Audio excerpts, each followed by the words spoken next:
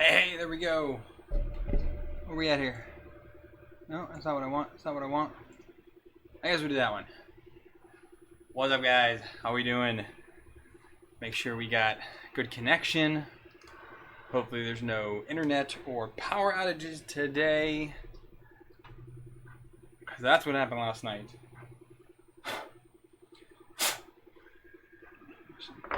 Stuff in there. Trying to get the last few pieces we need here together.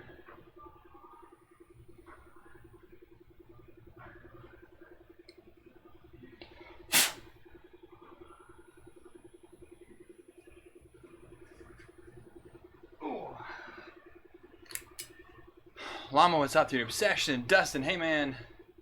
Jake, hey man. Chris, what's up, dude? You should hang out, Chris, because I'm gonna be using an SKR in this, and I've got my my patron Aaron. He sent me his firmware, and I think I can get it working, but you're gonna be my firmware dude if I can't. Canada, what's up, Gunner? Llama, sorry, dude. So my internet died last night. Pretty much everybody in our neighborhood lost internet last night. And, yeah, there was no recovery. He came back on at 5 o'clock this morning. So it was out for a good 8 hours, I'd say. So I just went ahead and finished the last little bit. I was just taking apart the last few bits. And I have the frame together here. So that is where we're going to be kicking off today. I'm just getting my PTFE cutting guide squared away here so that we can cut the PTFE to the right length and kind of go from there. Well, I'm going to go work on the frame here, but I'm just trying to clean this up, let people join in here. Hey, Aaron. Blame Llama for any firmware issues. Blame Llama for a lot of stuff. But yeah, so this is going to be an awesome build. So let me just kind of roll back through what's happening here. So what I did is last night I went ahead and pulled apart my Forgetech 2020 i3. A printer that I've had for a while. And it worked. I used it mainly for flexibles, but I don't know, it needed to be more rigid. There was a ton of flex in the frame. You could actually like twist it. And it was an okay printer for the time. Well, I want to beef it up. So over the past week, Aaron and I have been working to build a new i3.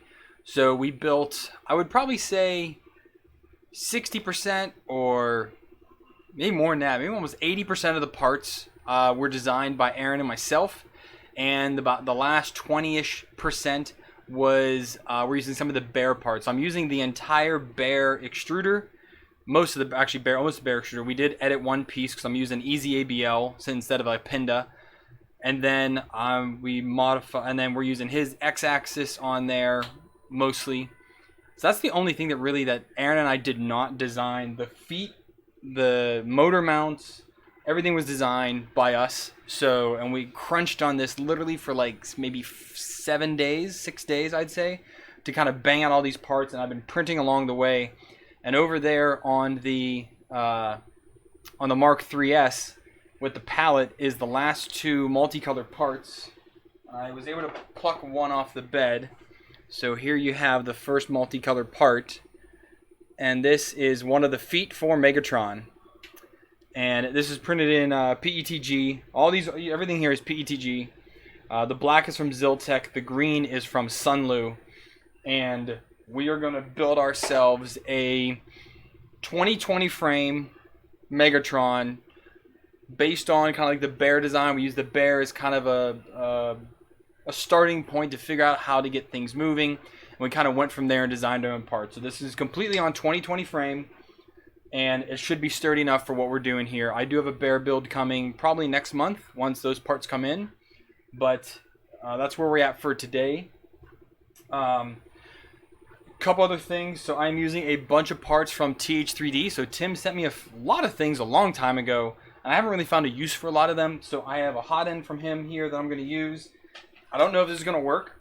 But it's a Bowden style knockoff. So I went ahead and printed a insert for that. it's going to work for now. I'm probably going to swap this out later, but we'll kind of see how it works. For now, I think this will work for that. So it's his hot end, hardened nozzle, all of his stuff. I'm using a Easy ABL for the auto bed leveling, and then I also have that's all from Tim, I think, yeah. And then LDO Motors is sponsoring all of the motors for this because I only have 310 millimeter long integrated steppers, and the new Z height on this printer is going to be 350 millimeters. So I need new motors for that, and instead of me trying to take apart the integrated motors, which is really hard to break the epoxy and things like that, I reached out to them and said, hey, would you want to sponsor this build? They said yes. So I think they're sending me an LCD screen to go in here, and then all new motors. So I'm going to build this today, but I'm going to have to swap out the hot end eventually. I'm going to swap out all the motors eventually. But I want to get this built. It's not a huge deal breaker, but we can kind of move from there. It's going to be an SKR 1.4 with TMC 2130s for sensorless homing. I do have an MK52 bed here from a Prusa knockoff bed, so I can use all the flex build plates that I have because I have a ton of them now. I do have a Prusa Y bed carriage for it.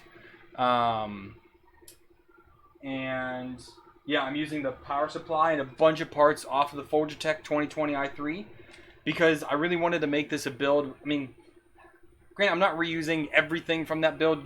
I could have used the bed. I could have used all the motors. Could have went a long ways. But I didn't want to, so that's why I printed all new parts, and I'm using some of my stock. I had to cut down one extrusion in order to get this to fit properly, and then I had to cut down 2 other rods because it's 380 on the Y, 380 on the X, and 350 on the the smooth rods are what are they on here? 365. Yeah, 365 for all the smooth rods. So I had to cut some of those down. Going to use a piece of Capricorn tubing because I have it laying around and it's apparently a little better for heat. So we're going to use this in the hot end. Reusing bearings, which I know Chris will probably cringe at because Chris is a bearing snob, I'll say. I love watching his streams. He talks about bearings. But I've already cleaned and lubed all of these bearings as best I can. If I swap those out later, so be it. But for now, those will definitely work. I do have IGES bearings hanging around that I could use if I end up not liking it on the X or the Y. And or Z on anything. I have a ton of them hanging around, so I could use those as well. So I think that's everything. I think we're good to start. Robert, yes, it is a direct drive. So this is very inspired by the Bear. I'll actually pull it up right here. The thumbnail is a rendering of the printer. Let me relaunch Fusion here real quick. Well, again, Chris, with these bearings, I don't have I had the exact same tube of lithium grease that you used the other day, and I can't find it. But I did have the liquid, like the spray lithium grease. So I did that, and I ran them on a smooth rod, and I kind of followed what you did in one of your videos, and I think they're lubed well enough. I don't know. We'll have to find out. But yeah, they're cleaned and lubed. I did that earlier today, so that's good to go. Hey, Viking. Let's see. Let me pull up the render here so you guys can see it. Mega Tron, and pull this up. Let me switch to here. As you can see, the multicolored print is still going over there. The LCD might be done here soon, but the power supply, I've still got several hours left on that one. Canvas hub. I still says I have 8 hours left on that, so that's going to be a while longer. Come on, open up. Yeah, I think this is a 1.3. Yeah, this is a 1.3. Hey, Brandon. Let's see here. Well, this is custom, and Aaron has his firmware he said should work on this. So this is the Mega Tron. So again, we're borrowing a lot of ideas and parts. So like the Z tops were, we designed it very similar to the, or I should say, Aaron designed these very similar to the Bear. This entire X is all the Bear. Here he did modify the one plate for the extruder in order to adapt for the Easy ABL. Bear inspired Z holders here, feet. These awesome looking rod holders. I designed the Y motor and the Y motor holder, the Y idler. I am using this is an adjustable Y belt under here because I couldn't find one that was in line that I liked. So we're using that. I found the bearing holders online as well. I made this, what's it called here? The power supply thing. I made this from scratch. It has a strap up at the top in order to stabilize it. The SKR 1.3 enclosure, found this on, I think it was Cults. It cost like 85 cents. And then we have a custom fan grill there for a 50mm fan. So yeah, I mean, it's going to be pretty sweet. This design here does have L brackets on the top, but I'm using corner brackets right now because that's what I have. If I do get those L brackets in eventually, I might add those. I'm not sure yet, but they will add a bit of rigidity. I also may add them here on the inside corners, but again, not sure if I'm going to do that there either. But yeah, so I'm going to keep this up as my frame of reference for everything and go from there. Oh, obviously the LCD holder is the Prusa one. I just modified that in order to fit my scheme and add new custom logo to it. I've actually modded that for several printers. The G-Tech has it, the Hypercube has it, this will have it now. I've done it, my clone has it. Yeah, the feet, Aaron is very proud of his feet. So these are printed in PETG, and then this insert right here is TPU. That just kind of slides right in there. We did modify it so that it's chamfered a little bit, or tapered I should say, and gets in a real snug. And then of course this one over here also has this custom logo that he made for the Mega Tron i3, and that's on several different parts. So it looks pretty sick. I chose this green because it's what I have, and I remember as a childhood I had the Mega Tron tank transformer, which was green and purple. And I saw this green, I was like, man, it's kind of a cool name. And we got to going about the name, and at first we were thinking like, oh, the Skinny Bear or Baby Bear or something like that. But then we were like, you know what? We transformer these parts. We called it transformerized a lot of these parts. So then I thought, you know what? Let's call it Megatron. Let's make a little logo for it and go from there. And everything from there was history. So it was pretty. It was a pretty sweet build. I think it's a good mashup of parts we found online and whatnot. I would like to change out the Bear extruder, but hey, I'm giving props back to Georgie that made the Bear stuff, which is super awesome design. I really like it. So that's why we decided to keep his X, because if it ain't broke, don't fix it. He designed good parts, so we're going to go ahead and use those parts for this.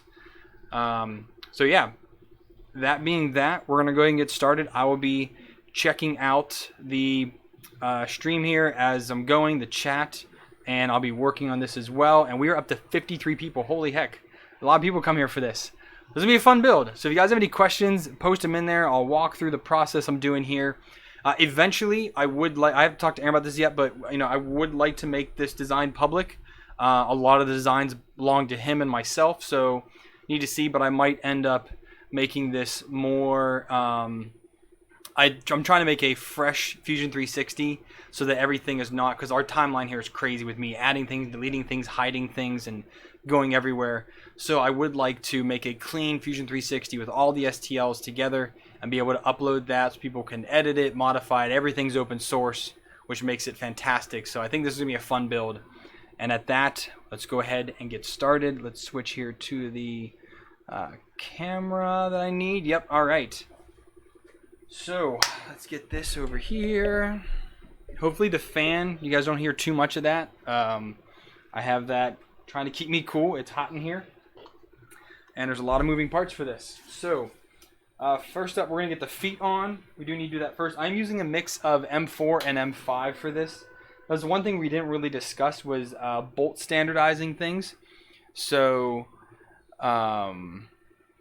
we'll see how we end up doing with that. Also, we did have to make a little bit of a change because of the motors that I have. They are 40 millimeters tall. And Prusa and the Bear build both use 34 millimeter tall motors. So we made these adjustable Z motor holders that can slide anywhere from a 34 millimeter to I believe a 41 millimeter. So it's easily going to be able to accept these motors. I do have the other ones printed here for the 34 millimeter versions once I get those. So we'll kind of see how that works out, but these will go on eventually, but they're identical to these, these are adjustable, these are not. So we'll just set these ones to the side. Use those by mistake. And now let's get out all the feet and get these prepared. 1, 2, and you can see here's that TPU foot right here. And that literally just, you can hot glue this in, but it's much longer and tapered, and that just goes in there real nice. It's ribbed for her pleasure, so that goes in there just perfectly. So that's 1 foot. Where did I put the other one? Then I just showed it off. What did I do? Oh, there's 2, 3, 4. And I did already have a 4th foot, but we're not going to use it because I made that one black foot. I did want this to be green with the black logo, but the problem was I'm running low on the green PETG, and I needed to get the LCD cover and the power supply done. So I had to just, you know what, sacrifice, and we'll have 1 Blackfoot. That's all right. I'm not too worried about it. For this, I've already assembled the base frame. I flattened it out. I have tile floor, so I was able to flatten this out really good. The back Z brace is 133 millimeters from the back. So I'll be able to fit my power supply here on the side. This side has a huge, 30 by 30 millimeter brace on it there. And again, I might put a metal one here. We'll see how the end product works out there. But let's get these feet on. And these are going to be using 8 millimeter M4s, I believe, because the M5s don't fit. At least the pan heads don't. Yeah, it was the one problem is that the pan head M5s don't fit. And we're going to go ahead and use pan heads for this as well. I don't know if I'm going to put all of these in yet now anyways, just because I need to make sure I have enough bolts. I should have enough, but that is one worry that I've had, is that I don't have enough 8 millimeter M4s and M5s to complete the build. That is one worry that I do have, but I do have washers, so I always could use 10 mils and use a bunch of washers to get those settled in properly.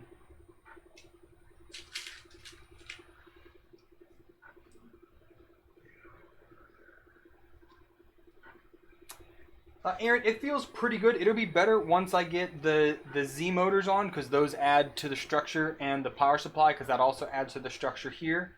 I think it'll be a lot better then. It's, right now, maybe like a 7 out of 10 when it comes to rigidity. It's not the most strong, but again, it is 2020. So, but I also was not expecting it to be like an absolute rock.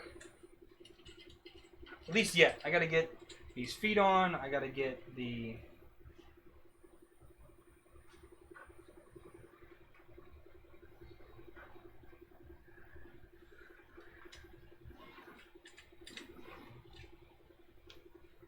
I gotta put the feet on first before I put the motor mount, the Z motors on, because they come lower than the frame because they are the adjustable ones.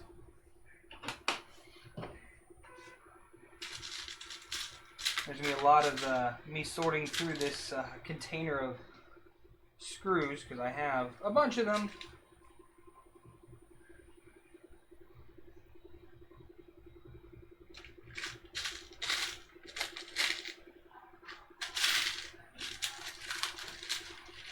And I did order a, well, I have a, didn't order it yet. I have a replenishment supply queued up for Ziltech once they post their PETG stock, and I can order some more PETG from them.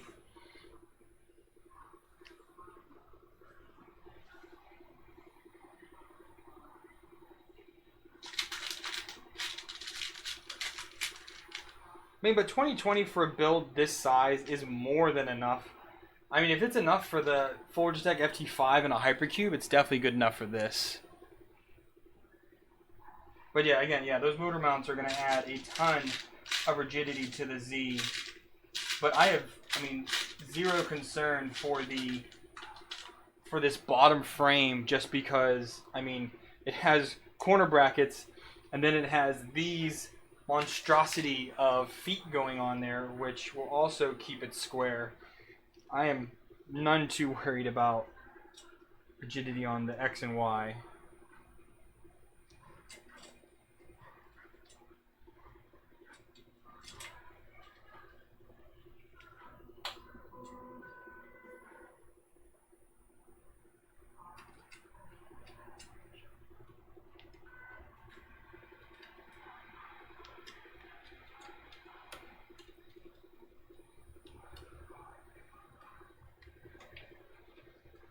Stefan, what's up, man?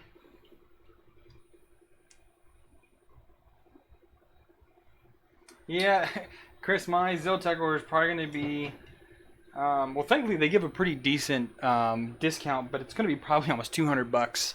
I have about $80 just in parts, just because I'll get, you know, bearings from them faster and fasteners. You know, I need more 8 and 10 millimeter M4s and M5s, so I ordered 100 of each of those from them.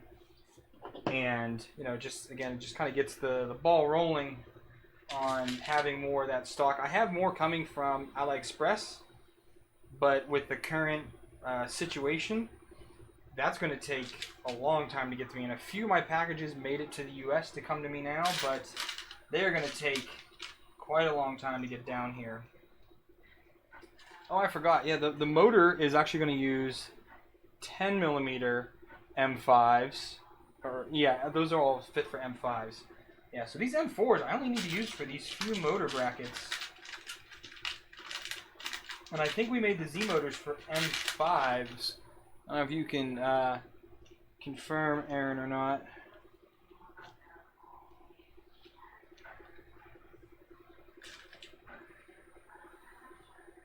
And I am only using 4 of the 5 in here. I think it'll be better that way. I don't need to use all 5 of the bolts for these corner brackets. Wait, that's the front, so that needs to be the Blackfoot.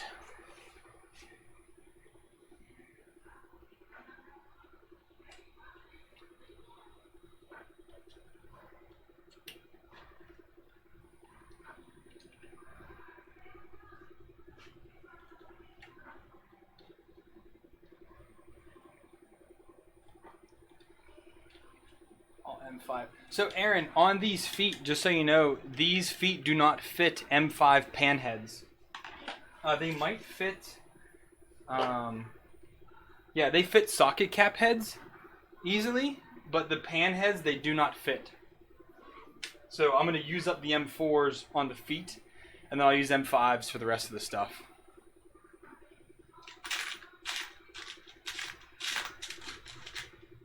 And here we go, our awesome Blackfoot. I do wish I had purple for this, because I would have done purple and green instead of black and green, but you know what? The whole idea with this printer is to use stuff I have, and I am building this 100% with things that I have here in my shop. I mean, yeah, it's going to be nice that I'm going to have, you know, actually fitting motors later on, and I'll be able to have a different Hotend on it, but I'm able to do this 100% with things in my shop. And I think that is something that, and a lot of my videos lately have been about that too, is that it is, you know, everyone's looking for something to do right now, and all the videos I've done recently are things that I'm doing with what I have laying around. Monday's video as well is just another video that I made because I wanted to make some content, and I was like, you know what? This would work out well, and I made it.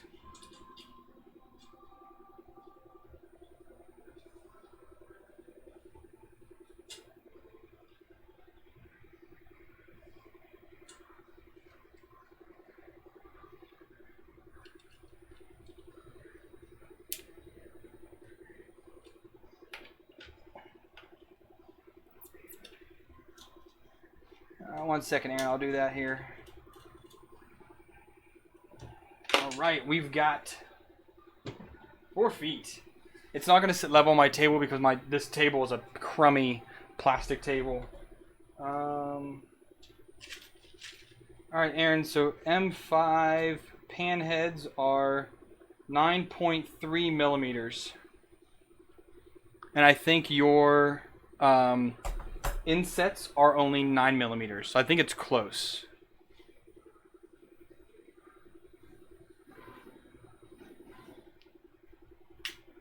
Okay, so we've got feet on this now. Now we can go ahead and put on I want to put the Z motor brackets on because I want to get this Z frame shored up here, and I want to make sure that it's not going to move on me at all. So let's get these big honkins on, and these are using 4 bolts on here, so getting these are going to be a little bit interesting. This was actually one of my stringy prints because I forgot to lower my temperature for this PETG in particular. So, all right, we're going to go ahead and switch to some M5s for the motors, I think. I'll use pan heads or socket heads, I don't know.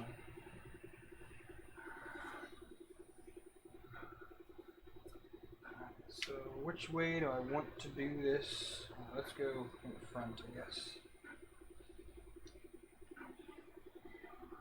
And it's only the feet, Aaron, that need adjustment. Everything else I think is fine, but as I go through this, I will figure it out.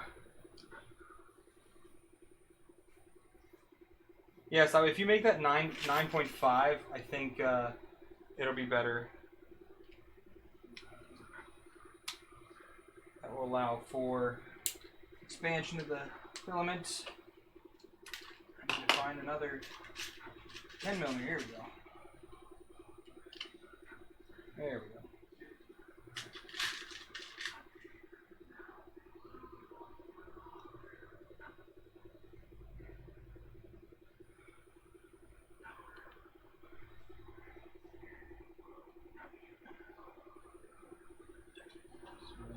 This into here, and I can't lock those in. I need to put in a motor so I can adjust my spacing. So that's my spacing right there. We'll make it a smidgen higher. We'll just line that up at the bottom there.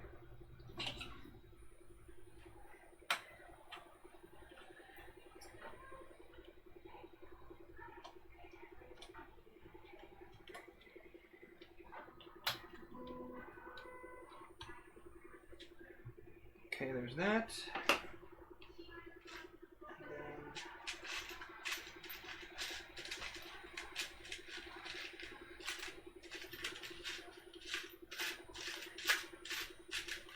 Oh, there's a long way. There's one.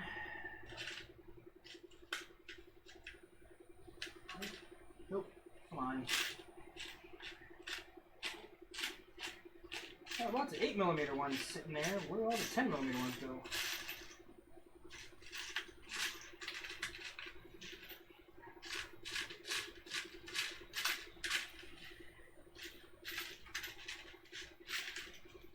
There's one. Okay. So these will drop into there. We'll need to get the T-nuts put in there. That.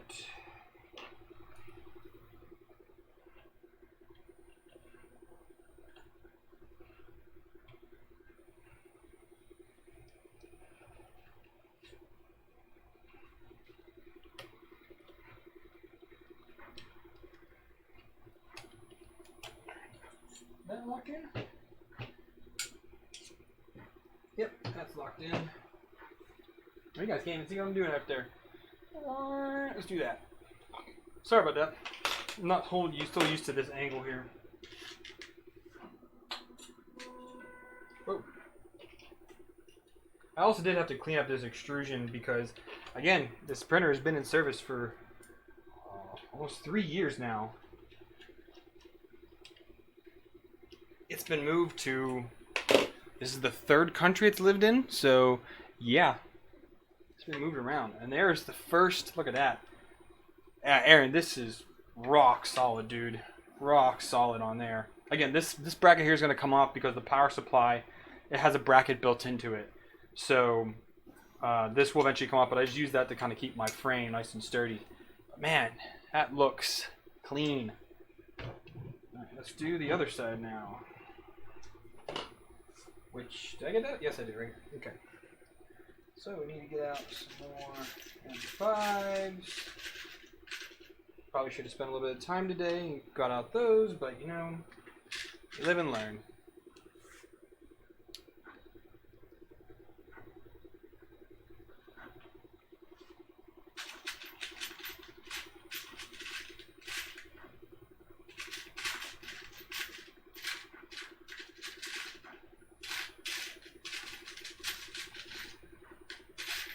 Why do I have so many 8mm M5s and I'm missing all the long ones?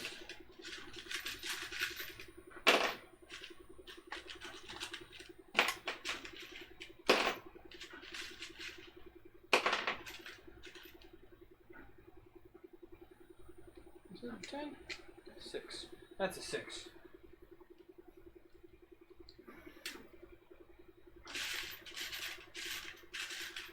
Let's watch Shane hunt through his bolts.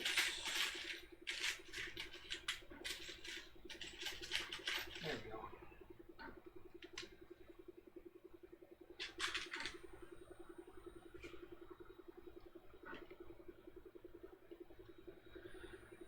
go. Paul, that's a great question. Aaron, did we ever calculate the build size on this? I know how long all the rods and everything are, but I don't remember if we actually wrote down the build size. I mean, I know it's going to be the Prusa build plate, which is what, 210 by 250? But the Z height is 3 something? Because we're doing 350 on the Z motors. I think it's just shy of that for the actual build volume. So right around 300 on the Z. Yeah, it definitely is the full Prusa bed. We're actually more than that. If we had a bigger bed, we could have. But again, I'm reusing the extrusions to make, and that will just work out well there.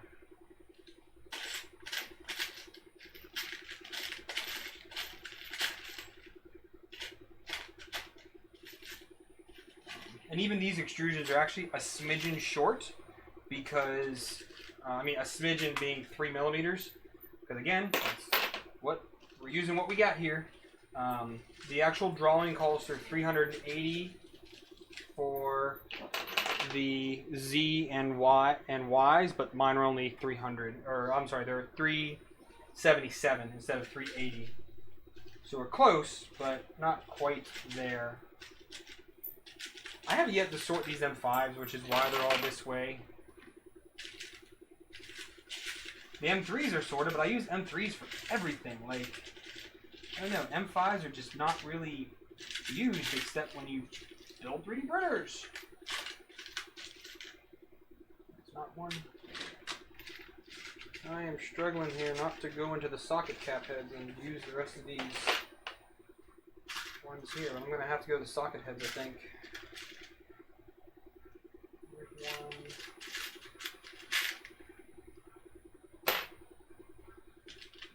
Definitely need to sort out these. Oh, someday soon. Oh, don't lose it, Shane. Oh, that's not one. Well, we got at least one here. We can do this. So, this.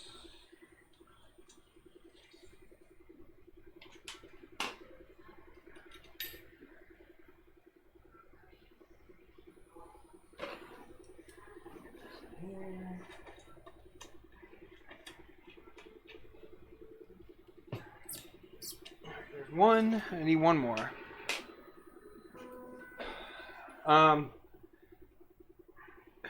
210, yeah, 210 by 250 on there. Yeah, I can't remember what we said the Z height. I want to say the Z height's 325.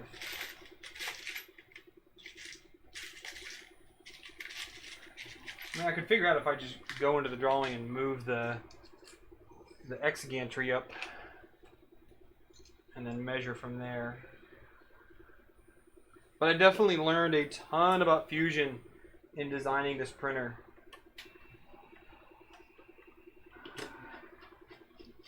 Linking parts and how to do that, and editing one part to do another part. And, ooh, man.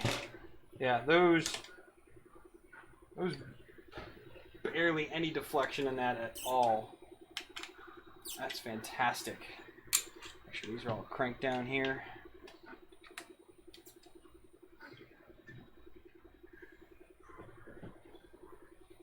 No, it's higher than that on the Z. We're using 350 millimeter Z drives, so it should be higher than that. Yeah, this extrusion is 2020 extrusion. The lengths obviously vary, but the core dimensions are 2020 extrusion. Okay, so from here, what do we think? I guess let's queue up the. Well, I guess we can throw on. I want to wait to throw these Z tops on. So I guess let's go ahead and get the Z brackets or the Y brackets ready to go. And this design by Aaron is just ingenious. I am adoring it. They slide together pretty good, Aaron. A little bit tight though.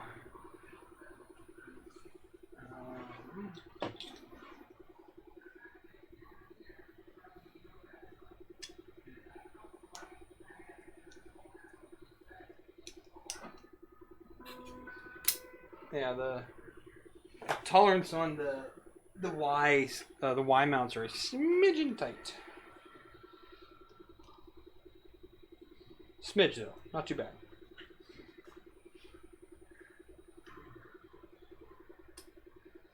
But I guess we probably prep the bed. Let's prep the bed frame and then.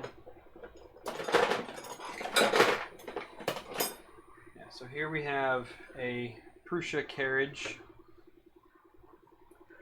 Double motors goes on the left side, I believe. And then I think my bearing mounts. So one.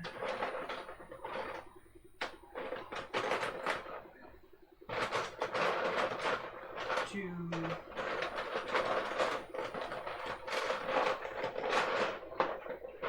And three bearing mounts. Those just clip right in there like that.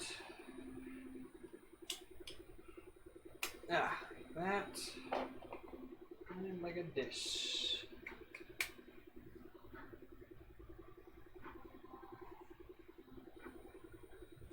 Oh, they go on. It goes on the other side. Yeah, double goes on the left.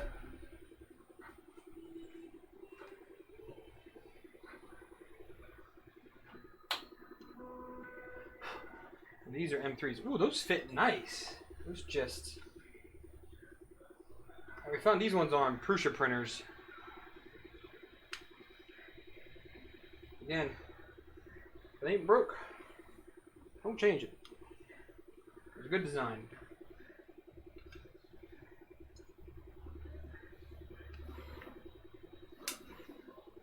Snap that in there. All right, I need to grab my M3 assortment, which I have that sorted here.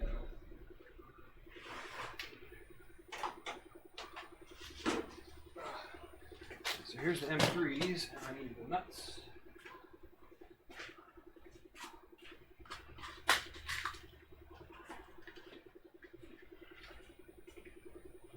M3 nuts.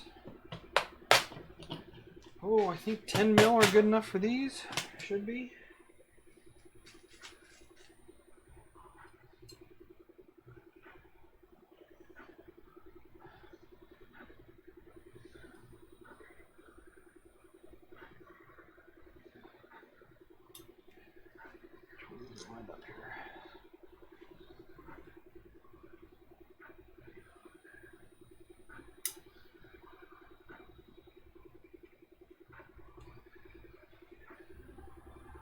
Actually, we'll go ahead and get out the automatic screwdriver here. That's too big.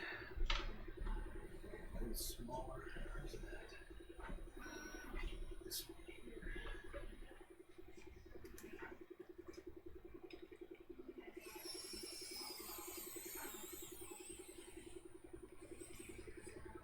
Yeah, 10 mils are good. Need to get all of the lock nuts in here now. I don't need to use lock nuts, but why not?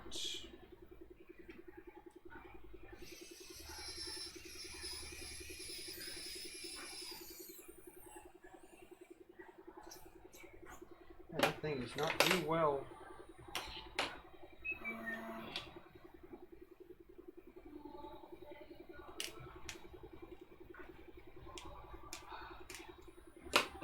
Doggone thing, man.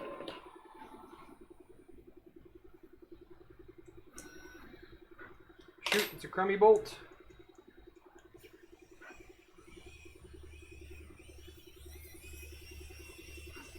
Wait, do I need to use lock on here? Guess I probably should.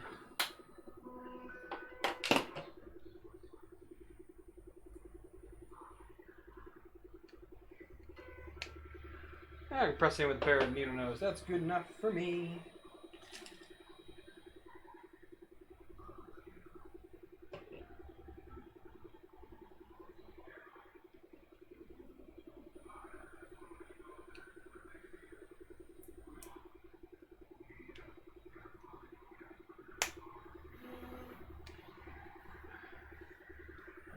One.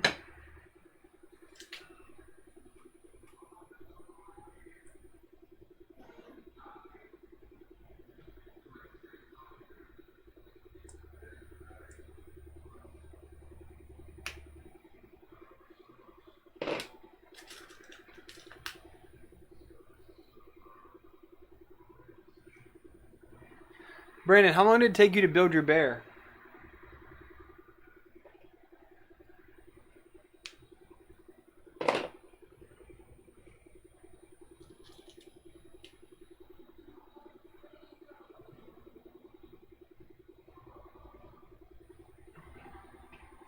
A little bit of gunk in there.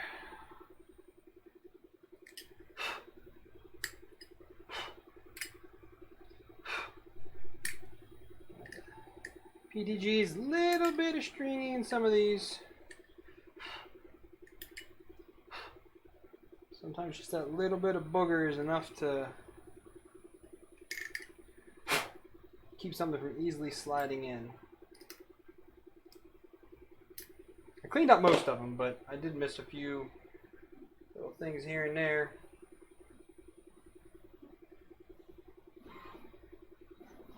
Why do M3s to be so small? My hands do not.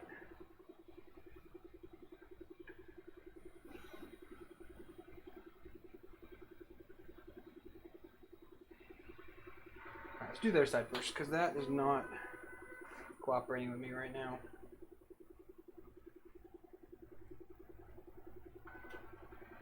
This is a nut. Let me try a different one.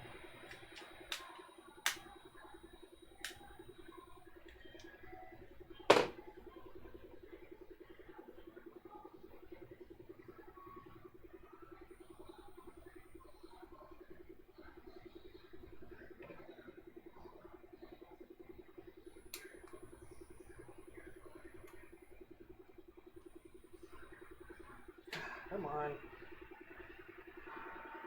Ah, there we go. That's in there. Last one.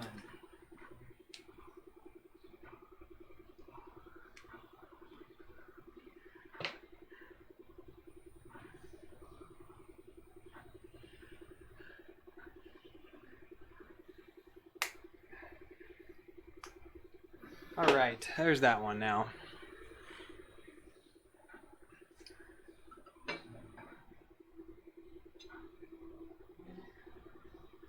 Holes lined up.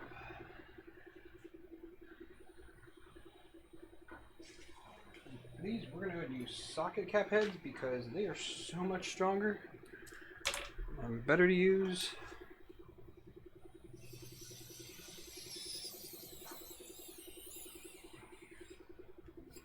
Tens are too short. Gotta use 12s. Is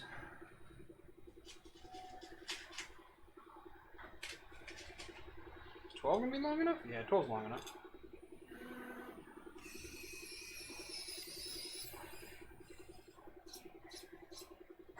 Yeah, 12s are perfect. Awesome.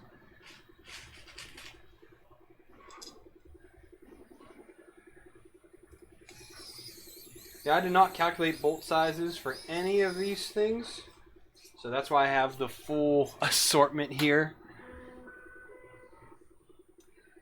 And yeah, going from there pretty much.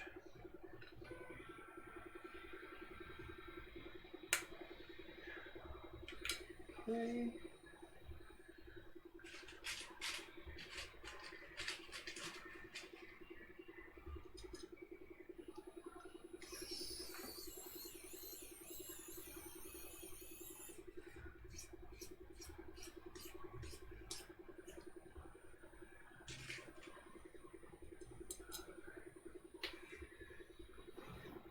Need liquid.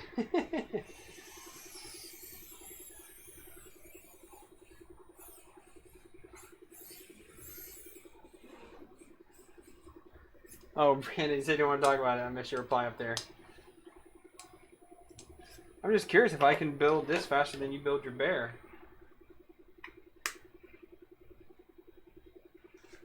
Or if I can build my bear faster than you did.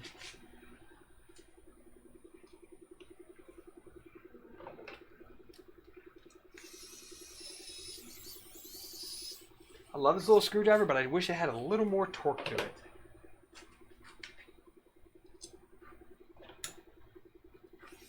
But man, it makes life so much easier.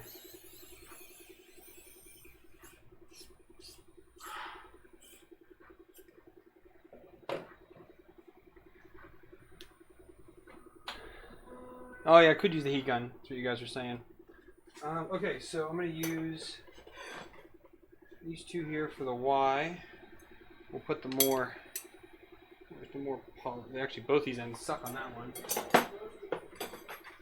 These ones here. All right, so we'll put these more polished ends at the front.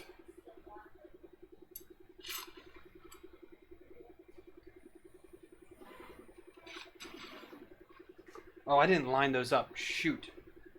I need to remember how to do that.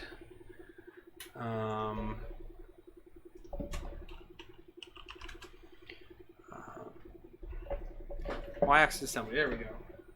Yeah, I need to remember how to line up those bearings.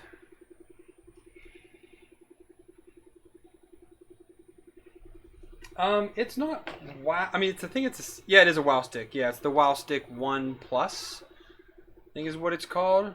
I bought it a while back. Did a little video on it. I've been using it a ton lately.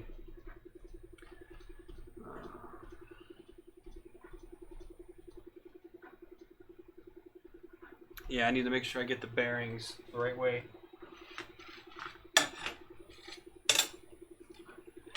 Which that one's not.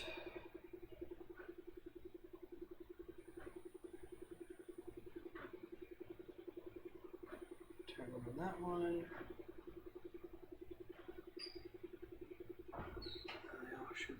They all should be that way. That one. Those all look good now. Okay.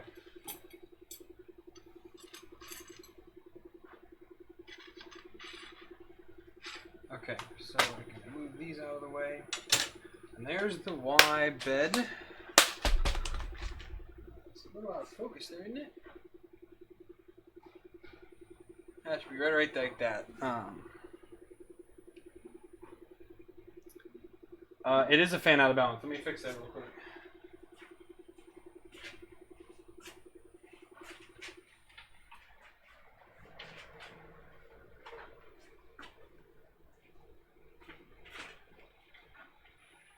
That should be better. I'm surprised you can hear that because I am using the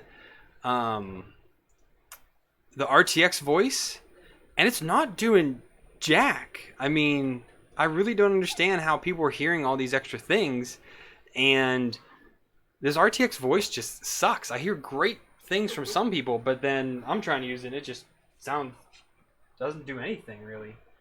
Those are exactly long enough right there. Perfect. All right, now we can go ahead and we're gonna go ahead and attach these bearing mounts here. Like that, and these slide on like so. And that should compress it, theoretically. I 100% blame Aaron for these ones.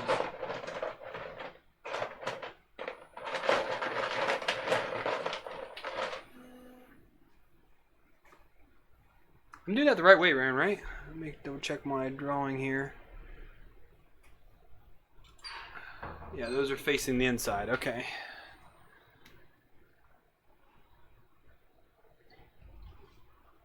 I think Gunner's just says like superhuman hearing or something.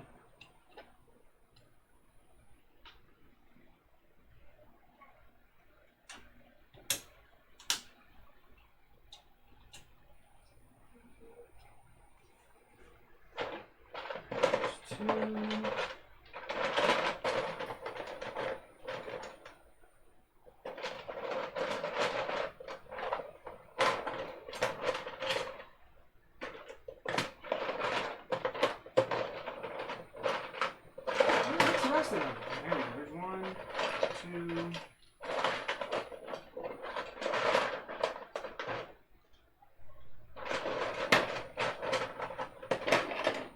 There it is. Okay.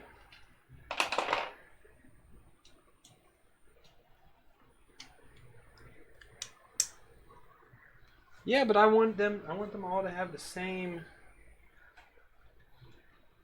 I want them all to look the same way. We're gonna go far enough to design custom prints. They should have just, should look good about it. Okay. Now I'm gonna set these, but I don't know their final location. Simply because I have to adjust that in the end here. Wow, those are short. How thick are these, Aaron?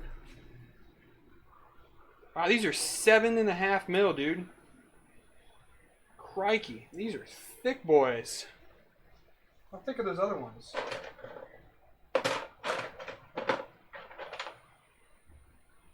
Only 5 mil. I don't know if I have bolts to fit these, dude.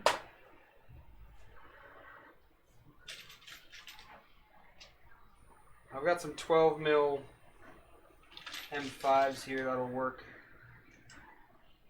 Just barely, though. Just barely fit.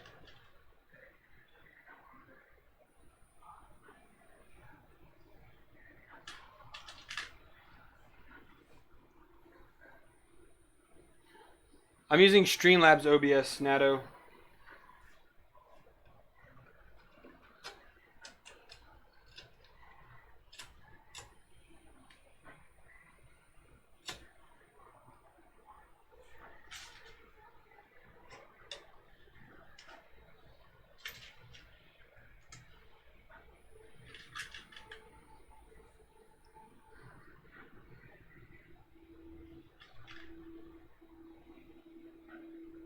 Well, it's a good thing I have a few 12mm bolts. Because you were so gracious to tell me that news before I started the stream.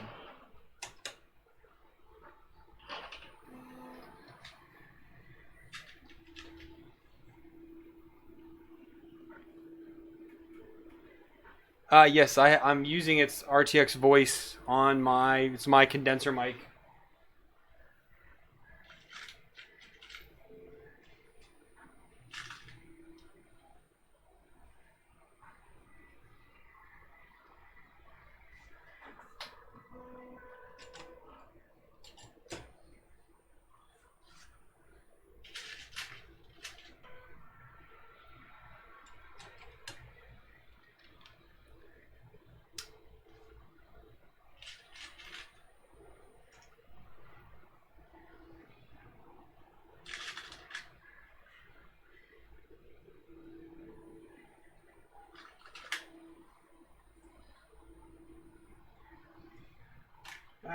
Come on. So I need to don't take bolt length consideration at all. I don't actually really know where these need to be positioned. So I'm going to assume that in the drawing it's correct. Aaron, I don't know if you know that either, so let's just do a quick measurement here. Line, go from here to the edge of the 20, so that's 50 mil, 50.3. So let's do that. Where's my little, let's use the calipers, I guess. Let's make this 50.3. They look good, that's measurements. That is doggone right. They need to look good.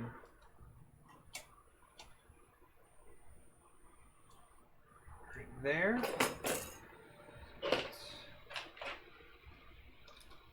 Oh, these are big suckers. Where's my other? She must have moved.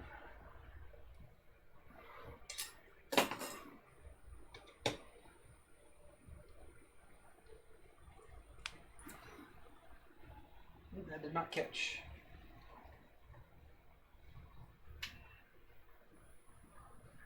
There it goes.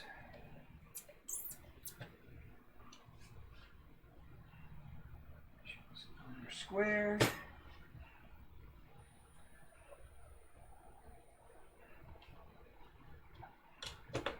There's that one. Feels pretty square to me. Here.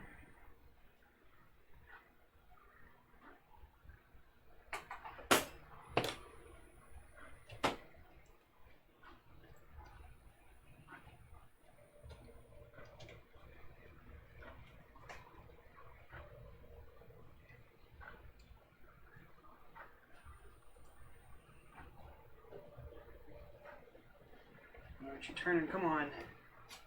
There it goes. Oh, it went cockeyed there.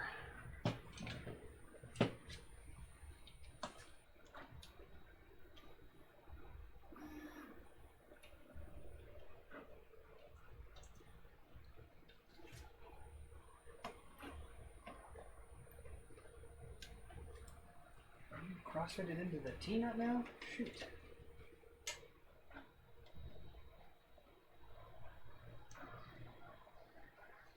There we go.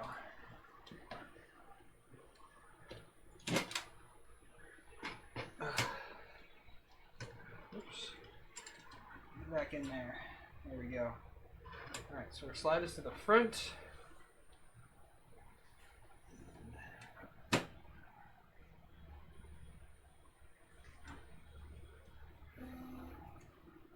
Attach one to the back.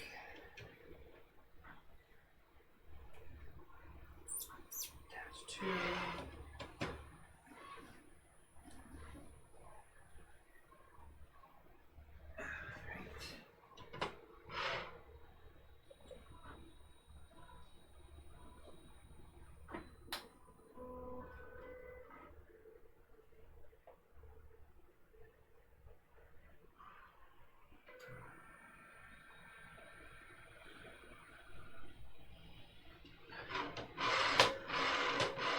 There we go. Look at that. Smooth motion to the front and the back. All right. That is fantastic. Somebody asking about the build volume. So this is going to be 210 by 250 by something on the Z. I don't know. All right. So let's get out the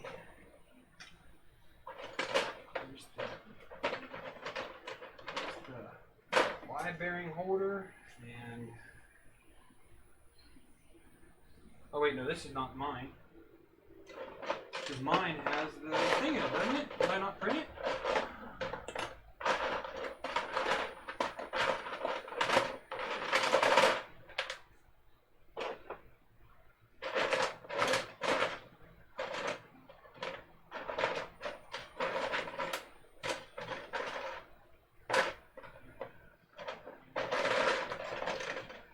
I legitimately not print? I thought, no, this is not mine. I printed that.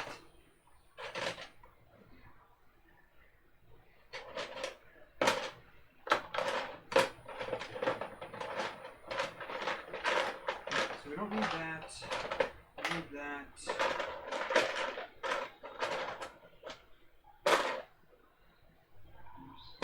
Z.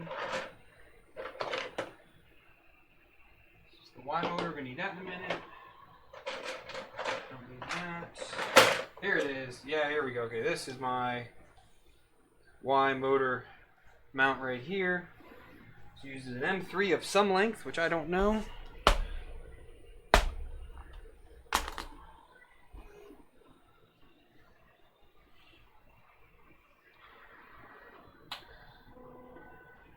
Um, 20 millimeter maybe? Oh, 20 is a little long. How about 18? 18's better. Nice, okay.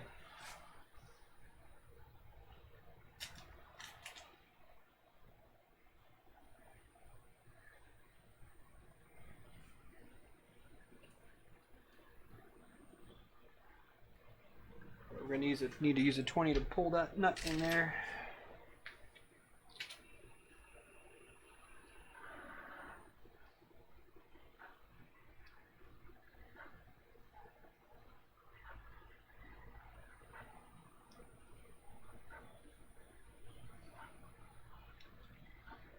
Centered, yep.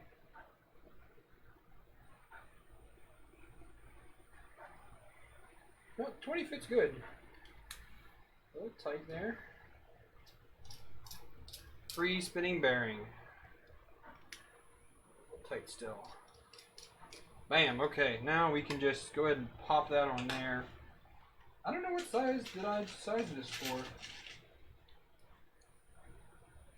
I sized it for not these. So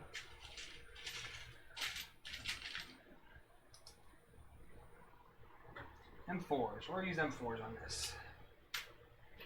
Use socket cap heads. That's fine. That's fine. That's fine.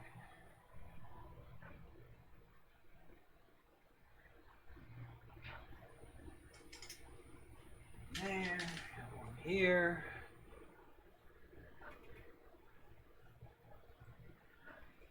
And I want it to be this way.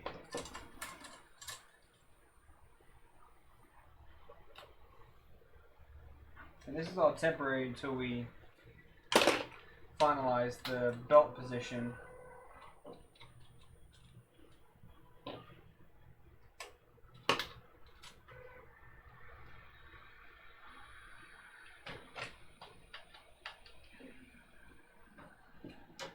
Now we've got our motor, so we need to get the motor attached first. Oh, I didn't see you added another nut up there to the top. We've got two here we need to put in. A couple small. I can use some 8mm M5s on these. I designed this one for 8mm M5s.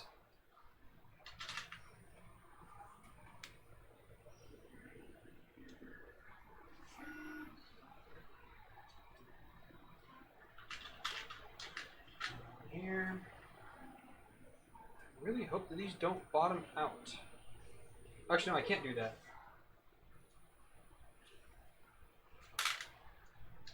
Because, so this is shaped like this because it goes onto the extrusion and then clamps down on it like so. And that gives it a nice, meaningful connection there, which I really like that. Yeah, it definitely is. This puppy's definitely thick here. Alright, so I need to do some finagling here. Oh my god, if I knock over all these bolts, I will cry. That's a lot to have to clean up. Okay, so I need to get these M5s, yeah. Two M5 T-nuts. put in there. Come on.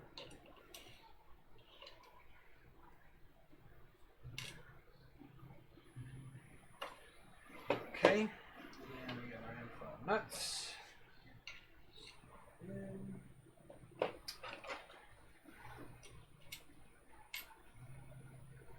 This is where a smidgen of finesse comes in.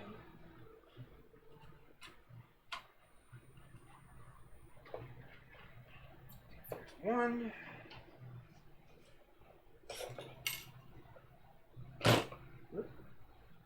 Please don't knock anything off the table, Shane.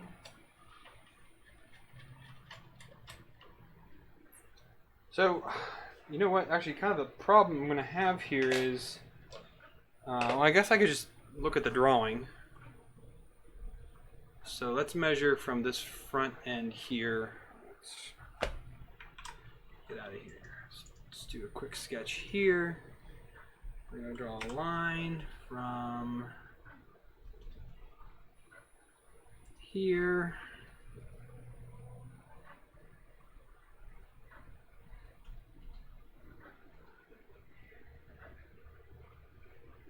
Okay, where am I square at? Where am I square at? Square there. 180.5. Which my calibers don't go that big, do they? No, they don't.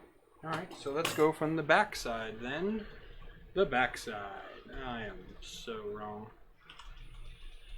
Let's go from right there to where I can't see.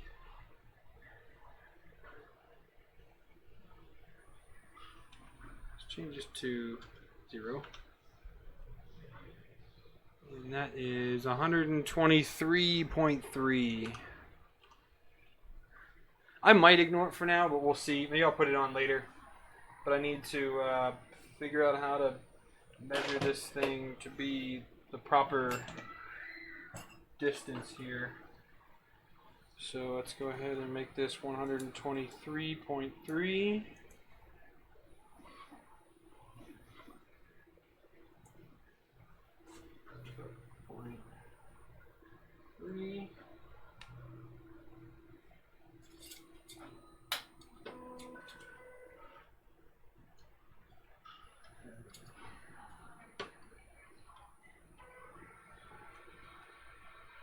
You know what? I am literally like maybe a millimeter off, if that. That's pretty funny right there.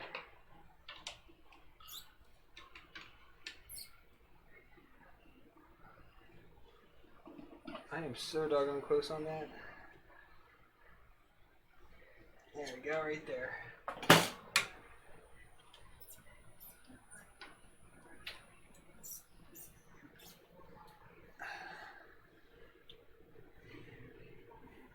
Yeah, I will get fudge room out of the tooth gear. I'm not going to get fudge room out of the idler, the belt mount, though. So that's the one thing I need to worry about there. Okay, so let's go ahead and grab a motor. So again, we're reusing these old motors for now because these are going to get replaced. So it's not really a big deal on what I use. And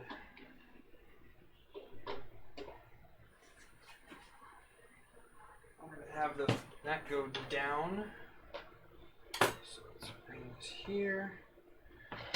And we're using M3s for this. And these should be 10s, I think, to hold this in. 10s or 8s. I think 10s will do the job.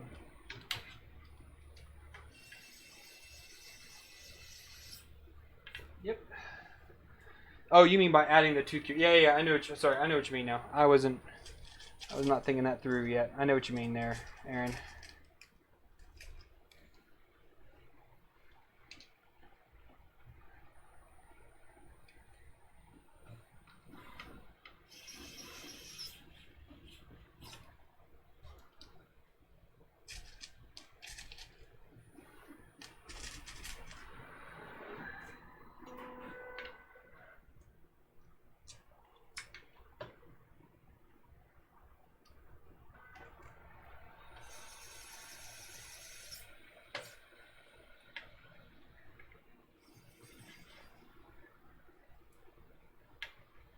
mind.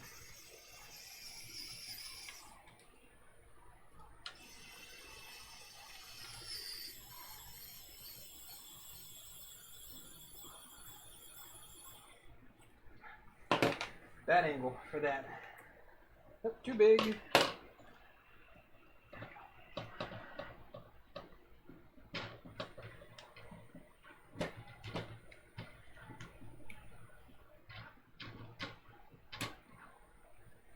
Alright, there's that. Now we need a idler, which is coming off of the Ultratech right here. D.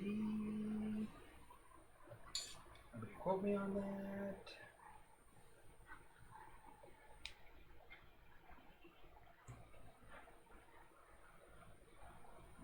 We're just gonna put it right there for now. Alright, we'll do that for right now. So let's go this way then.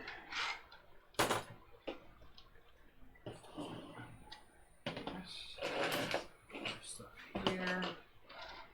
Alright, so now we need to do the Y tensioner here on the bottom. Which is going to go right here, bolts right to that. And that, I found that one online. Again, I couldn't find an idler here that I liked that was in line with the 2020. So the whole thing I had to do here was to get the Z as close to the 2020 frame as possible. And on the 2020 i3, it was high because it had these huge 2020 bearing blocks and everything on there. So it was just not great.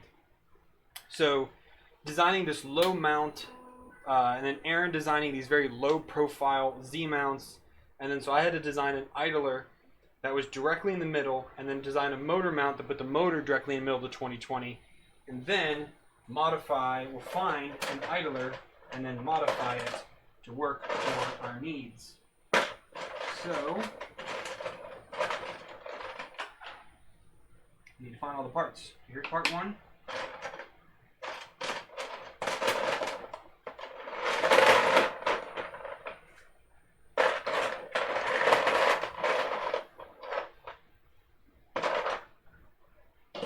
There's the rest of the parts.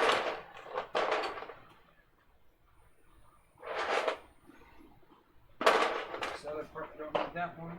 Did I pull it out already? I don't need that. I don't need these. Here's another part here, and I'm missing those. So, yeah, this kind of, it's kind of hard to see, I'm sorry, it's zoomed out here, but this basically a screw will go through this little sliding part, and that will be able to make the belt tighter or looser, and it gets held in tautly here at the top. So what we need to do is we need to sink some M3s into the top part here. So this is just the cover that's going to go on there when we're ready to hit the gas on this one.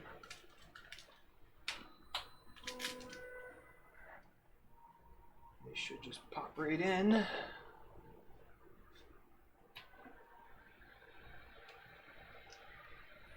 One.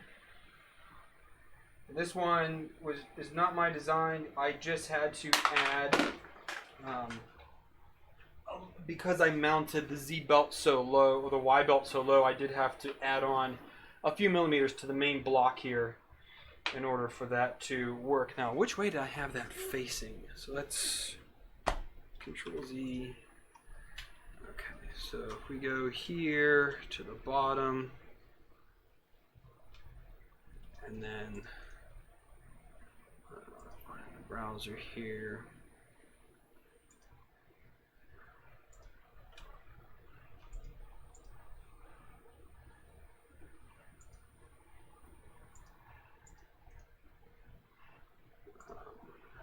It's right there. Come on, why can't I just hide you?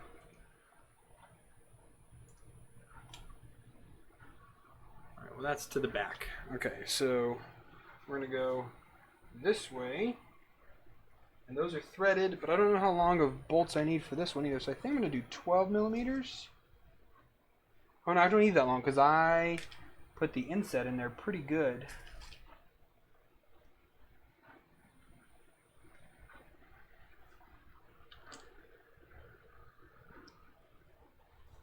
Yeah, 10 millimeters is what we're going to use for these.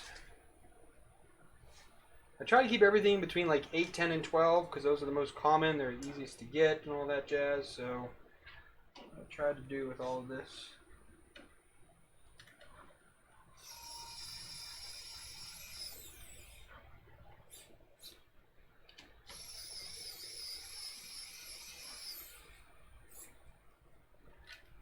And there's that on there now. I need a square M3 to put down into here. Now the originator of this model, he just used spare, I think he said he used spare Mark III parts when he built his printer. So that's why it's using a square nut in there. For this,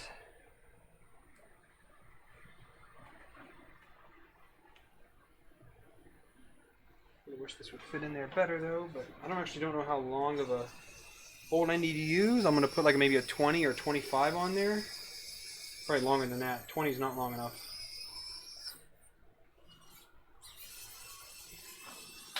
Maybe a 30? 30 millimeter maybe? This is the Doctor Who screwdriver. Alright, let's get a 30 millimeter. We'll use that.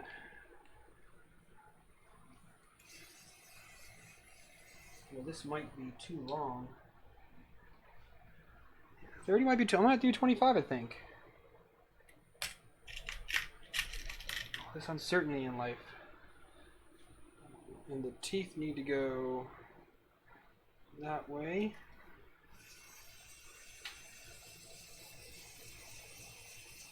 Do the Obsession when I can later. I'll put a link for it down below. So if you want to grab one, you can. And then, alright, so let's get some belts here. Let me get a belt. One thing I didn't put into my part fin here. I just need to grab out the belts. This one is nowhere near long enough.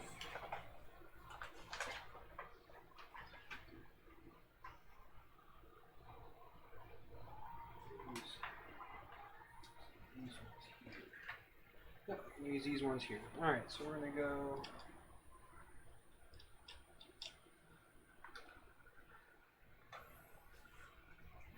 down through this. I did round this out, so I was hoping to be able to just push the belt through, but that might not be the case here.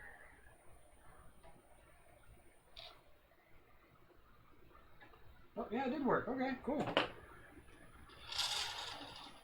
So we're going to put it in. Sorry, I'm not going to be able to show this up close. But if you ever installed a belt on your printer, you will know how much of a pain in the butt it is. Slides in. And from this, we will be able to align.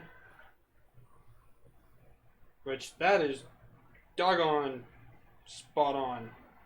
That looks fantastic. And then we're going to cut this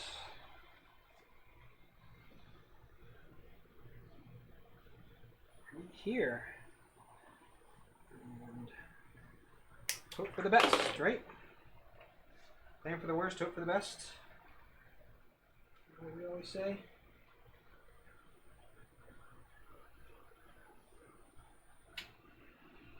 Get this.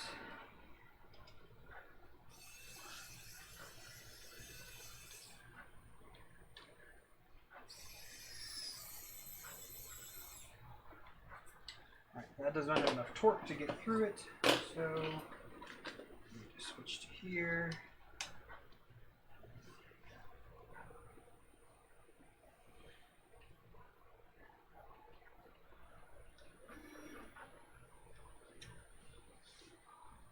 Feels pretty good right there. Now we can put on this is gonna sandwich on there like so. Let me turn here, sorry guys. So this block here sandwiches on the side, and that's what's gonna keep both these belts inside this idler carriage, or the tensioner carriage I should say. But how long do we need? Can I use the 10 mil? No, I need to use a 14 maybe? Oh, I don't want to use 14. I have socket cap 16s. 16s it is. That's fine, I'll just use these ones. That's fine.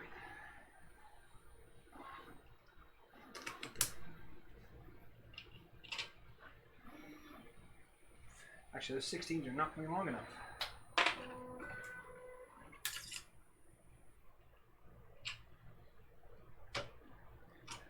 So let's use 18s. These are all socket caps. 18s look to be hopefully long enough. I think they might be. Can I use this? Nope, 18's not long enough. Son of a gun.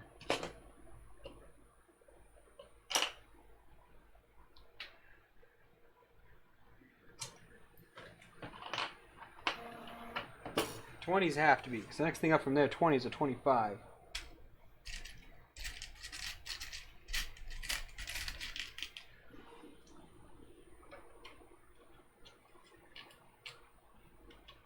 Yeah, okay.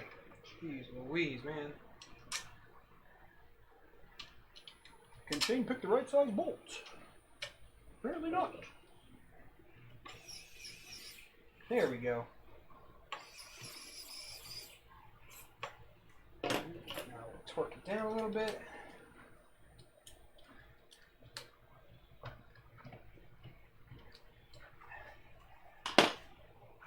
And there, ladies and germs, is our Y.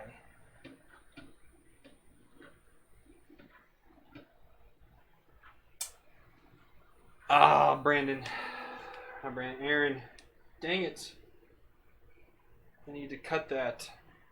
So I'm hitting, we did find the error here. I'm hitting the bolt head right there. So, and even if I change that out, oh no, here's what I'm gonna do. Here's what I'm gonna do. I can fix that. I can fix that. No, I don't need to do anything. I need to raise this a smidgen. Scoosh. So we're just gonna go up like to there. Okay. And then I don't know if I can't knock that down, I wonder. This is dumb, don't do this, but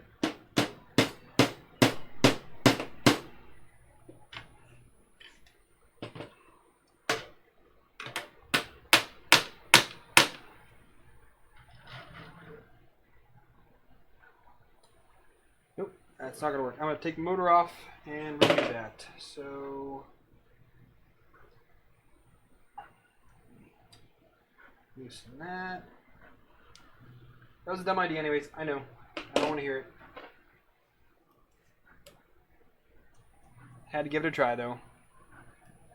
So the this carriage is hitting the motor mount. So what I need to do is take the motor off so I can move the carriage. I was trying to hit it, but you know. Aaron, it kind of looks like it, but we were off a smidgen here, bro. Oh, no. Oh, my God. Oh, my God. Oh, my God. Stop that.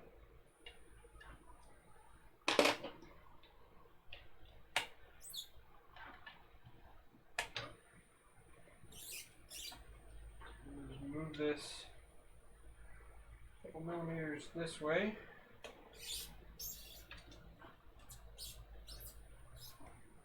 Okay, now we can go ahead and remount the motor. Back in here. Okay. We're close, Aaron. We're close. This was my fault. I designed these parts here, so this was an oversight on my behalf.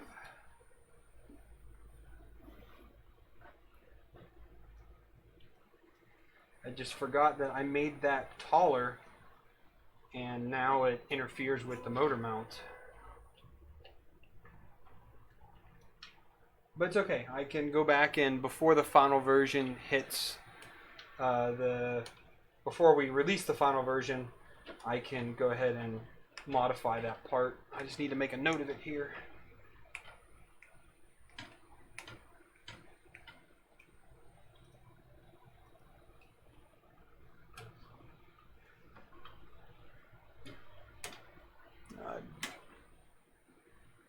It's hitting. Well, it's hitting one bolt, Aaron, because I can't even get it back to the other bolt yet. Let me make sure that this worked. Yeah, it's just that one bolt. It's that top.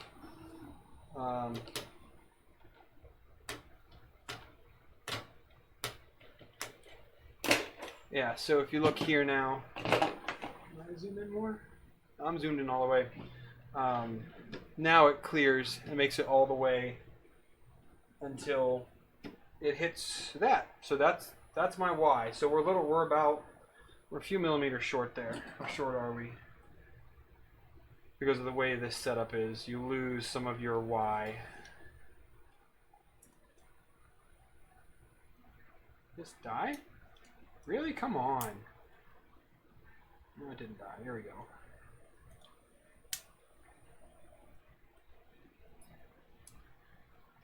Zero that.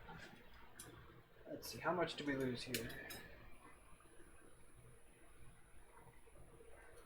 I'm losing 6.5 millimeters on the Y because of the way that this hits the bearing there. Yeah, so now it's actually hitting the pulley. It's no longer hitting that bolt.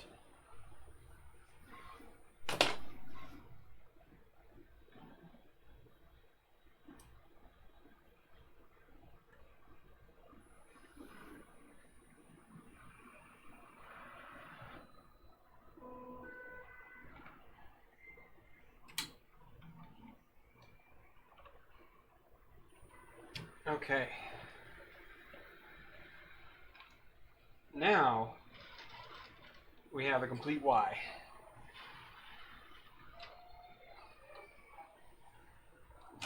And my only concern is that the center of this homing is going to be crashing against the pulley.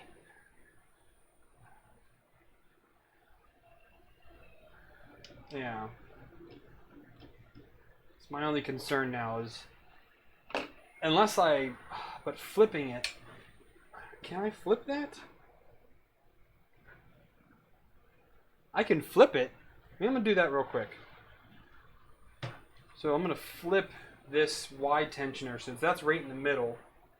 By flipping it, I will move the tensioning bolt to the front, vice the back, and that way I have plastic hitting the idler, or not the idler, the pulley, I'm sorry, the pulley on the motor, rather than a metal bolt head hitting the pulley and tearing it up a bit. That's no bueno.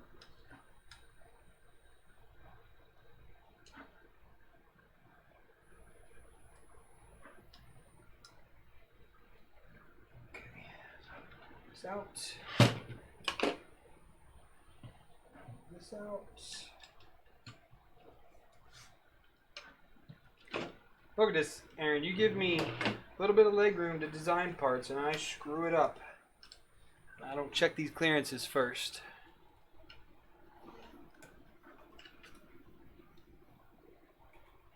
We probably can, but again, if I flip this around,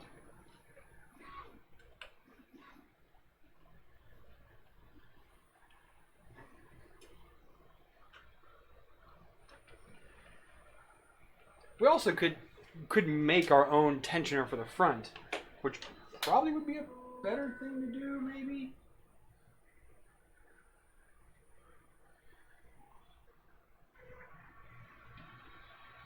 At the time, this was just the easiest thing to do, which is why I went this route.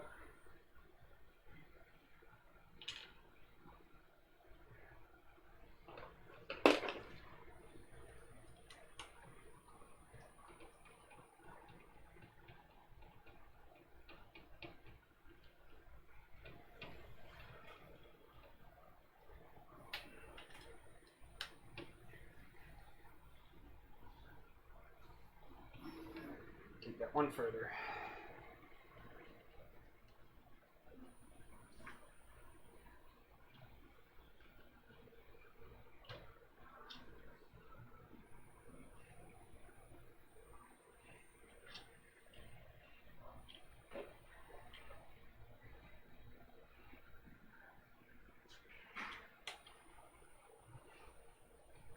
Okay, almost there.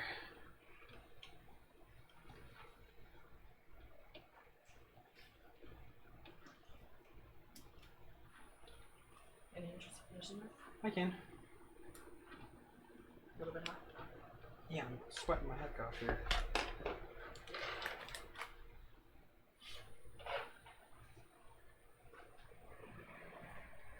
Oh, you unplugged it. Come on. Come on, wife.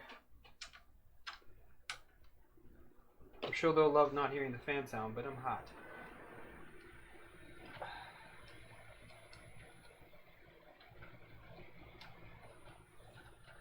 Okay, so now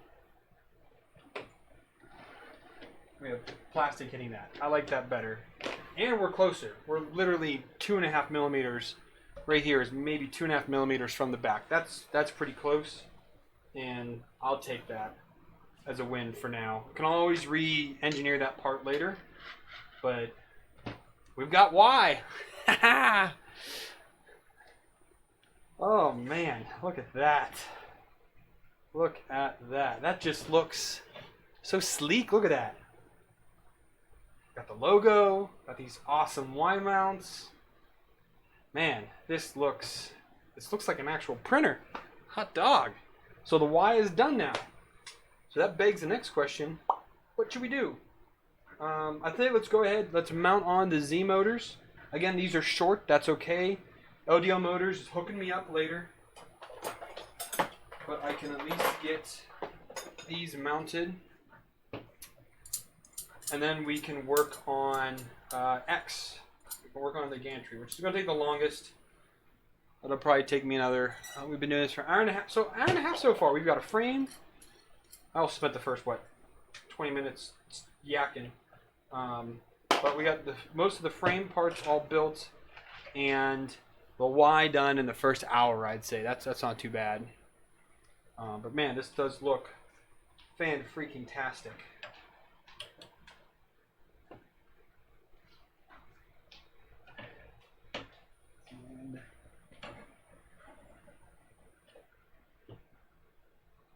We're going to put the cable mounts in the middle there, I guess. Do that. We need a bunch of 10 millimeter bolts here for these. And I do have the inserts for these as well. This was a very Bear-inspired part of the construction here, is how he did these with the Z motor mounts. And Aaron went ahead and integrated that into our design.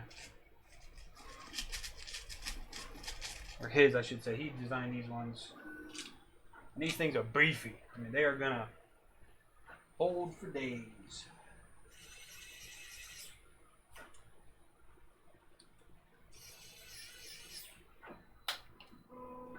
Now the one thing about this tool, and people have been talking about it here, it's pretty good, but again, you're not using this to torque down. This does the most of the lifting for me of getting the bolt, the screw seated. But I still need to go back with my Weehas and really torque them in there.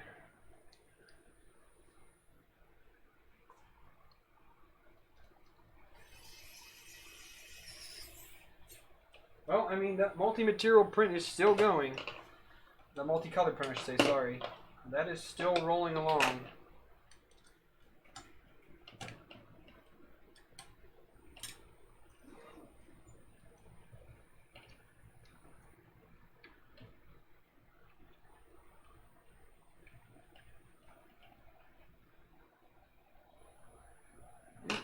I need to get 2 more of these 10 mil ones. 1, 2.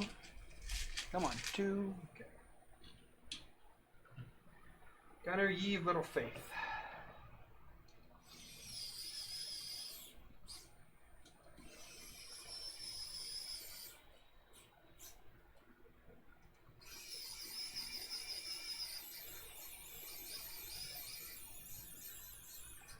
Why aren't you going in? I'm not matching up for some reason.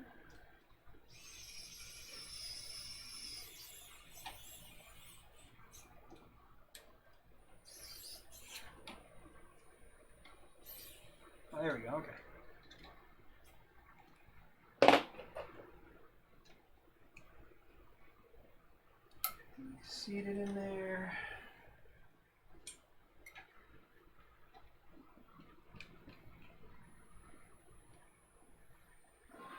I said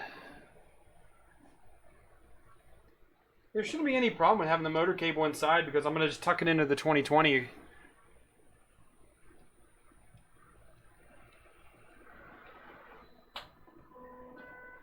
And there are our Z's. Just like that. No, Llama, there's a ton of space here between those motor cables and the bed. I mean, I've got 28 millimeters on that side and a little less than that on this side. This side I've got 23 millimeters. So, I mean, these are below the bed. So either way, there's no way the bed's going to catch on there because once I put the bed on, it's going to be another, however tall these are. So these are, what, 8 millimeter tall risers. So another 8 over that. Yeah, there's no way it's going to catch that. I should be squared away. Yeah, sorry. If you look here at it, you can see how these are down here. So they are pretty much underneath where these Y mounts are. So they're a good, 5-6 millimeters below where the actual bed chassis is sitting at. So it's not too bad. Ah, man, I'm fat. What are we doing here now? Extruder, I guess. I guess we'll do the extruder now.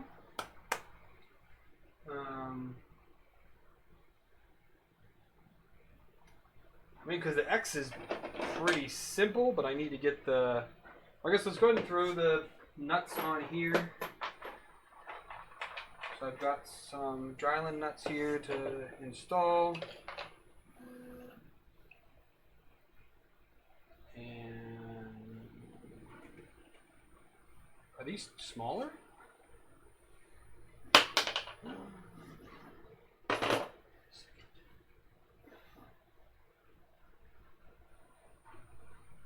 I buy the wrong thing?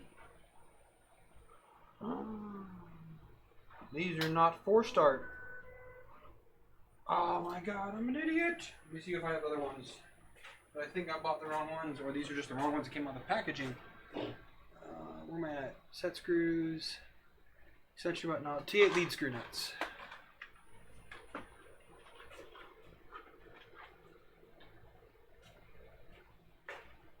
These are TR8s. Why don't they fit these?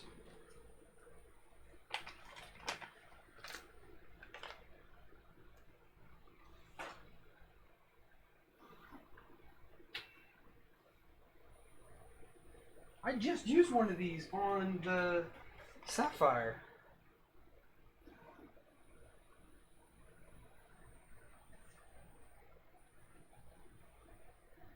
Why don't these fit? Oh my gosh, dang it.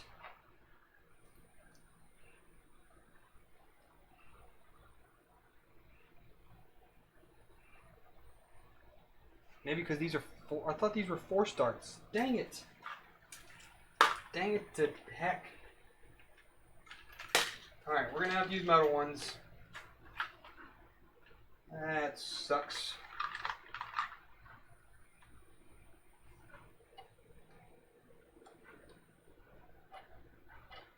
Maybe these longer ones. Oh man. This is a 4-start. These are 4 starts. I'm guessing these are 2 starts. TR8X2. And I guess that's what's on the Sapphire Pro that I fixed.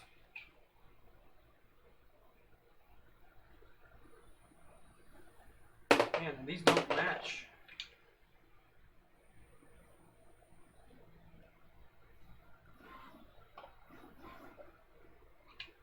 These don't really match the bare parts very well. Shoot. They're a little less there.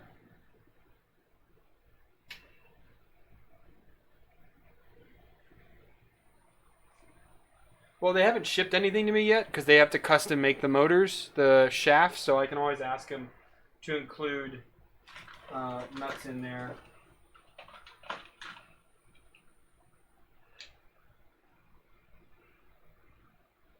Alright, so I don't know how I'm going to make this work now. Shoot, because these are not the same.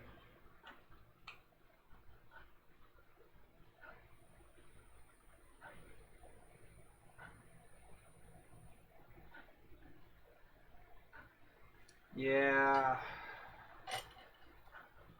Alright, so what are we going to do here then?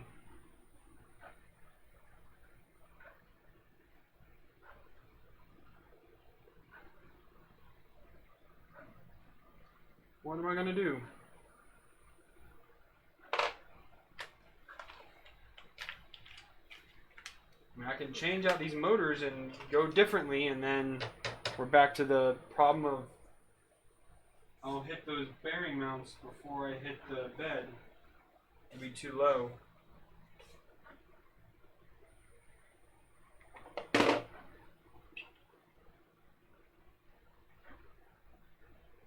Because even these 2-start ones don't fit.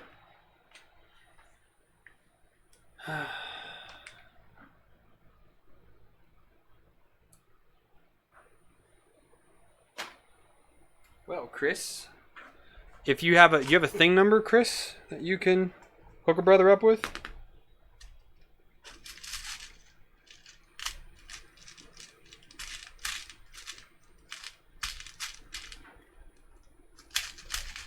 I will throw some filament on one of the printers and get that real quick.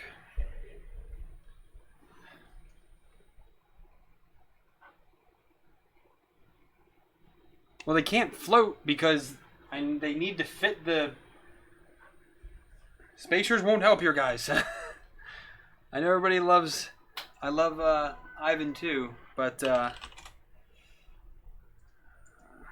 do T8. See if we can find something online here. 4-start Prusa. If I print them out of PETG, that should be okay, right?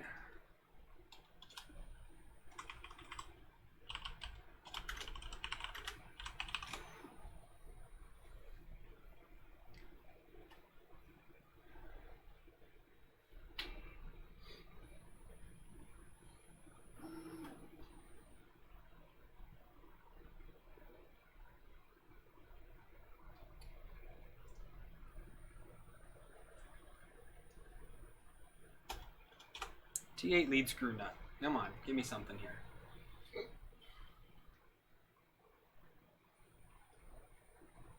Here's a T8 1.25 millimeter lead nut. Let's see. Same thing. 3385938. This will fit.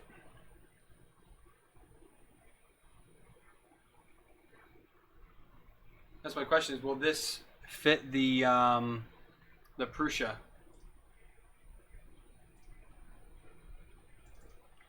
There's one way to tell, though.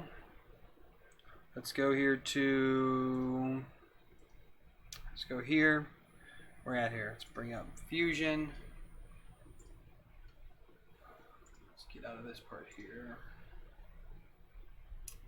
Oh, I didn't want to change all that. Shoot. Alright, Chris is saying a different one. So Chris is saying 3256043.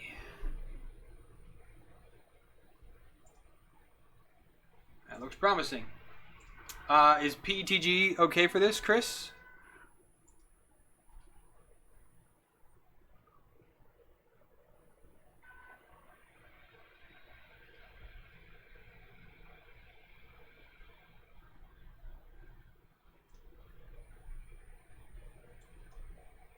Where are we at here? Let's get where's Slicer? Where you at? There you are.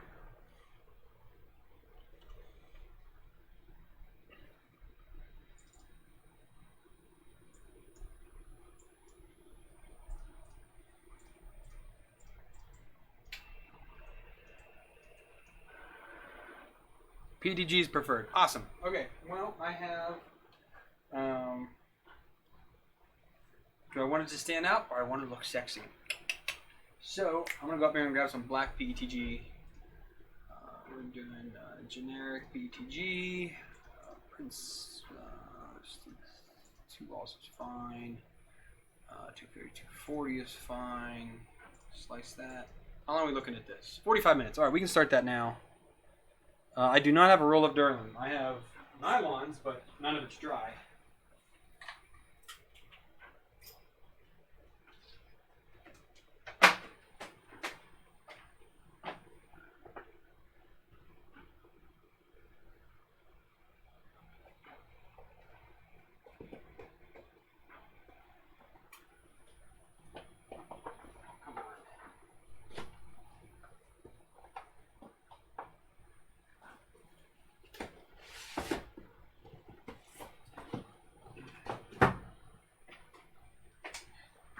My other roll of black is tied up, so we'll just take this roll of Ziltech black and use this.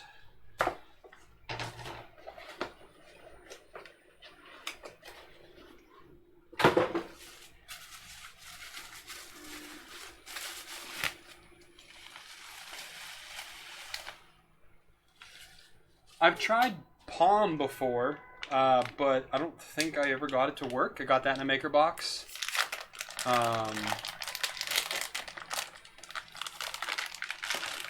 I've gotten quite a few from MakerBox that I have been unable to print. Ended up being quite the bear.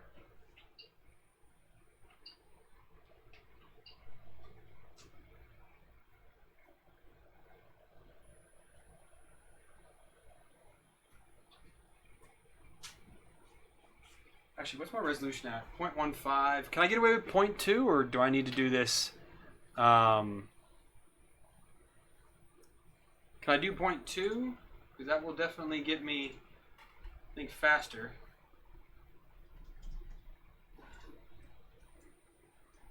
It's 10 minutes faster if I do 0.2 millimeters.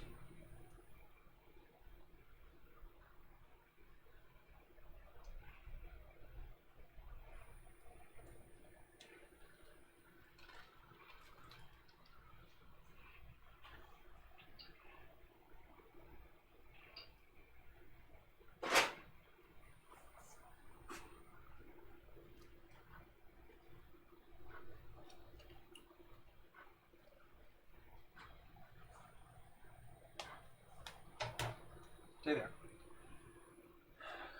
0.1. I'm just going to do 0.15.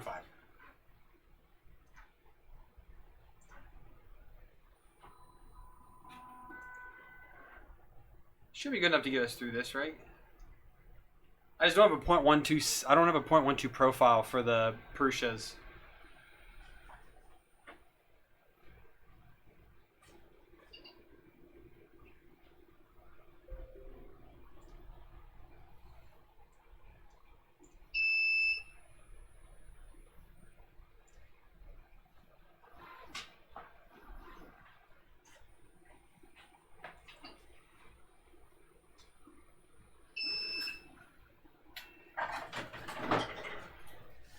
Out of the way.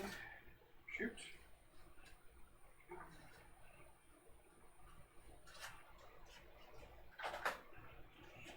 This one.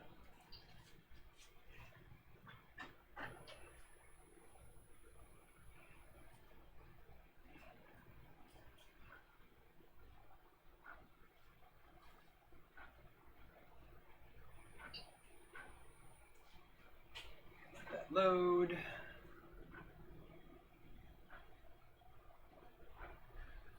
Yeah, I mean, I'm going to have to 3D print them until I get the right ones, because that's all I got. So, let me just get this started, and then we'll continue with the extruder, because that's going to take me almost an hour probably to do.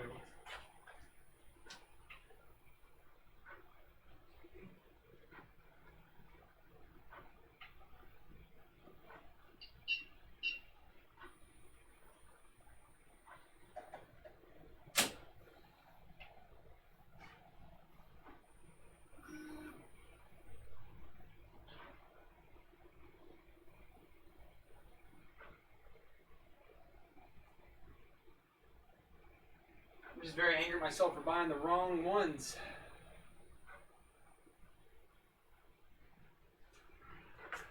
I just need to make sure that first layer goes down oh so right in there. I guess I'll go ahead and put the bearings in here first. Get that done. Is there any? No.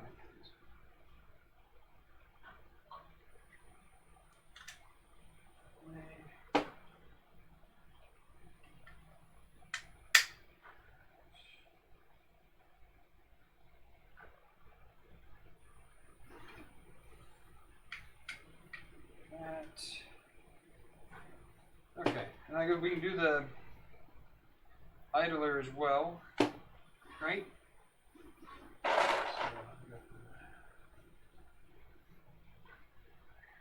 Actually, that's one thing I don't know. How does the idler? That's tight. How is that staying in there? Do I have to cut down a bolt?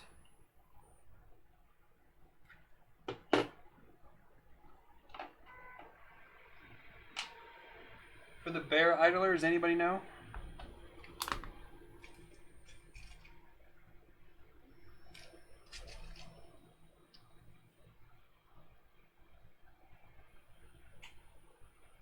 Otherwise, it does not fit.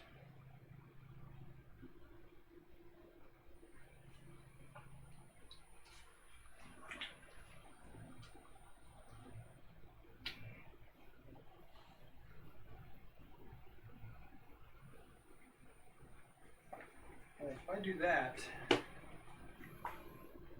that surely does not fit in there. Corrected M3, cut to fit. Alright, which is a, these are, is this a 16? Man, I wish I would have looked at that earlier, because I'm an idiot. Derp-de-derp.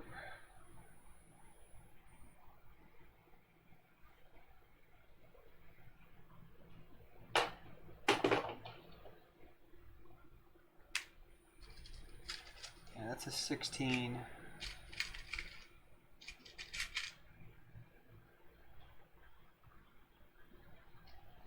Alright, so let's put two of these to the side and figure out how in the world I'm going to cut those at 10:30 at night.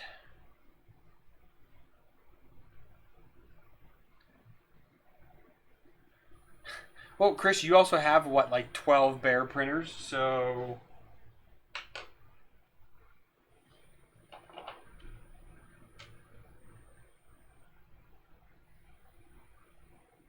Yeah, I can. Maybe I'll go outside real quick here in a little bit, and I'll cut those. All right. Well, that's another undersight on my part. Should have thought about that. 15.9. Well, I'm not going to be exact, Chris. Tell you that right now, because cutting down 16, I'm going to lose a mil off of that. So it'll be close enough.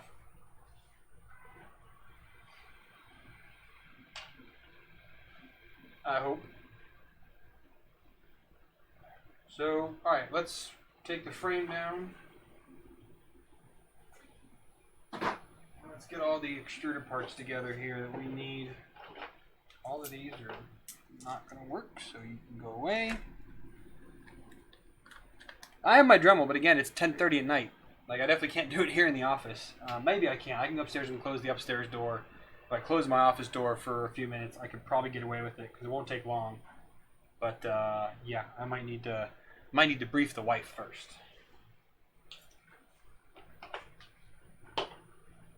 Alright, so we've got extruder parts all around.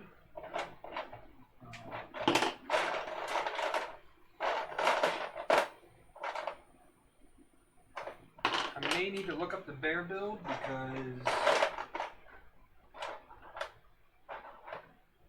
I don't know how to build this off the top of my head.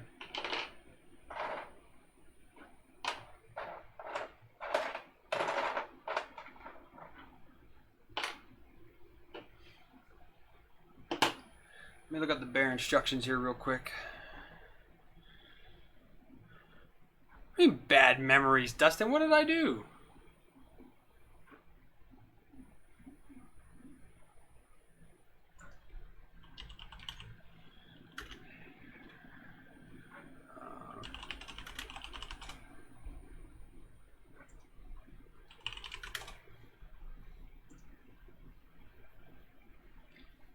So let's do the documentation. No. Full upgrade for MK3. Manual. Assembly instructions. And let's go to...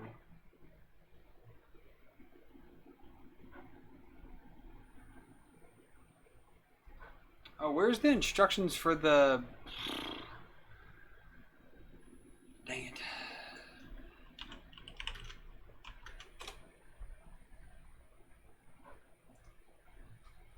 That's for Bond Tech, that's not right. I'll go to his page anyways.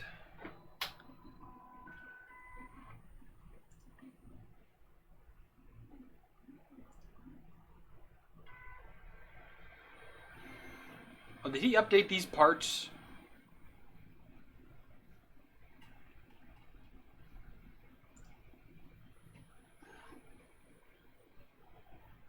Are these different now than what I just freaking printed? Because he uploaded these literally 2 days ago.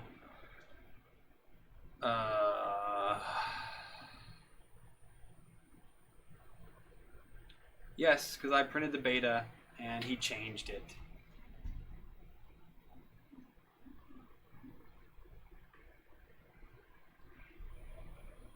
Discord. What am I looking for in Discord? Oh, thanks. Yeah, I think I just found that here. Yeah, here's the bear extruder.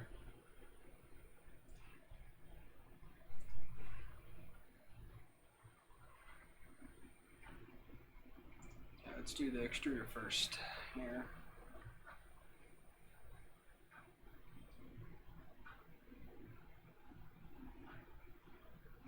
Yeah, man. Chris, was there anything big changed? I mean, I could read through this, but I really don't feel like it. Do you know what all changed from 0.7 beta to now? So that's for the Hemera.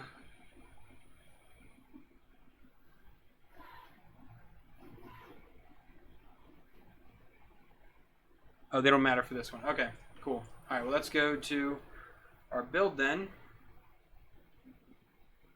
Oh, I didn't get those out yet. Shoot, hang on. I gotta get out the my gears.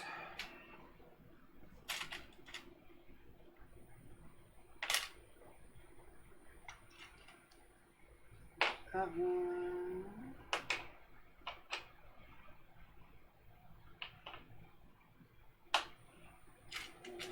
This.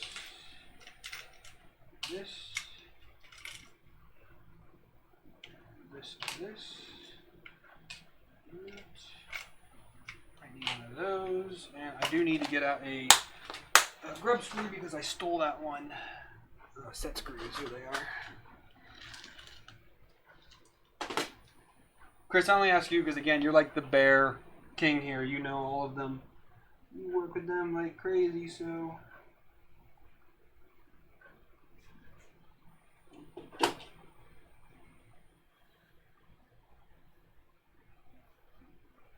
You build a couple dozen of them.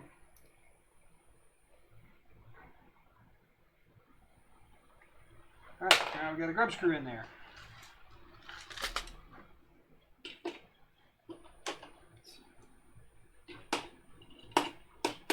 Up here real quick. Alright, so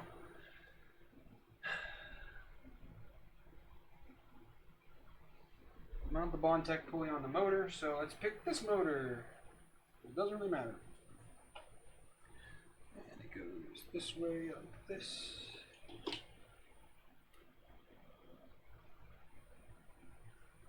It's a little tight, and I don't want to lose it on there. Okay, this one's better. Put it up there for now.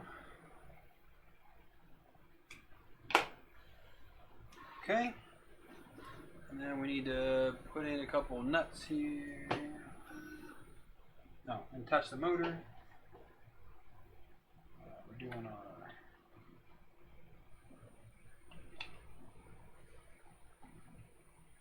like that. And then how long are those bolts?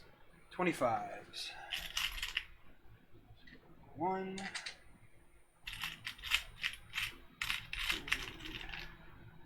A 2.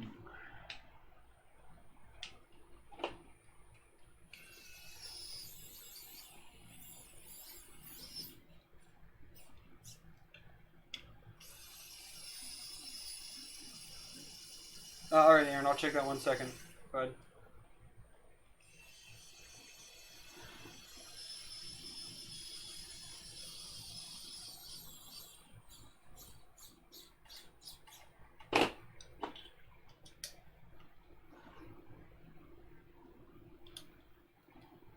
Let me get this other build guide up here 1 second. Did you PM it? Yep. Yep, go there. Extruder.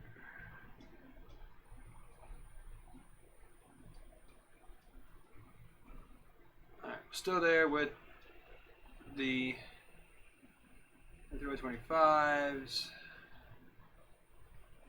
These cables are going down. Actually, is that going to work for me with this motor? No, I have to do it from the side because I had to do that on my my clone as well. I had to have it go to the side. That's fine. Alright, now we're going to put a couple M3 hex nuts into the back plate here, right there.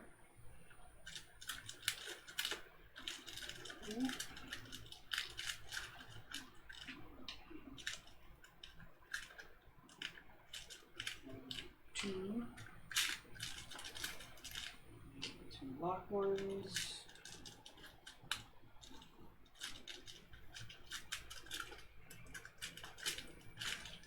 Dang, Percy freaking sausage fingers.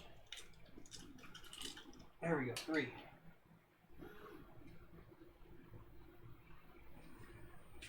Get a long bolt here real quick.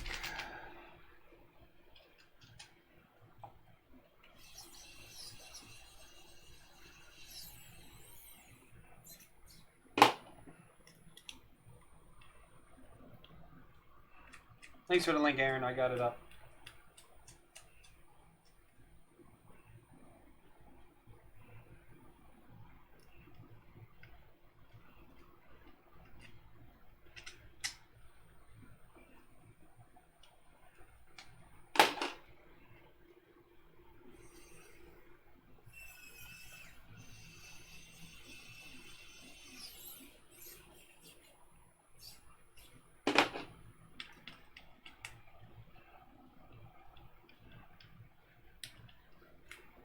Yeah, other people are talking to me on Discord. If you guys want to go ahead, down in the video description, there's a link to Discord. Please go ahead and join in. We do all kinds of chats in there about builds and other people doing builds, what people are buying. You recommend different kits. Again, Aaron and I started designing this printer on Discord.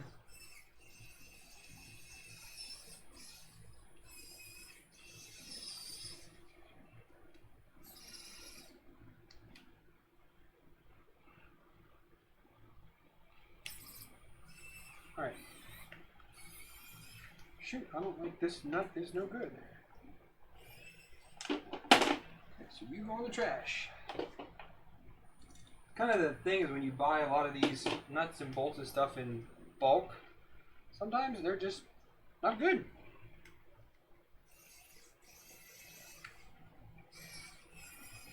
Actually, it could be this bolt is kind of a rough spot on it, maybe. A little rough coming out of that last one.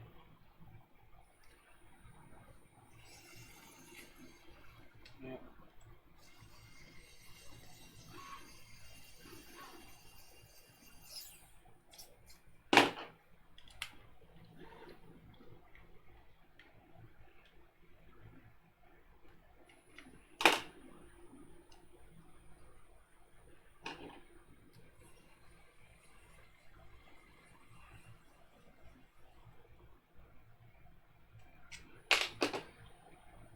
Okay. So those are in, and then we gotta put some lock ones in there.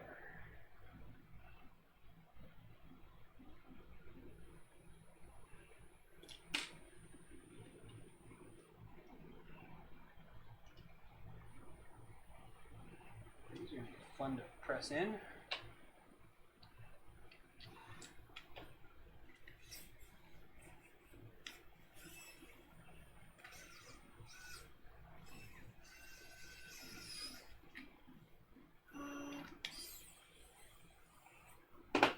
Use them by hand.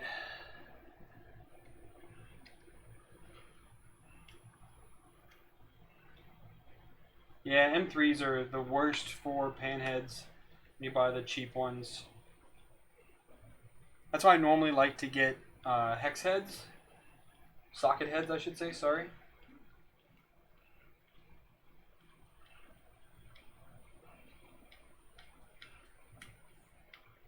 I like them so much better.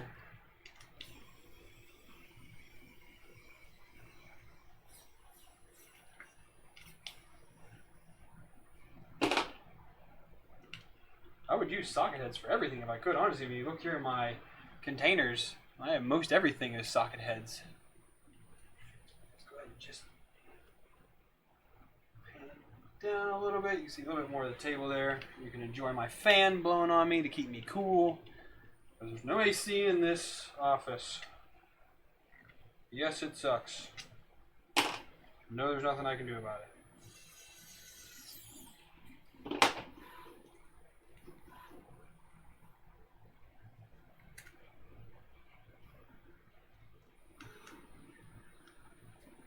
What does everyone think?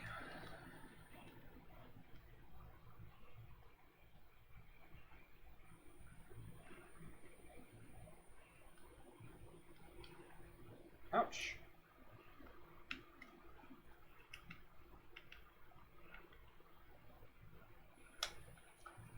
Come on.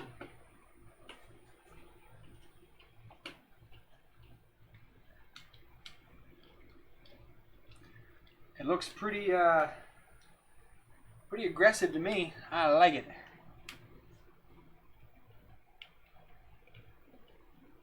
Oh my goodness. The only thing is when you're done building a printer, God, your hands are tired.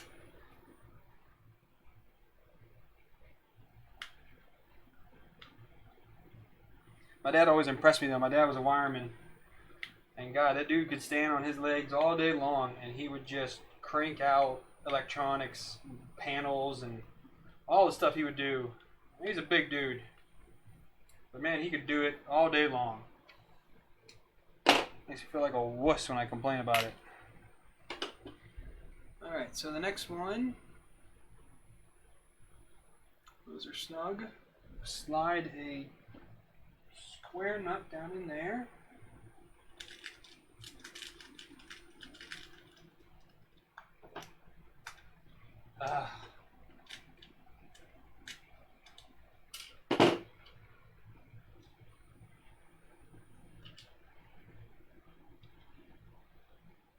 Okay, verify these are snug. Snug. Snug. Oh, excuse me. And using M3x40s with a M3 washer, attach extruder body to the extruder carriage. M3x40 and a washer, eh? I need to get the washers now. Where are washers at? Here they are. Alright. M3 washers.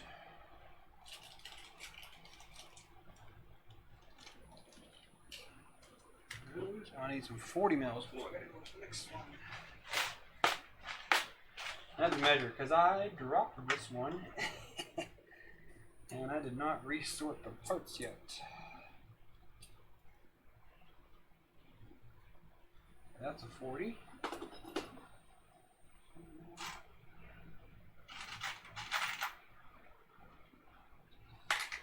Five.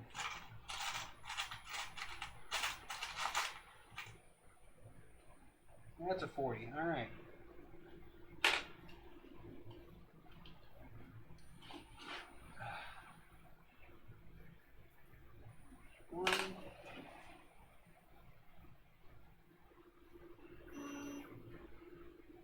2, and then we got to put it so through where?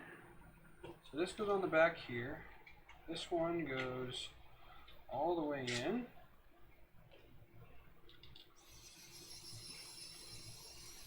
Right? Yeah.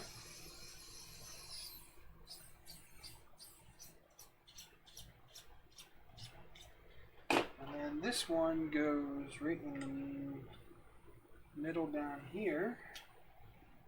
That's a 40 as well? No, blue. That's M3 by 10. Derp. I'll keep that 40. I'll probably gonna need that one again later. There. And I need a 10 mil here.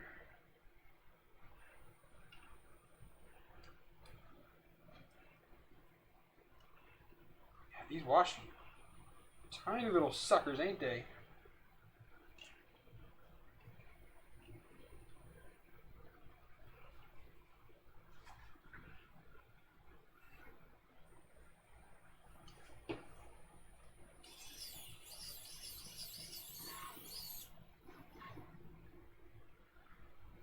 Oh, that one doesn't need a washer. Oh my god. Need to read better.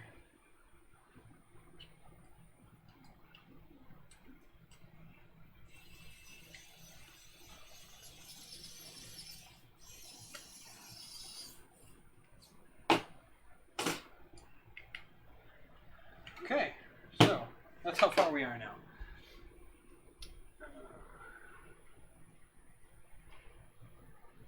Magnets, magnets, magnets, magnets. Where'd I put the magnets at?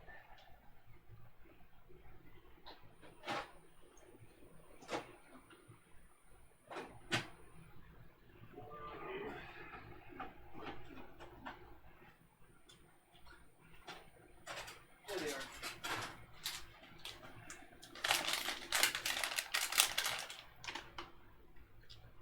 Got spares of everything.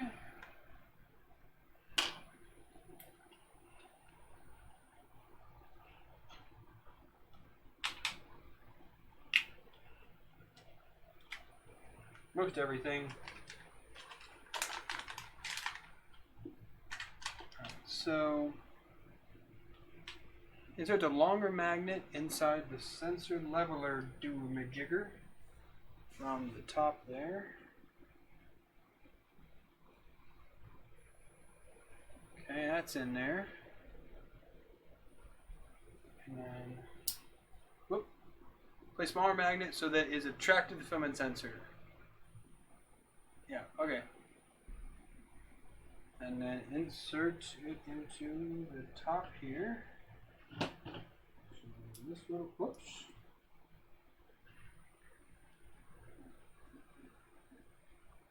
Oh my gosh, these things are so strong. Get in there. Okay, and then you go in like this. The motor facing me. So you go in there. And you go there. And that sucker wants to come out.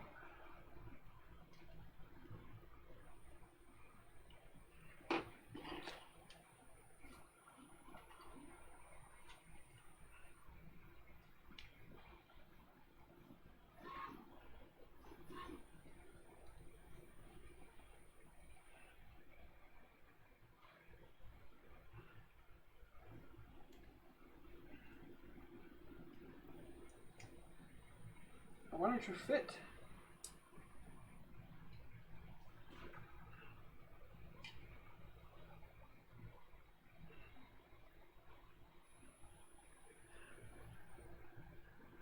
Smaller magnets have a little bit of issues here.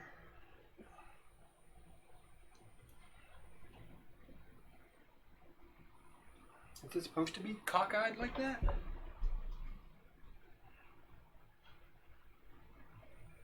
It's supposed to fit in flush.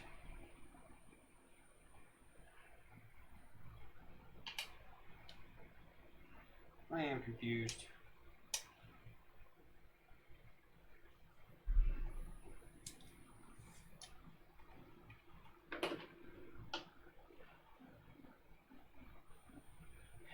Shit, what do I do with the ball?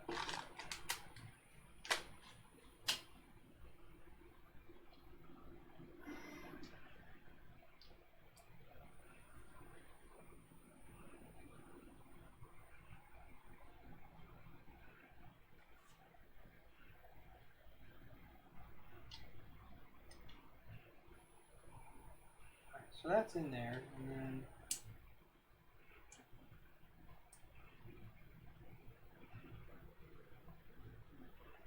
really it does not want to fit.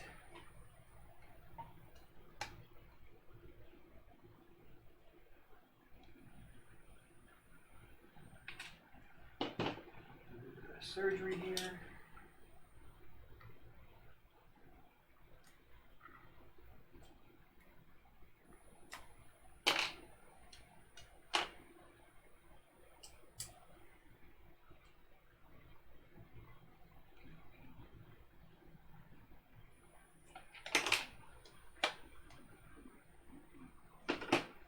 Man, it's not fitting. I'm having issues here. I can't get this little magnet to fit in the damn slot.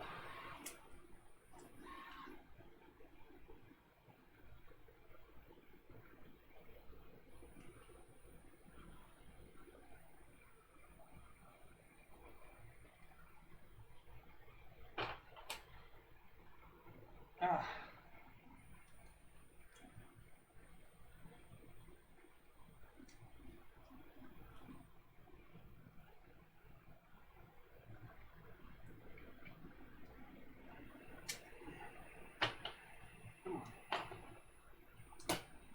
There we go.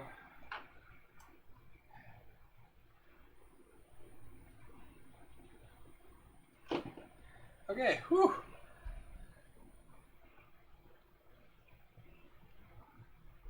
Now make sure the ball runs smoothly. I got film here somewhere.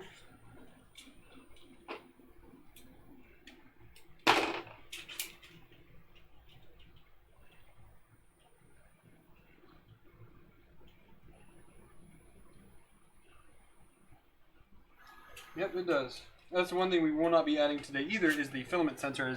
That has not come in yet. And that is an IR sensor, and I don't really have that like in stock. So, all right, we got that part sorted out there. So again, we're gonna not worry about the filament sensor right now, and we're gonna go ahead and cap this top with a 10. Yep, 2 by 10.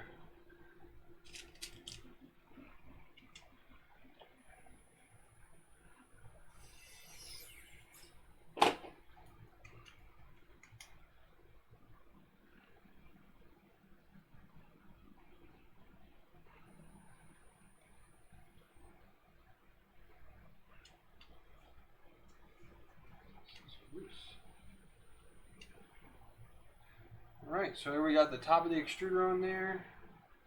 Got everything else going there. Alright, on to the next step here. Alright, now we need to put these bearings inside of here.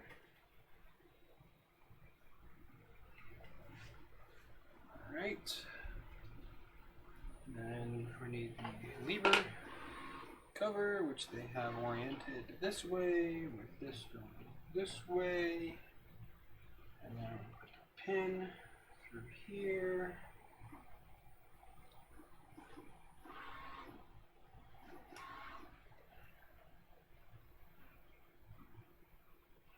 Like that. Free rolls. And then we gotta put another square nut in here. Like this.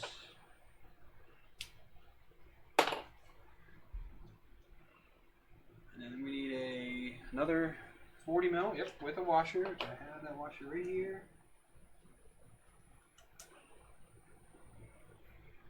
And this goes on this side, like that. Get this all the way through there.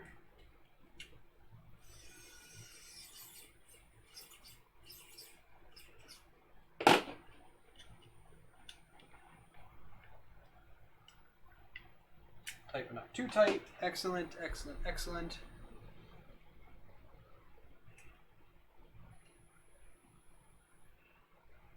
Rotate freely. Alright, now we're on to the PTFE part. So I need to cut this piece of PTFE. So I'll get, I can do it with this. Where my neck go? There it is.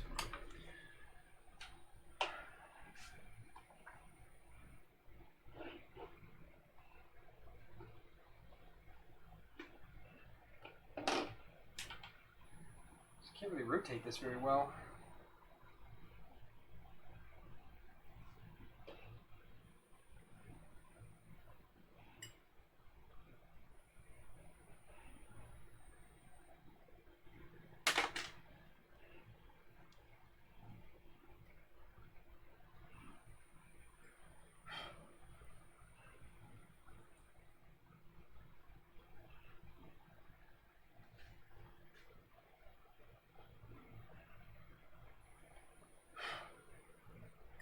That is doing like nothing.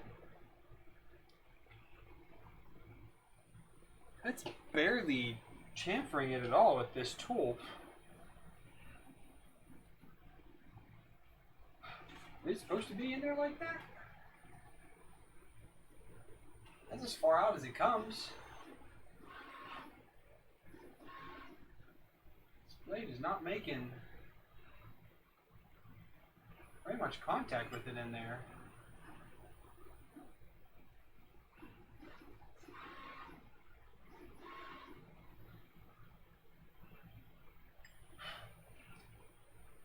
Grab out a piece of standard PTFE somewhere.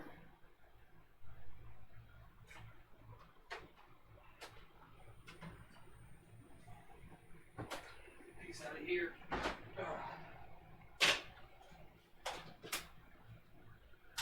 Piece of standard. Maybe it's because it's that Capricorn stuff, and not regular PTFE.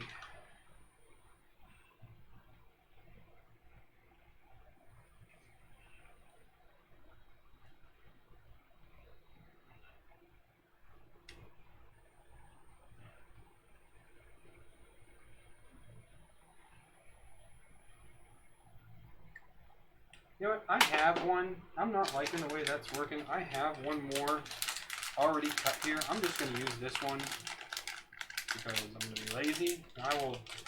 Maybe it's because I printed out a PTG, but it is just not wanting to work there at all. So we're just going to ignore that for right now. We're going to use this one. And use this awesome bit here. So again, this is going to get replaced. Well, you guys can't see anything. Sorry. This is going to get replaced, but I had to print a coupler for in here, and stick this in there. It will make it. There we go. In there all the way, like that. And then we're going to put this into here. So the back. That way.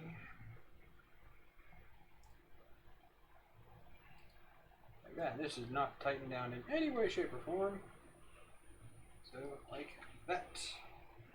Right?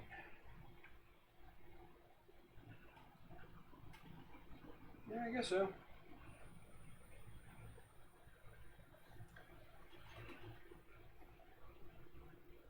I guess it should be up there like that. Yeah, okay.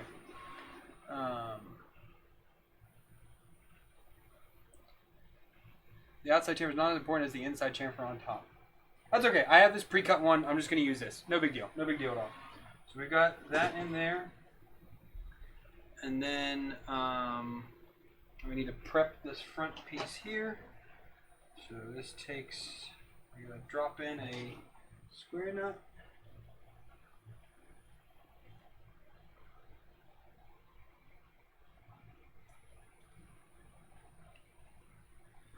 There, and then a excellent into here. Just press that in easily enough. And then another hex nut in the back there.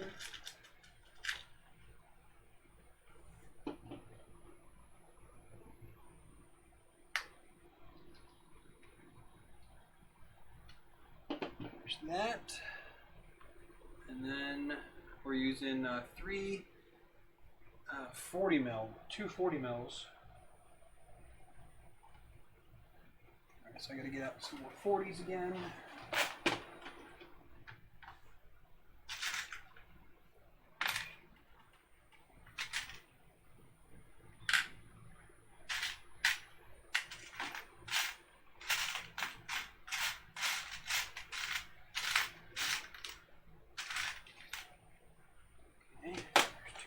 30 millimeters. They go in there and there.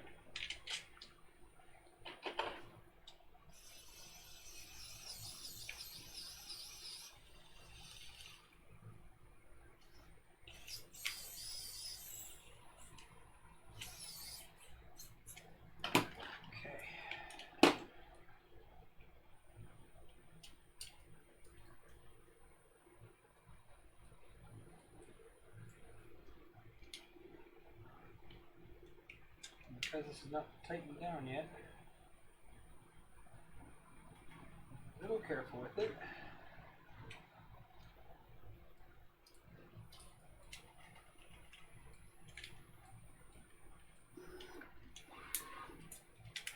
All right, that is solid.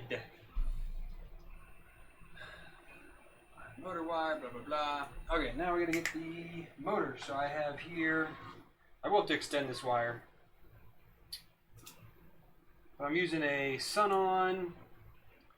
This is the A99, so this is a 0.72 watt fan. So we'll extend this cable in a little bit later. At least we can do is get this attached on here like so.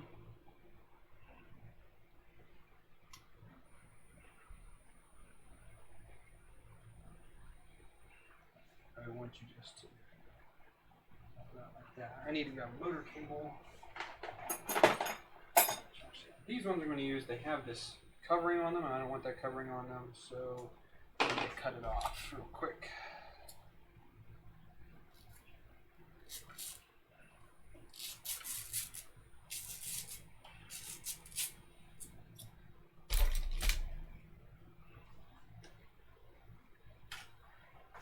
Should be long enough. And the motor's on backwards. I meant to have it facing the other way. Alright, let me fix the motor real quick.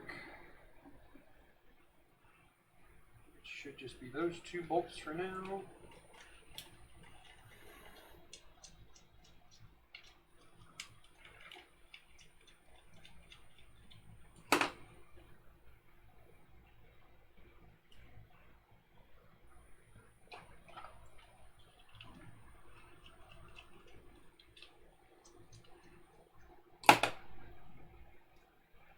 The heck is still holding on to this? Oh, those two bolts are already in. Oh, crap.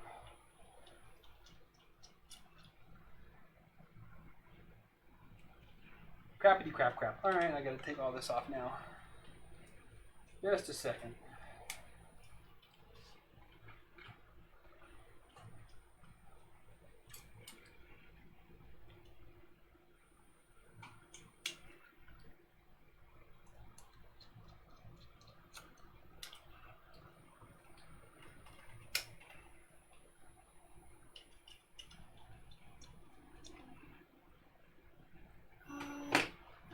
Screwdriver.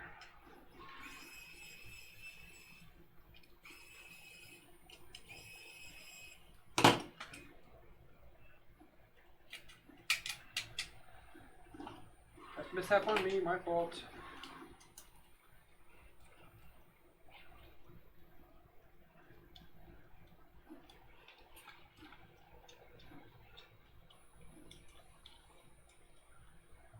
Yeah, taking everything apart to get to the motor is a huge pain in the butt with the bear.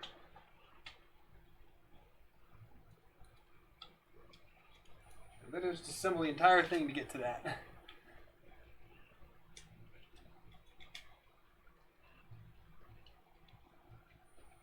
This is my first time assembling the bear extruder. I've never used this one before.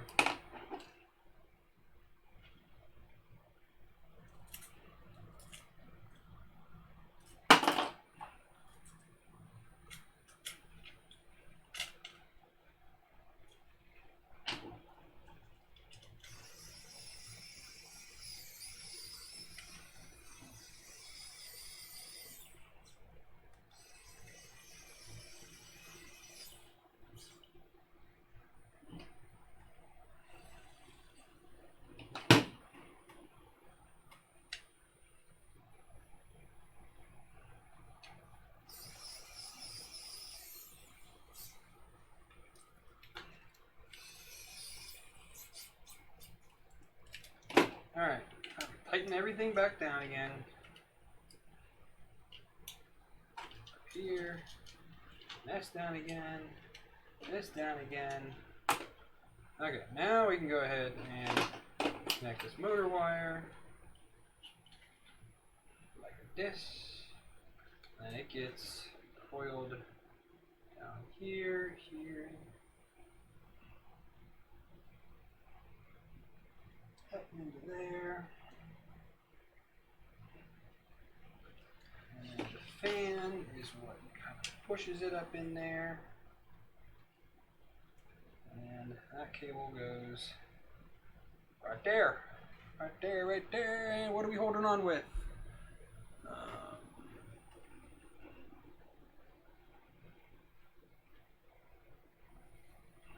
This ain't a sun-on, is an M3x16 button heads.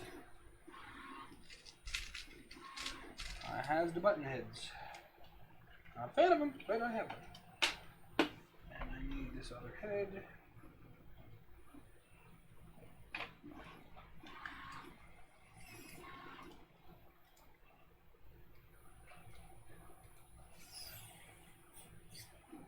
Just to get them started, to hold them in place.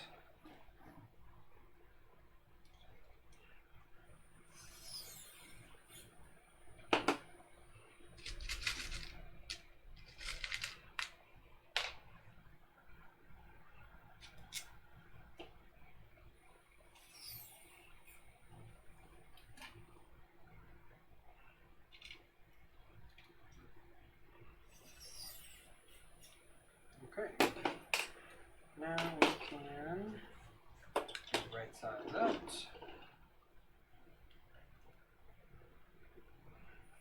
And put it back.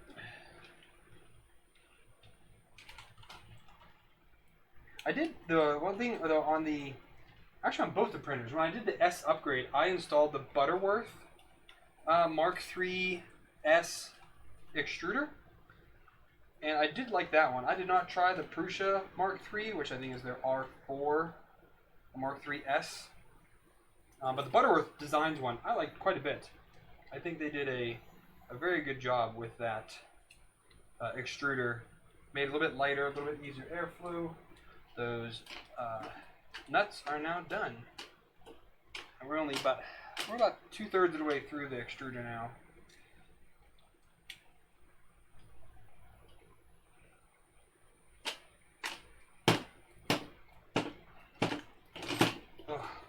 Man, they made those white. Alright, so now we've got the fan. Again, that's a sun-on. That's going to be super powerful. Keep that nice and cool. Alright, now we need to align the gears in here. So I need to cut a piece of filament here real quick. Here. Come to me.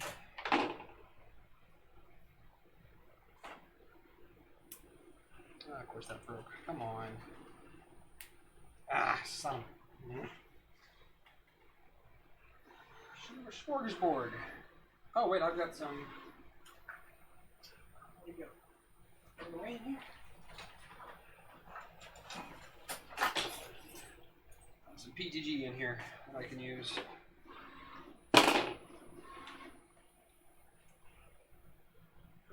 That does not match. So,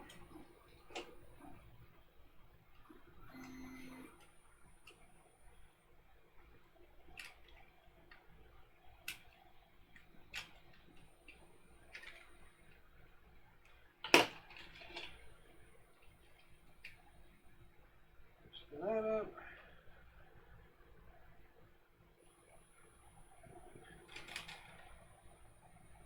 Oh, there's that. This is a 1.5. Let me get I box myself in here. I have a 1.5 here somewhere.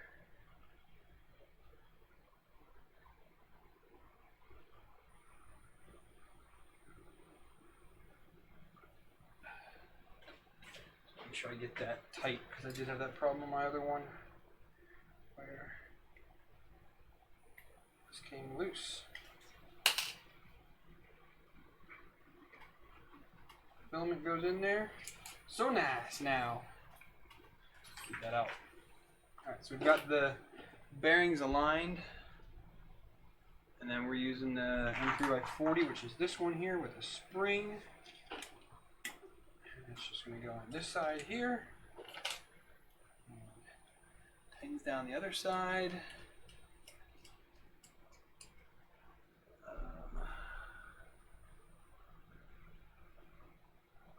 So the head is flush to the surface of the body. There it is. Alright, and we got the idler installed. So, we're getting there. We're now getting messy with all of the cables.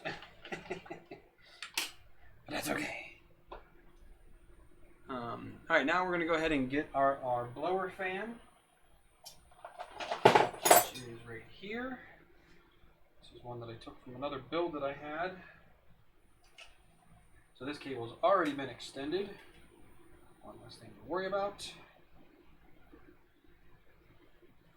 And it's going to go on here. Going this way, right? Okay. Then it needs a M3x18 with a washer. So 18 with a M3 washer. Careful not to over tighten and avoid damaging the fan. Thank you.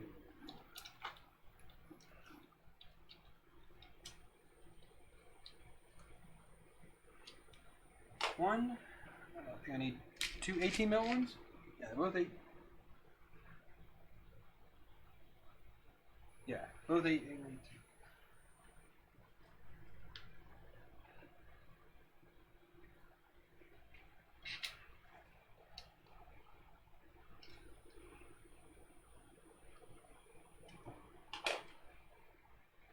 All right, and there's our fan installed. Okay, now we need to prepare this. So again, we're not using the Pinda. We're using the Easy ABO on this. So that's what I got.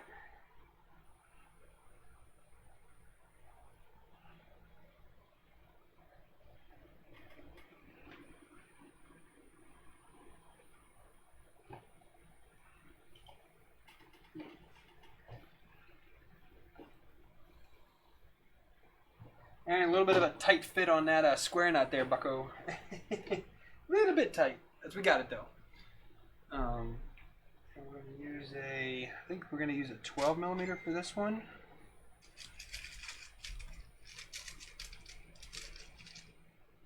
I need to, not any longer than that. I'll be right back, guys. I need to run upstairs. 1 second.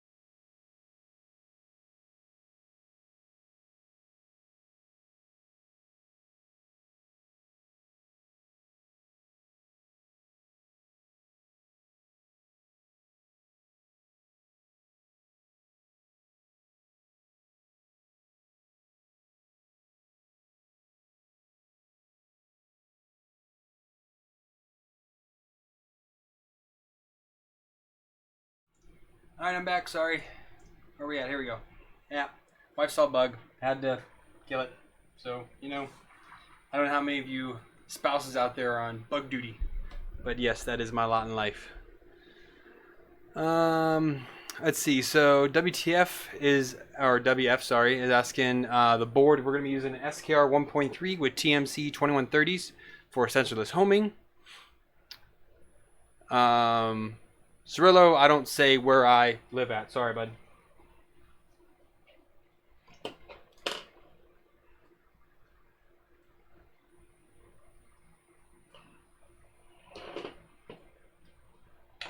Alright, I need to get a screw for mounting the sensor. This we'll have to do here.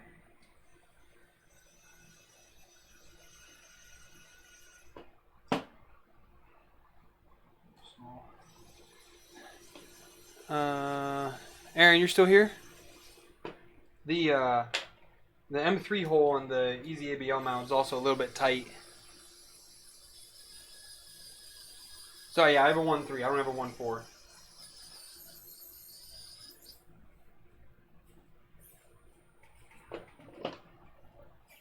That's too long. Okay, well that was a 20. Let's go down to a 16.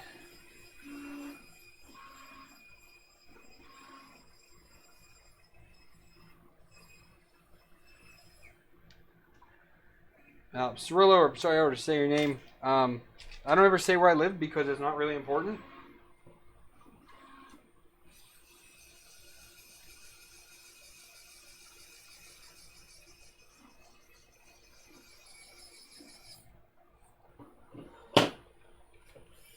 That's still too long. Alright, so we're going to have to... This is a 16 or is this an 18?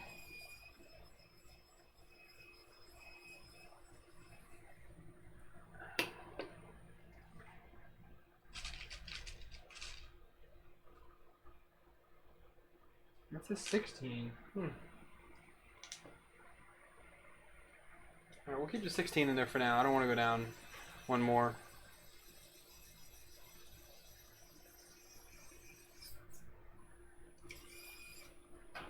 Loose for right now. Alright, so what do I want us to do next here? They want us to mount the probe. Okay, so again, we're using Easy ABL. So let me get the sensor out.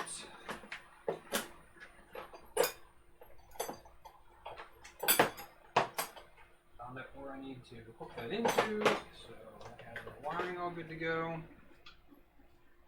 That's not good. Let's not hit it against the table, Shane. Alright, and then we need to take off these nuts because we're using a friction clamp built into the print. So I don't need those.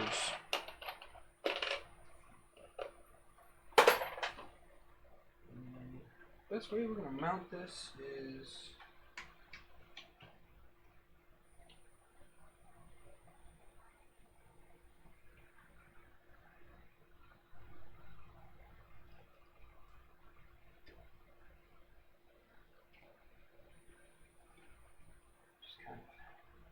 eyeball that right there.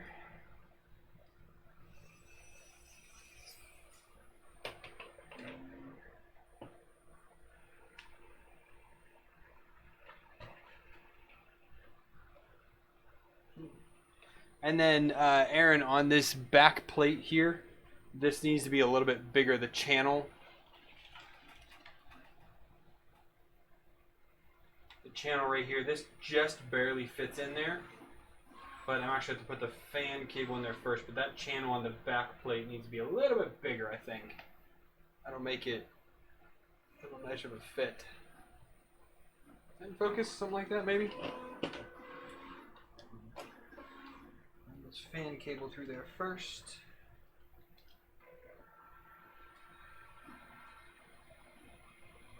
Just goes right in there like that.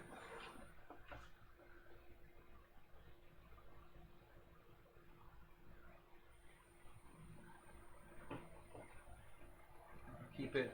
I think that'll be all right there. I actually might need to try and disconnect them. I think Tim solders these in.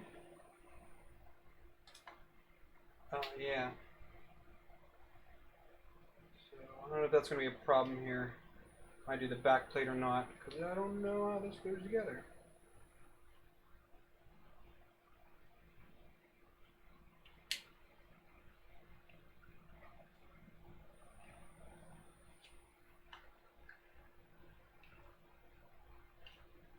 Okay, where are we at now? Yeah, the Pinda has a very thin probe. Yeah, so those cables are in there now. And then we're going to attach the part cooling fan. Cables are getting crazy now. Part cooling fan goes right here. Clips onto there. And it needs a M3x10.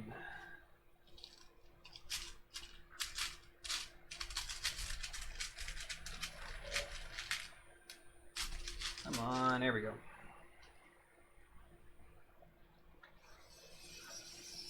Vince, what's up, dude?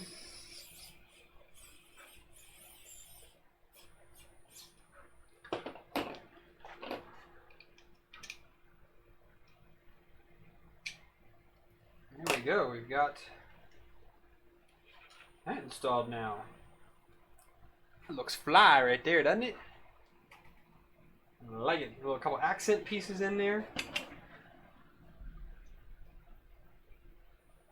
And that's it. That extruder's done. Hot diggity dog. Okay, so let's go back of the assembly guide to the x-axis because we need to do two things. Alright, so we need to get these off. So for those of you that have missed earlier, I, for some reason, bought the wrong palm nuts for these screws. So I went ahead and printed some. I don't know if they're going to fit or not.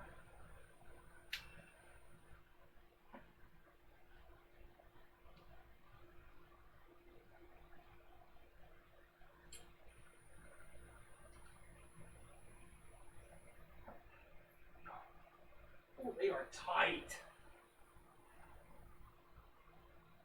Man, that might not work out because they are tight, tight, tight.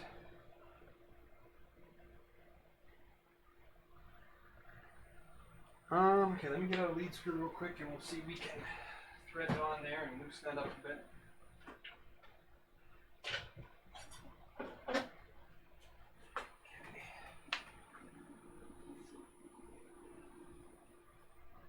Oh man, these are tight.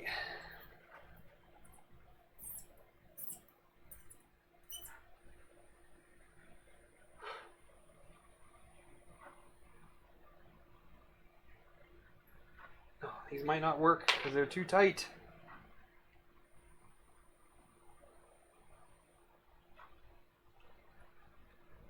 Dang it. What can I do here?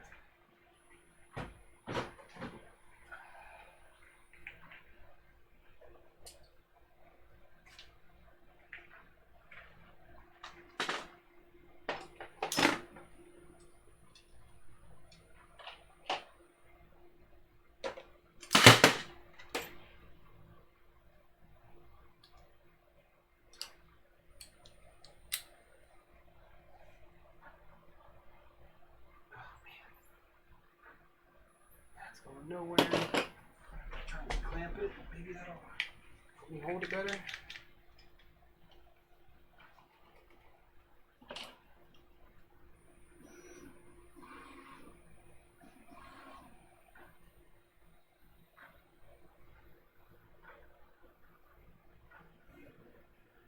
Let's just spinning the whole damn thing. All right. Open to any suggestions on how to try and get these threaded on here because they are not fitting. I can get it a little more than halfway. A little more than halfway till it doesn't get there anymore. Hey, Brian. It's going all right. I don't have the right T8 nuts, so I printed some, and they are too doggone tight.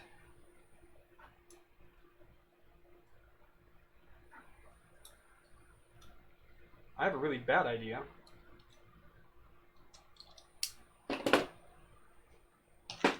Stand by one.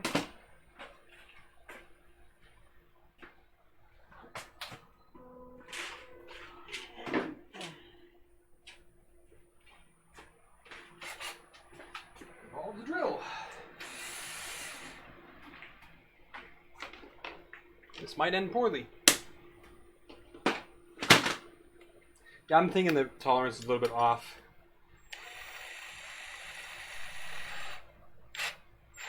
It said in the thing too that it needed to be like pretty spot on.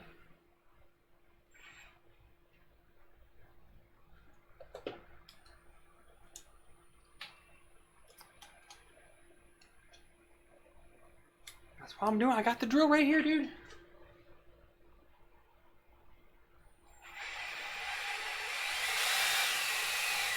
Here we go.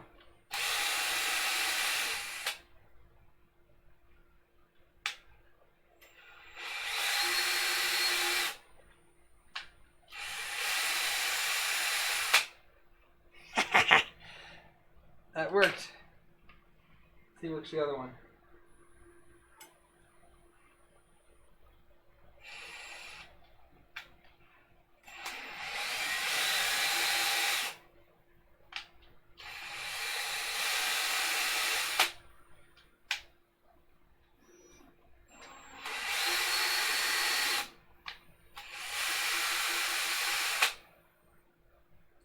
All right, well,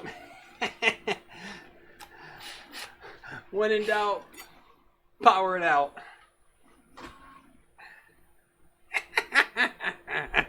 I can't believe that worked. I mean, it should have worked, but it's just even more funny that I had to do that for a freaking 3D printer. Let me see how they thread on here now.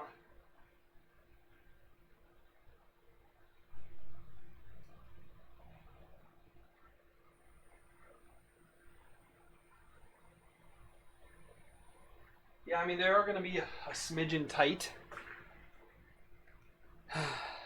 But you know what? It's going to have to do for now.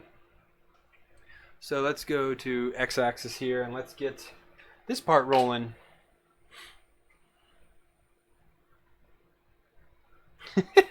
Oh, Brian. Oh, you bring the fun to the party, don't you, buddy?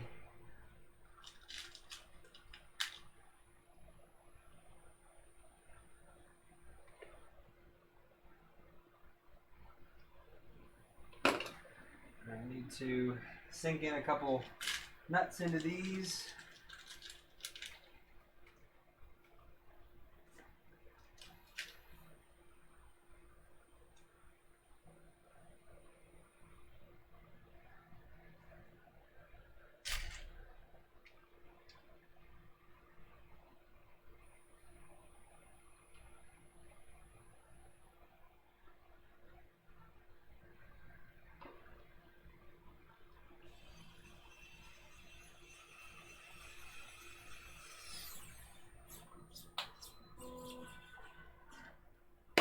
Okay, sink this in.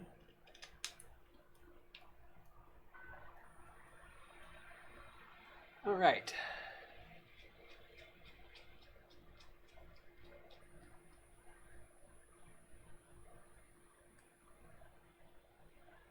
Yeah, definitely not going to get anti-backlash on that. Oh, crikey. All right. So those are in on that one. Bearings are in.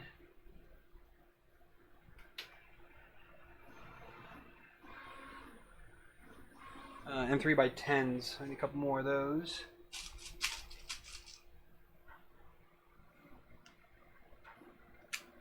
Engage.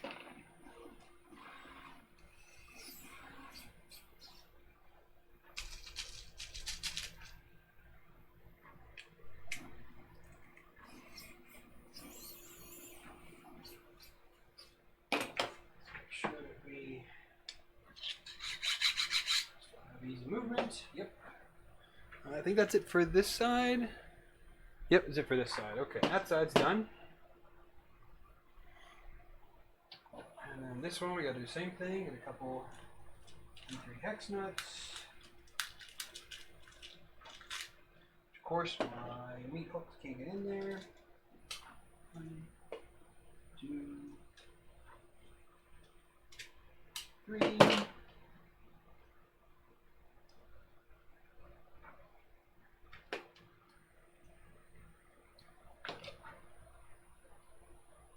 This one there. This is bugger one.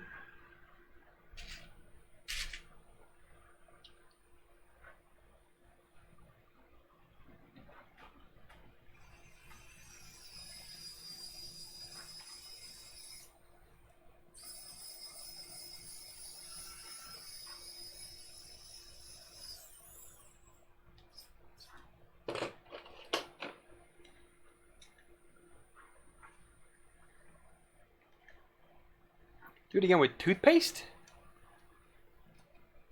I am not tracking there, Ryan Thorpe. Why would I do it with toothpaste?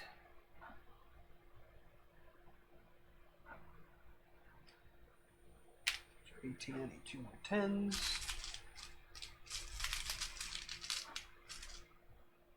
1, 2.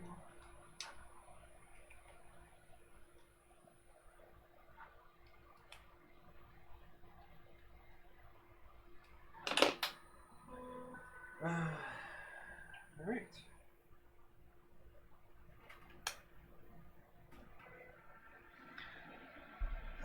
We don't need an end stop.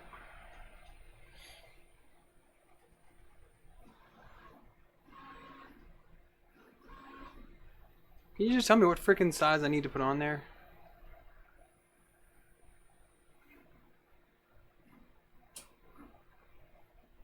M3 by 18s.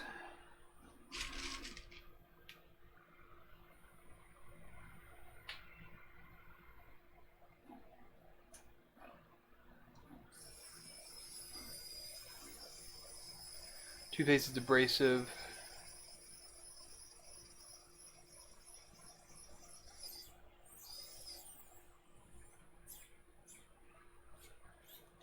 Okay, are we in consensus that we think that's a good idea to do? Because if it is, then I will do that now before I get too much further along here.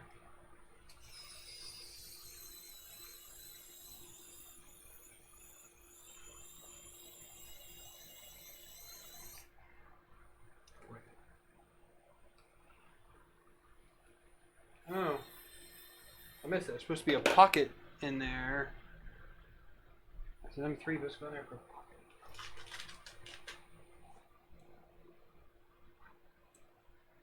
Man, that's going to be brutal to get in there. Is that itty bitty screwdriver at? Big it. Oh, there you go.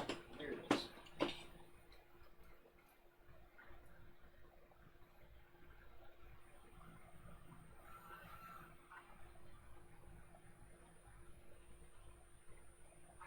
Okay.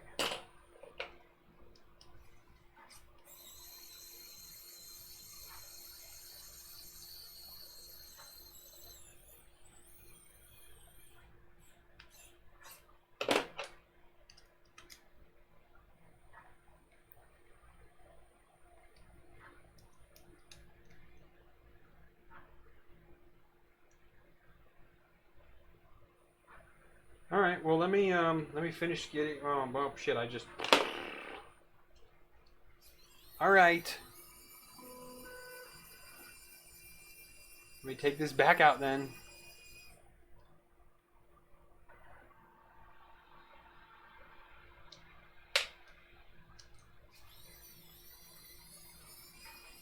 We'll go through the build like it says to do, and I'll jump ahead like I'm doing right now.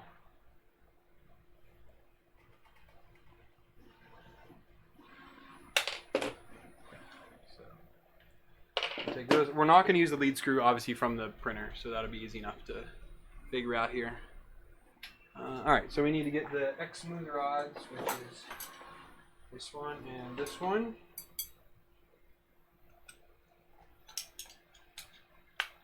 Insert these all the way in.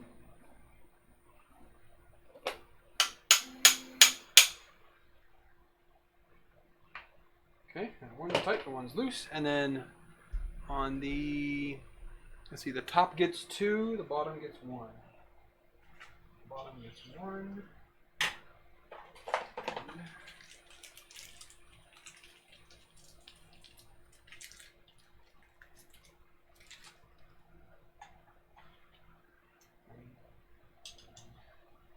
Two for the top. This goes on here, like so.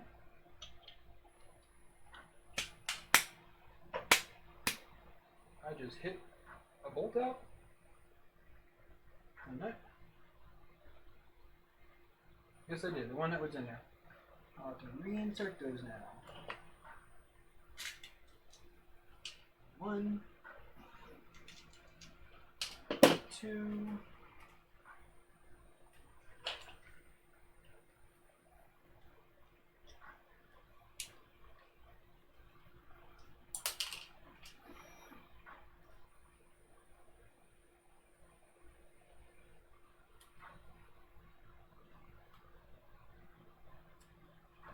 Alright, well let me go get some toothpaste, some towels, and see how it goes.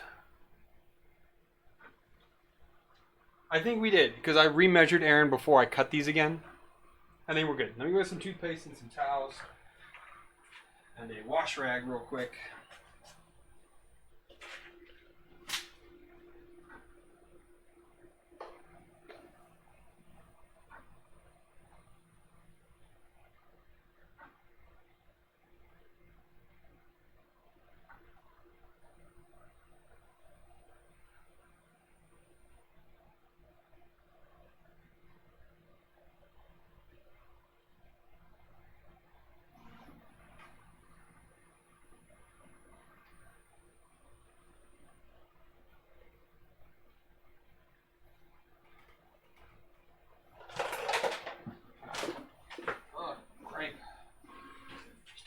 In the office here.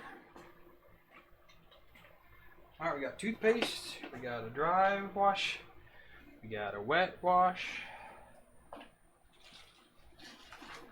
these washers out of the way before I knock those over and curse like crazy. Alright, we get the shop towels.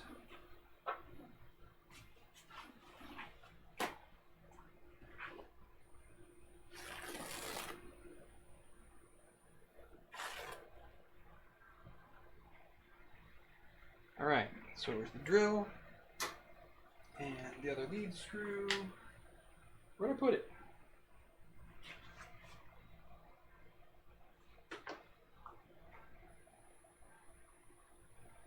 Oh, right here.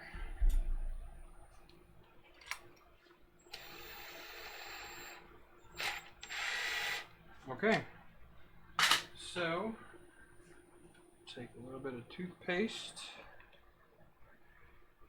Right there.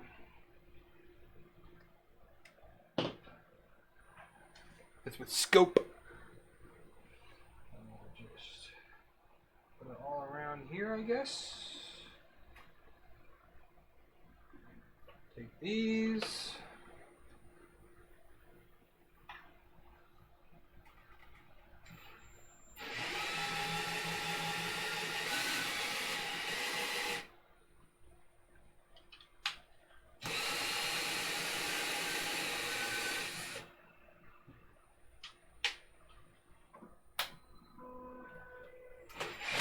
Whoa.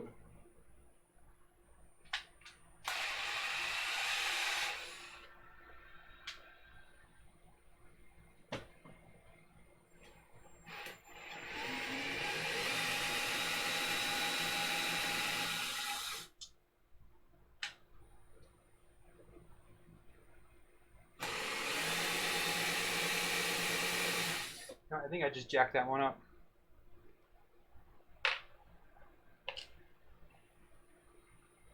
Pretty sure I did.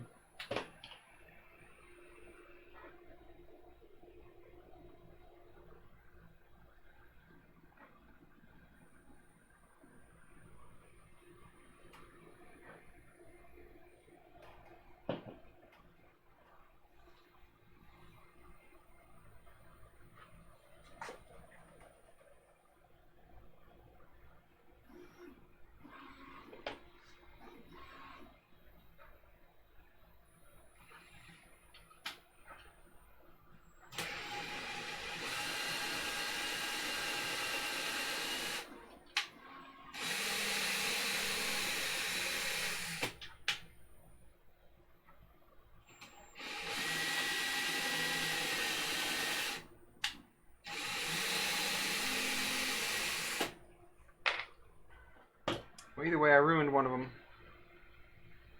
I don't know if it's salvageable or not.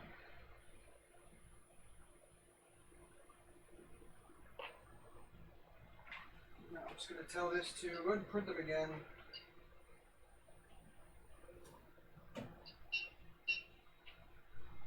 I can always redo that part.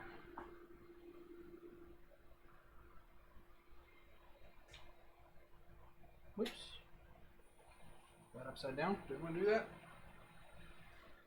Alright, let me go wash this, at least this one real quick. This other one's ruined.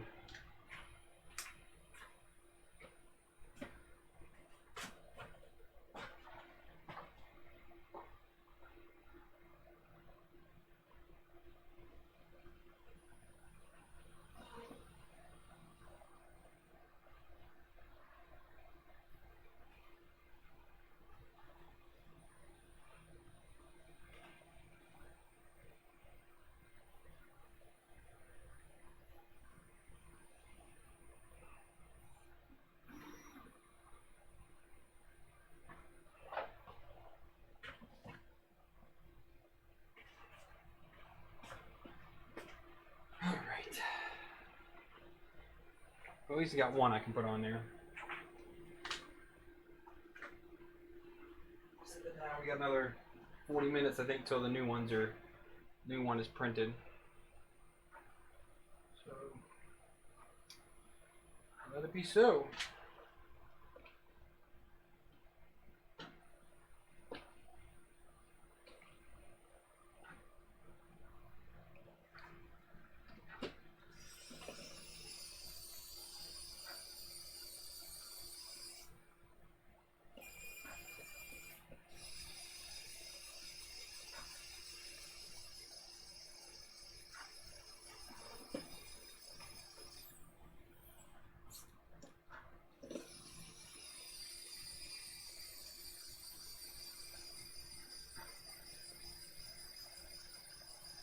I mean, I didn't ruin it that bad. What happened was it got away from me a little bit there, and it went a little cockeyed.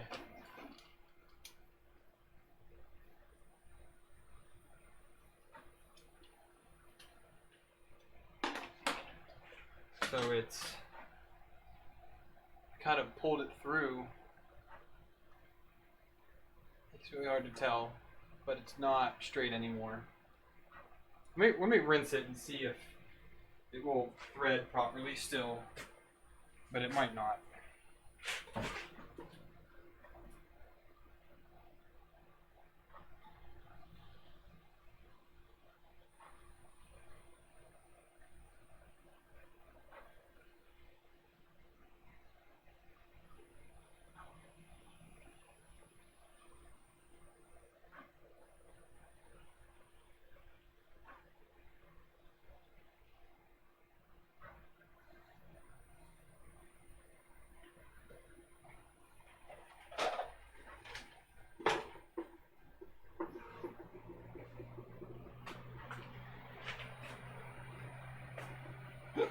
Oh, excuse me. Man.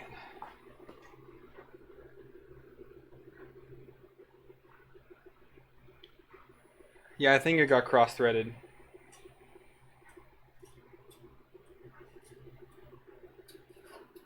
I'm fairly certain that's what happened.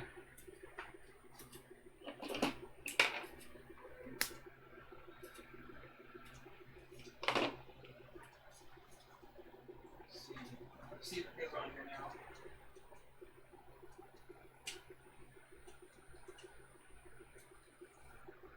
Yep, that's definitely no bueno. Alright, that one's trash. So we'll wait for the new one to come up.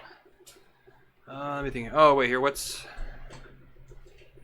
are we doing here? Which one are you saying to use here? So 2695591. I typed that in wrong, so I'm dyslexic. 2695291.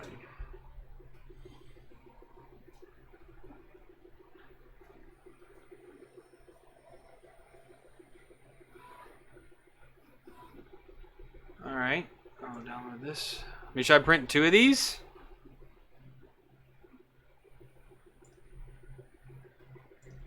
And should they be PETG or can they be PLA?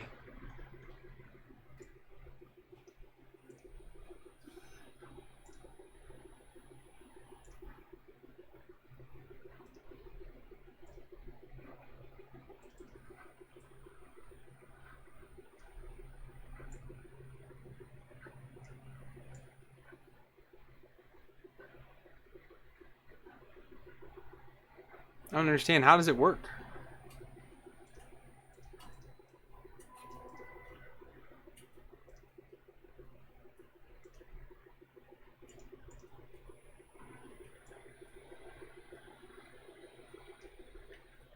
All right.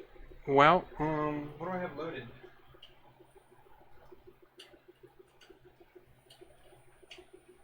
I have nothing loaded anywhere. Why are you?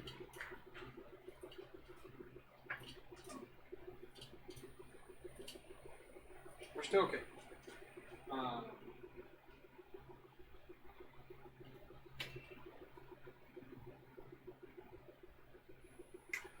Put them on to 0.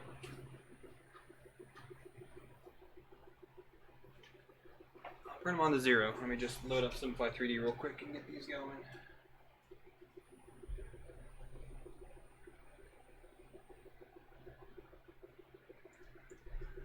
Yeah, for these ones, if these are just an interface, it's not going to matter. I just need to get something printed so I can use the doggone printer. Alright, let's simplify 3D. Remove all that junk. 1, and then Control D. 1. Center and range. Edit. Any cubic going to get 0. Prepare to print. Oh, it take 28 minutes. Save to the SD card.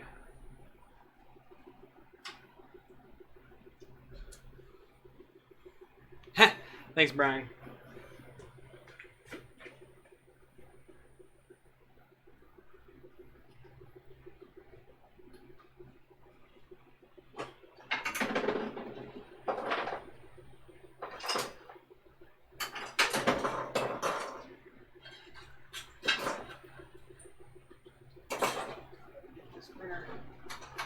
Cleared off. I had test prints for another review on it.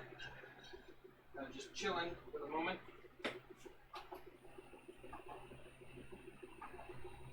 PLA on that. Bed cleaned off.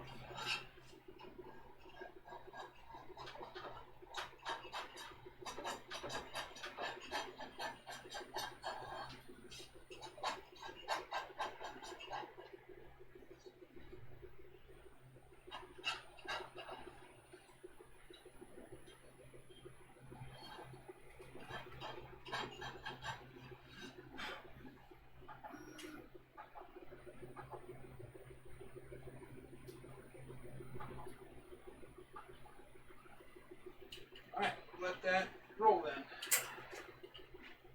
Alright, those are going now. And then I'll be able to use, you said standard. How do they, go back here.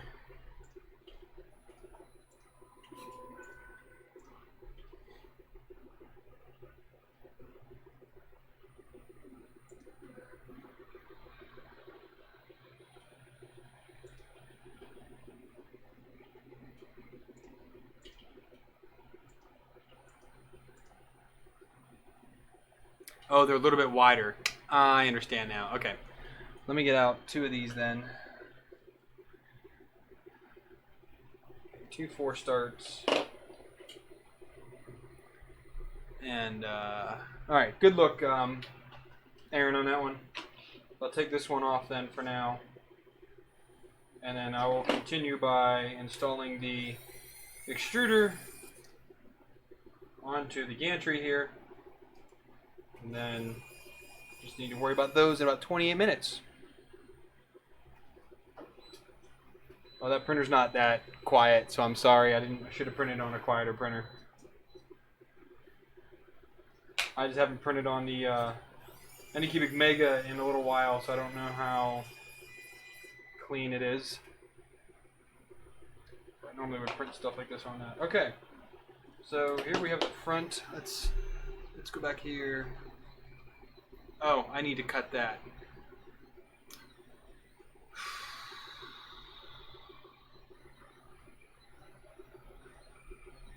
I need to take care of the idler now. So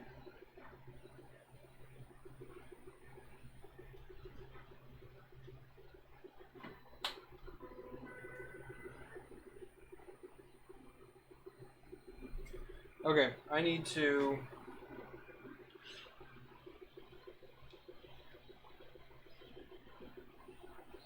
this is going to mount in like this.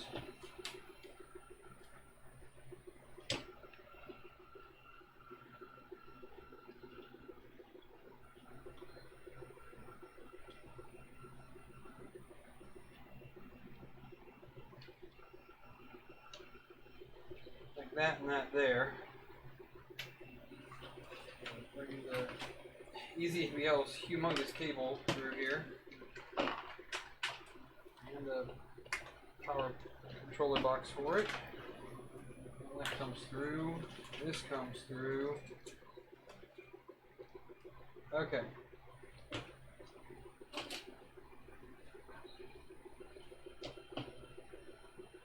That all fits in there like so.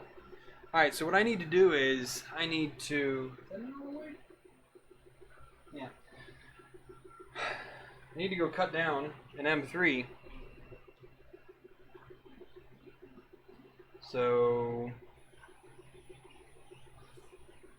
I don't know if I have a beefy pair of linemen's here. Let me go see what I got in the toolbox.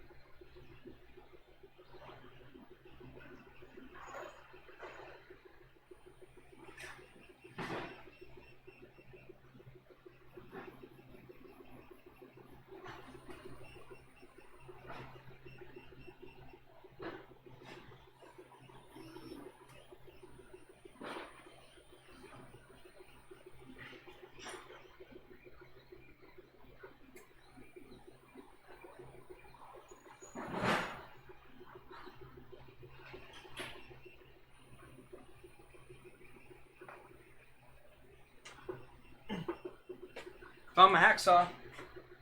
Nothing great, but it might be able to do the trick here for us. Let's see what happens.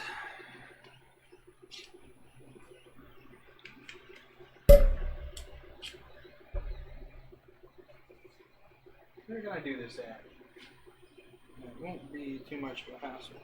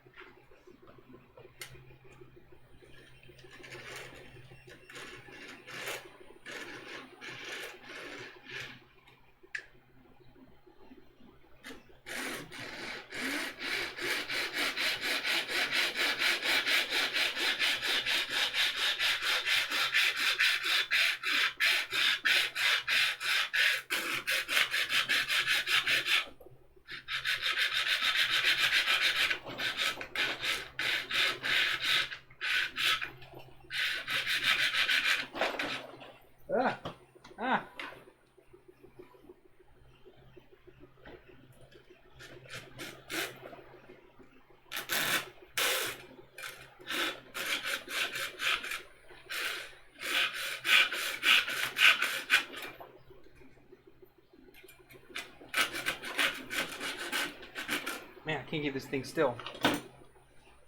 Ugh.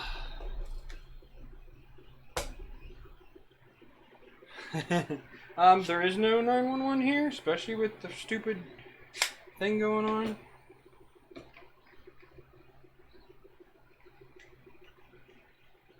I got a buddy who lives on the next block over. He's a doctor.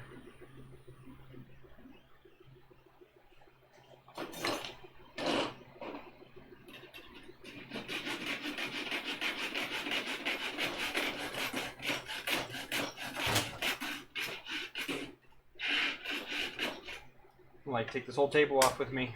Do this over here.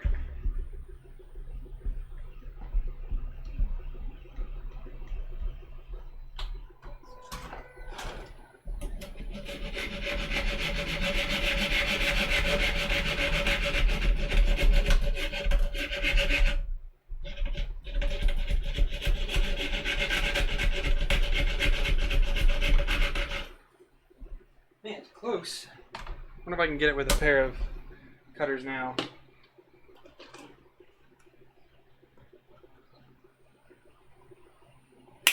Yep.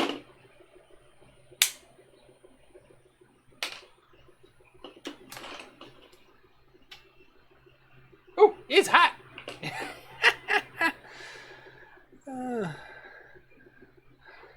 Chris, I found my hacksaw, so I had to cut the screw.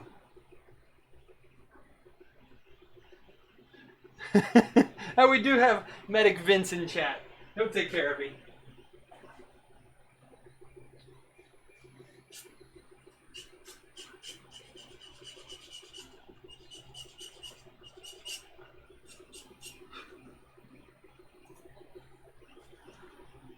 Alright, let's see if we can get this in there now. So we get where's that carriage at? Here's the carriage. We got the idler here. Slots in there. And then just twist it in. Oh no, it was my super duper awesome hacksaw that I've had for ever.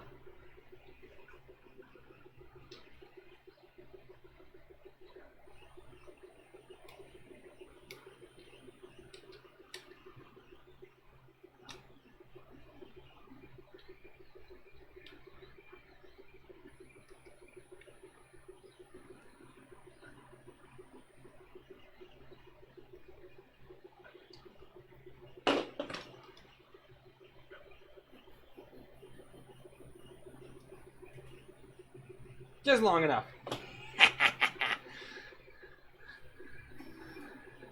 Darren, using a Dremel at midnight is not ideal when you have 5 kids sleeping upstairs, buddy.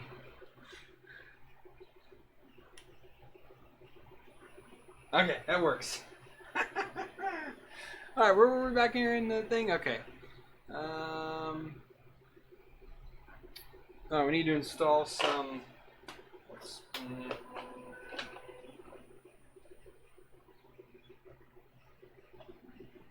How's the tension? Oh, okay, it goes in. I'll use the nylocks in there, okay.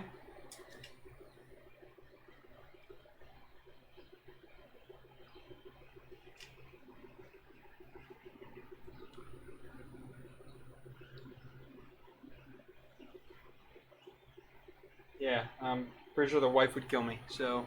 Alright, and what size bolts do I need to use in there? M3 by 18. So let's get 2 of those here. Slide into here. It fits!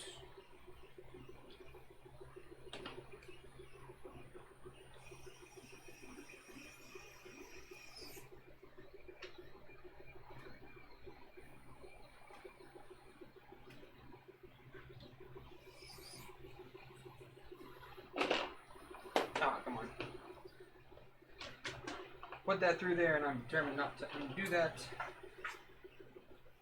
That's the wrong one.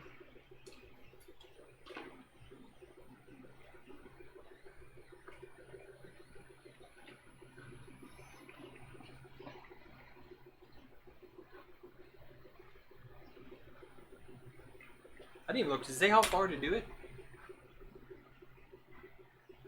Don't even tighten them, just engage them. I don't know how freaking far it is to engage them.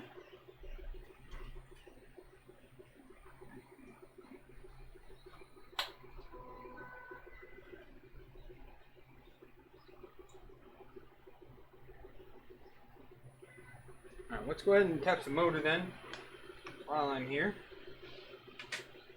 So I need a motor, and this is going to be facing down. Alright, fine, I'll take this off. Slip it over like that. Right there, right there! We need... and 3x18s again. 1, 2, 3...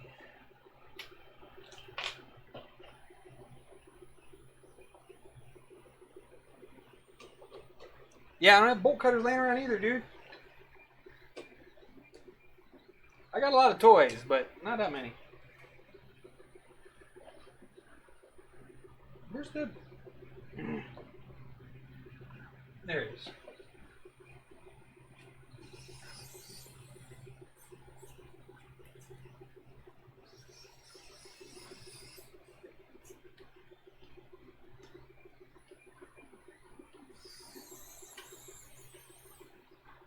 Chris, my youngest is 1.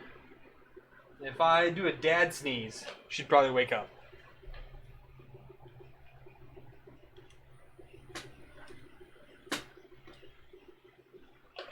I need another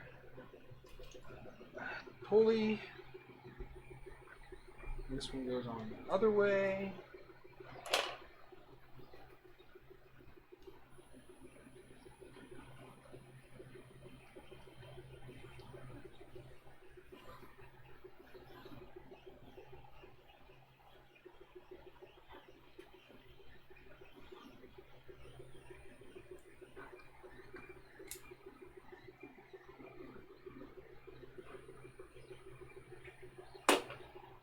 I got at least 2 more hours in me, Aaron. Come on, dude. 14 minutes left on those other parts, those adapters. Alright, that needs to go way down more.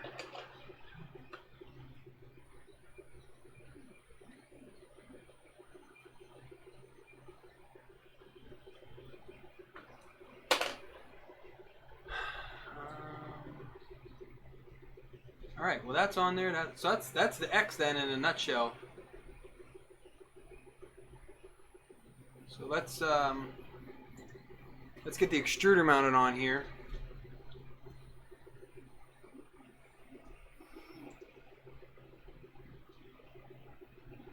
So all right, we still got a little bit of work to do on here. You just drop in a couple square nuts. We need 4 of them.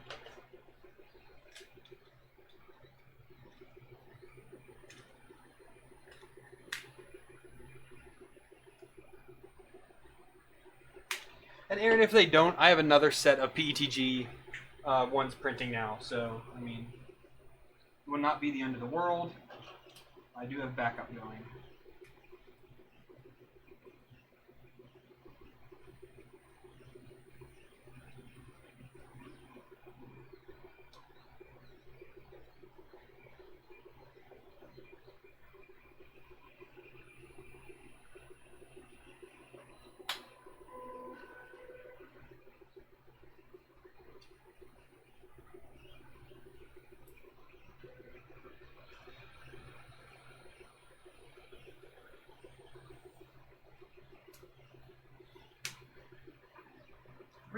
And last one goes in here.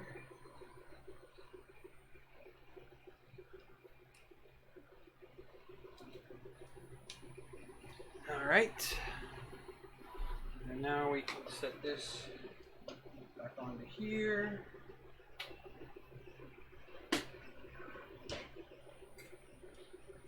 There. That there. All right.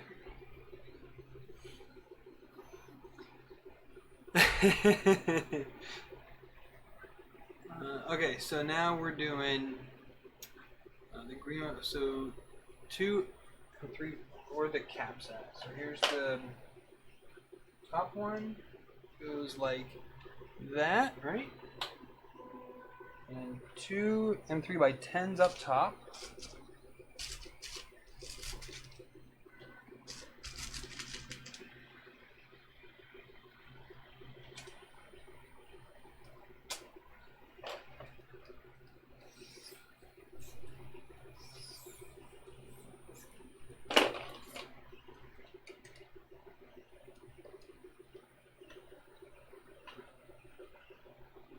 Gonna hang out, medic?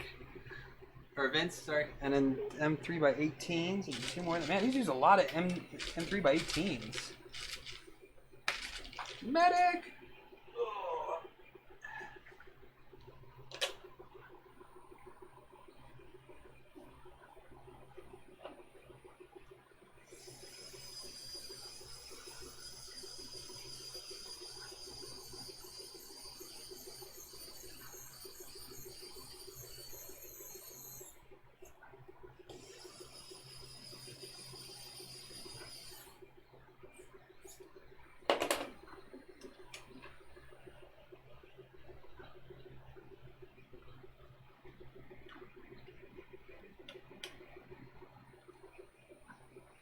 Okay. We still slide. And then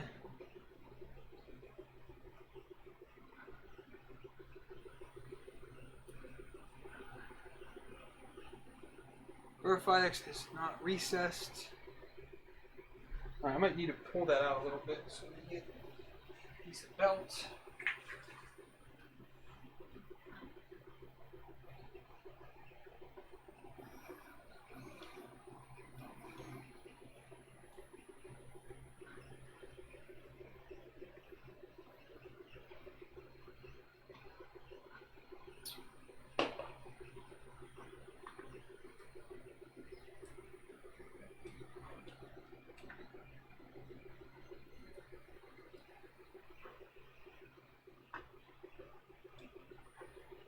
Come on.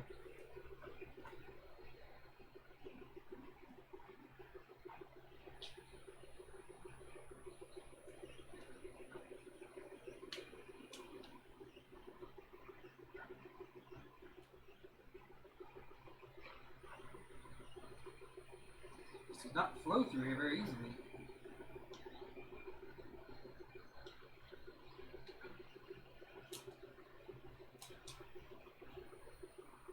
Not flowing very easily at all.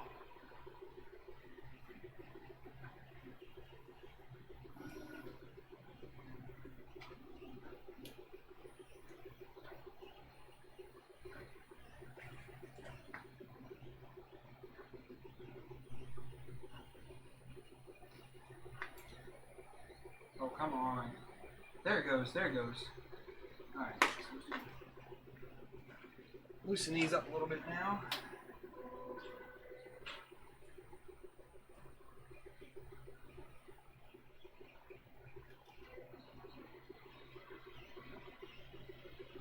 Okay. Those are loose and ready to go now. So I need to get another belt. Are you long enough? Might barely be long enough. Let's see what happens.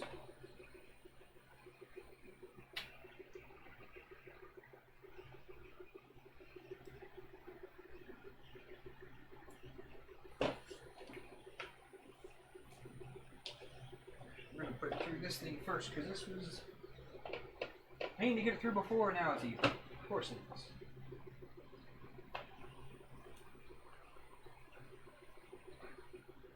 Right now I'm attaching the belt.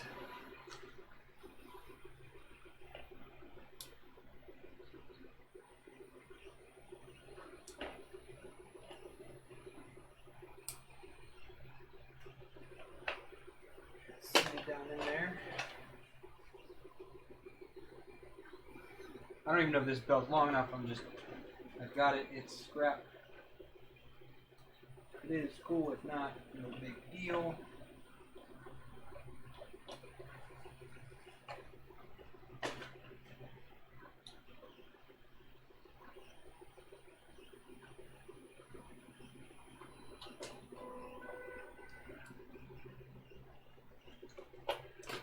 It's long enough. Sweet. Da-da-da-do.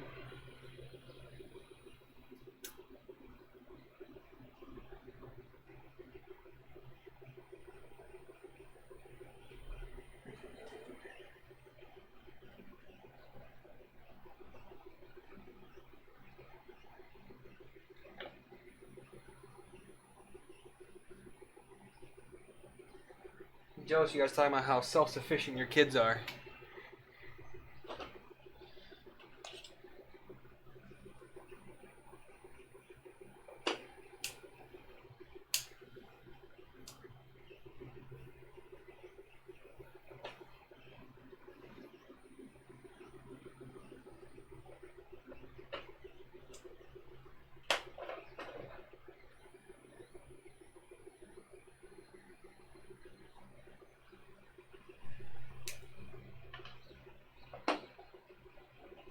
Okay, there's the X belt in there.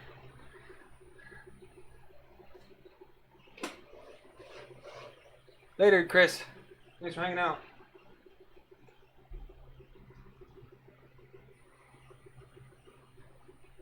Alright.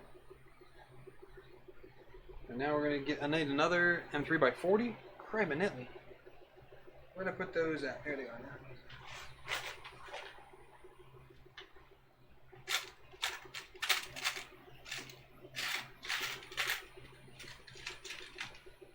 I think this is 50.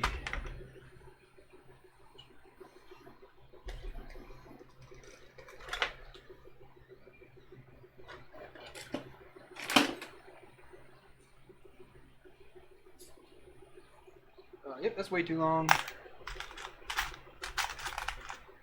This might be one here. Yep, here's one. Turn that off. Back away. My oldest is 10, so marinate on how awesome that is. She can do her own breakfast, but that is about it. Where's this going at? Right there? Huh. I don't understand really why this piece is printed in two. Why not just print this in one? I guess because you have to have support there. I don't know. I'm not really a fan of that. And that goes into this bottom spot.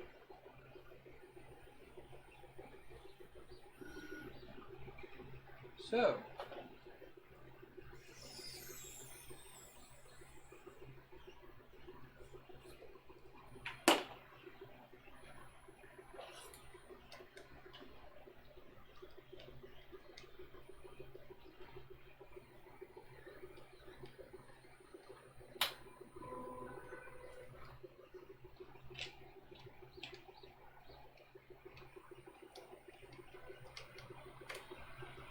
Seven? Well, you got me beat, dude. I only got 5 kids. Well, if I ask my wife, she'll say 6 because she counts me.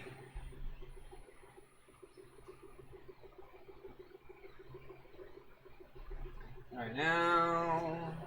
the question if this will all fit.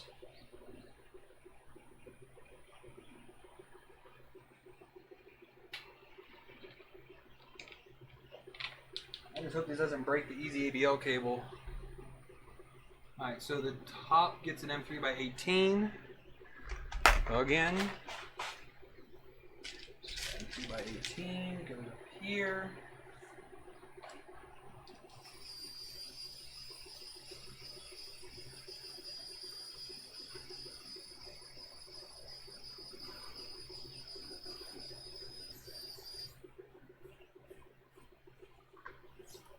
And then 2 M3x10s go on the bottom, right?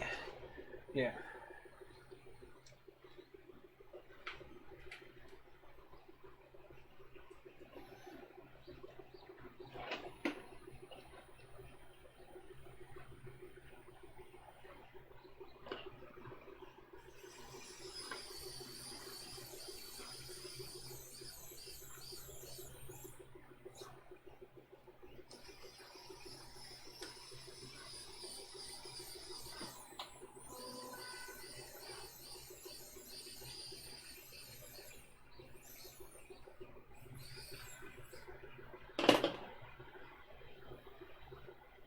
Shit, did that nut come out or what?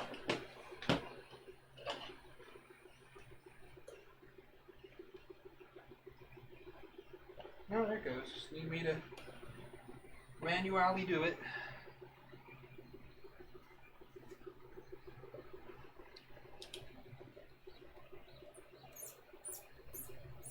Well, I agree on the biggest pain in my wife's life. I told her it's my job.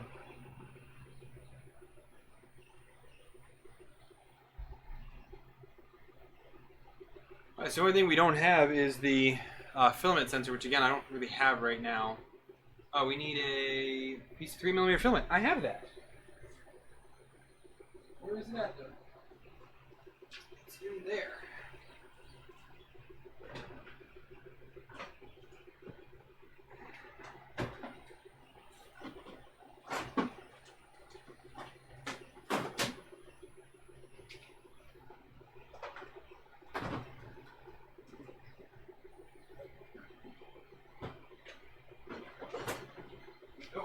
My first Purcher clone, I bought this cheapest bit of Gizmo Dorks nylon that I could, just for this purpose. So, how long does this need to be? We'll just cut a big old piece here. Plenty long.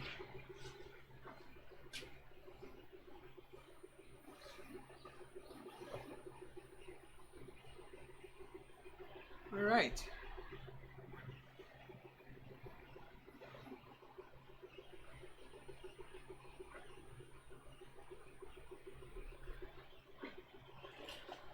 I know I'm jumping the gun a little bit here, but this will be at least get me headway started. Or actually, you know what? Instead of starting that yet, I'm going to. I have a cable here.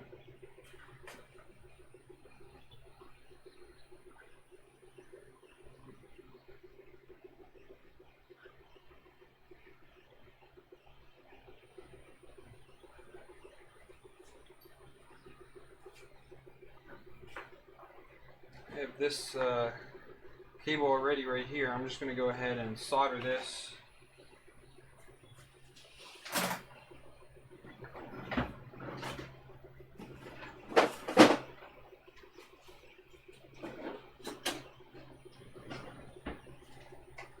Real quick. Because I have to extend the one fan cable and then I can go ahead and do that.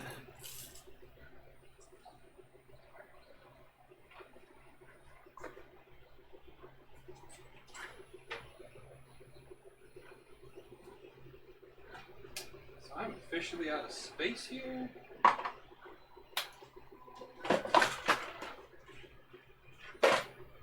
There. Cable at. I do need to redo the end of this though. So I'm going to keep this cable end and then I will cut it and redo that later. So I am not 100% sure we're going to get this printing tonight. We'll see what happens though.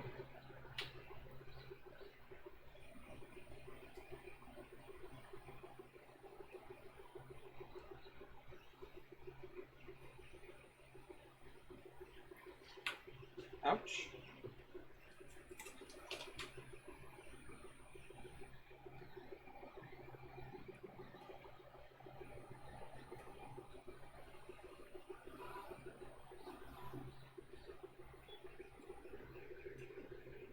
All right. So, put that off. This is warming up. We are looking really good here now. Let me clean up just a smidgen here.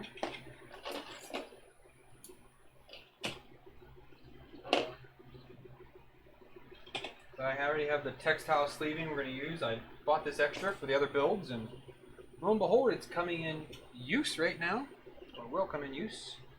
This piece is too small for anything, so we can put that away. What was I doing? This is trashed in here. Then this goes here. Where's the other screwdriver at? There it is. There. Set these to the side. Set that stuff to the side. Might need that a little later. We'll see what ends up happening. Don't need this anymore. Charge my screwdriver for a few minutes while I do some soldering.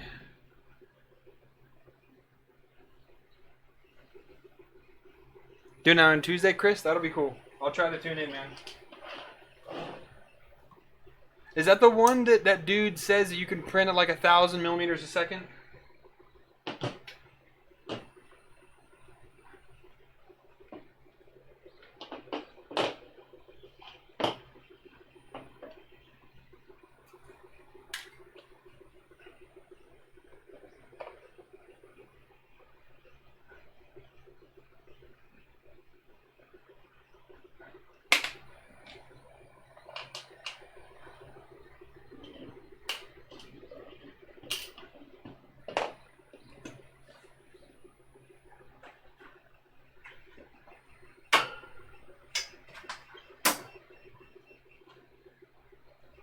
Wet my sponge, be right back.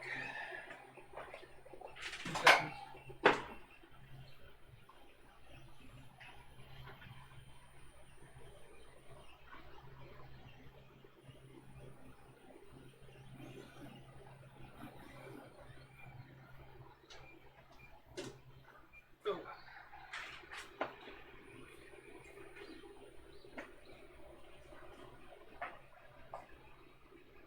Stefan, oh yeah, we're still going at it, dude.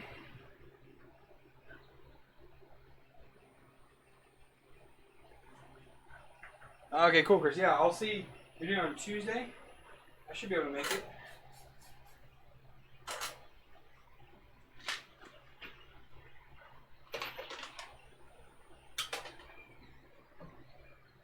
Warming up.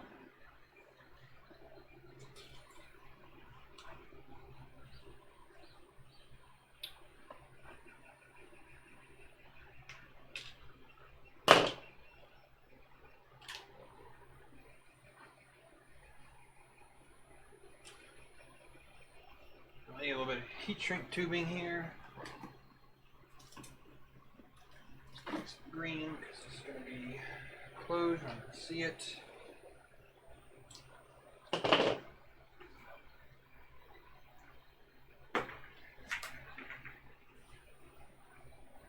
how are we doing? We are at 94%. Those are almost done.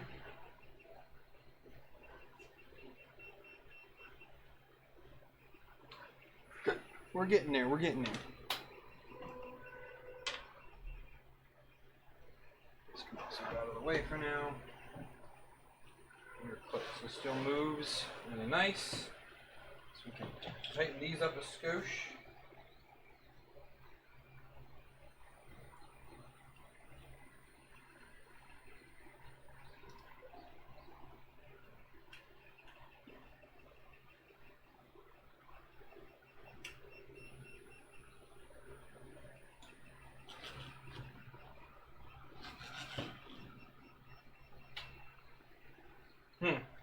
And Aaron, hey dude, so I don't think it'll matter, but on the X we're losing probably about 10 or 15 millimeters here. Where'd my calipers go? 17. Yeah, it was about 17 millimeters on the X, just because the Easy ABL is so big.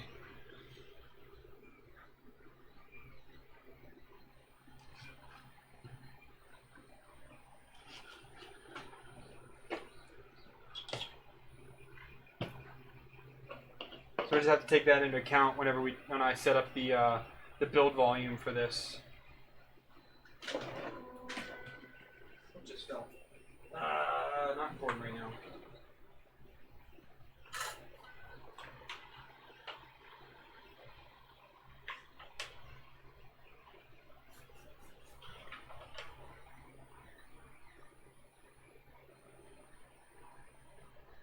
still not heating up all the way yet? Come on. Because it got turned down to 4 instead of 5.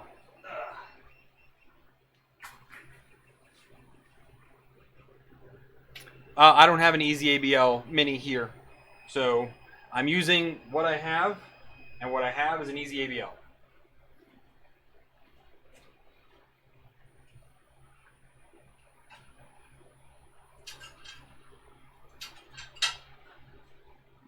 Alright, Aaron, those parts are finished now. They're actually in that volcano filament, because that's what I have laying around.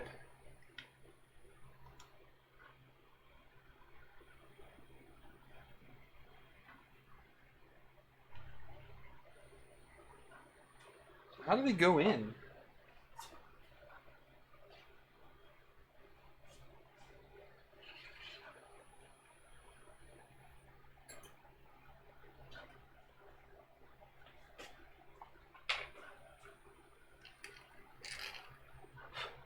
Smidge bit of elephant footing on there.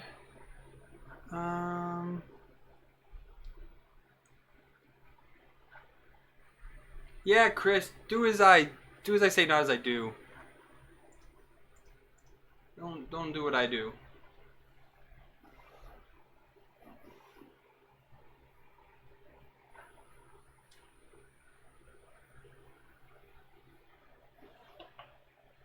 It goes in like this. But I need to put those 18mm ones in first. So like that maybe.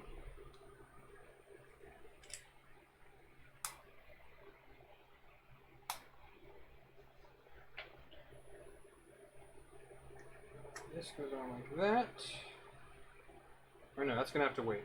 That'll have to wait. I gotta put that in first. But I gotta put on some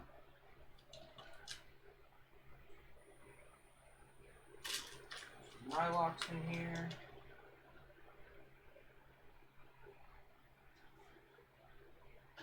Alright, moment of truth, Aaron.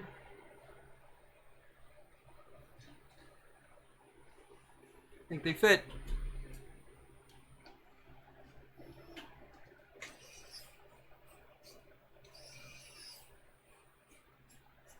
And this goes in the top.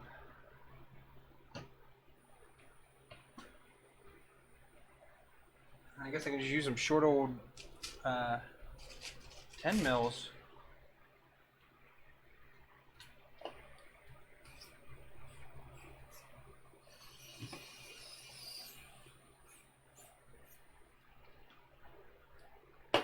There it goes, dude. There it is. It's janky, but hey, you know what? It's gonna get us. It's gonna get us working until I can get the real parts in. 'Cause I'm an idiot. Bought the wrong things.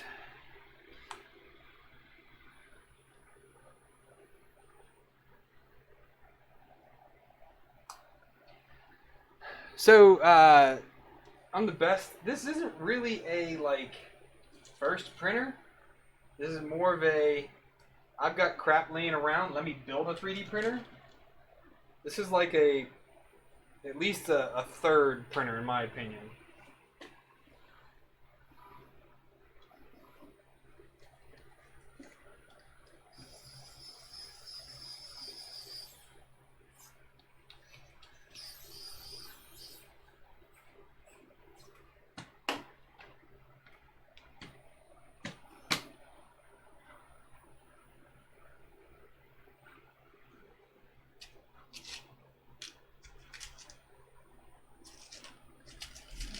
These here, man, this is ingenious, Aaron. I love this.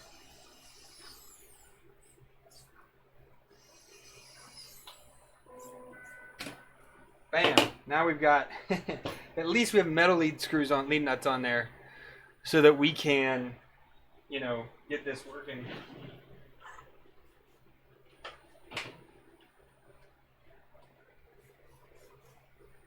What is on here?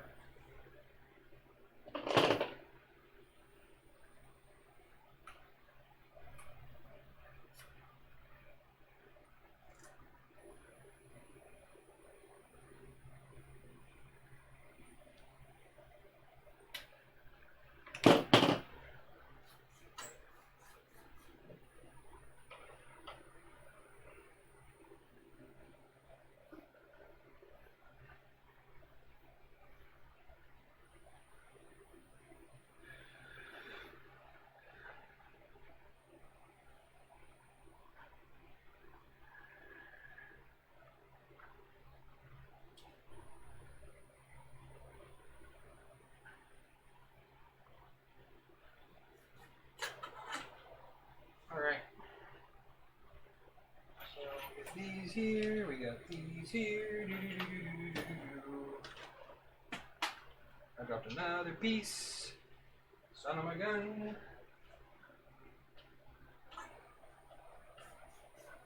I have to get a new tip for this.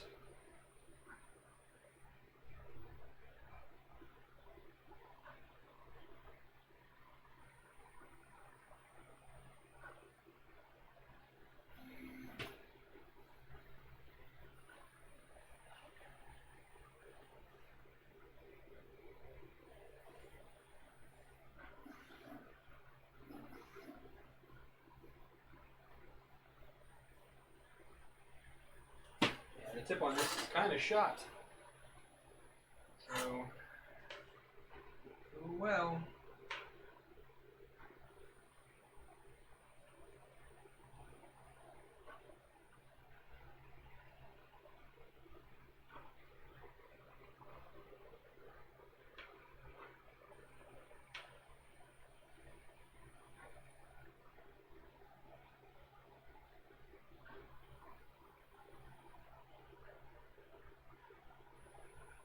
Dang it, come on.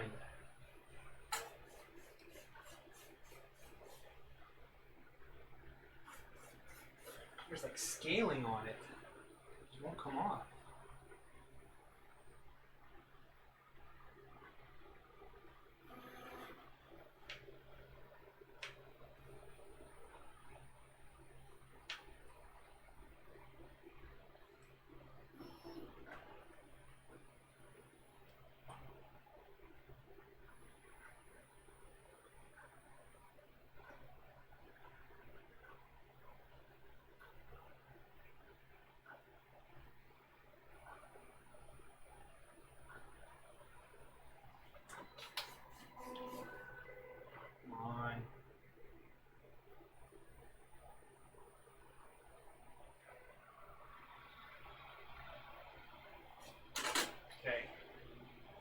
Quick, dirty, done. Heat shrink tubing on here real quick.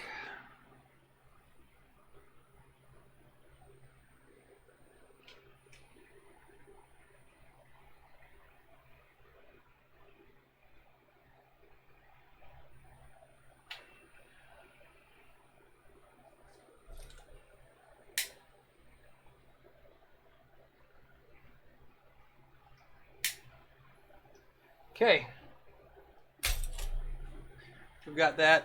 I'm the best. Look down in the video description. You'll find a invite link to Discord.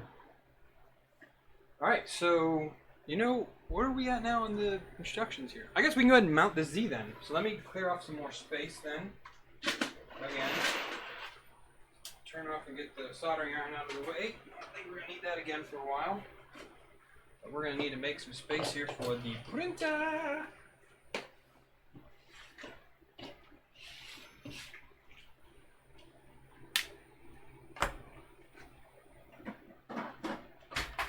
I know it's been like 2 hours since we saw this guy, but there it is.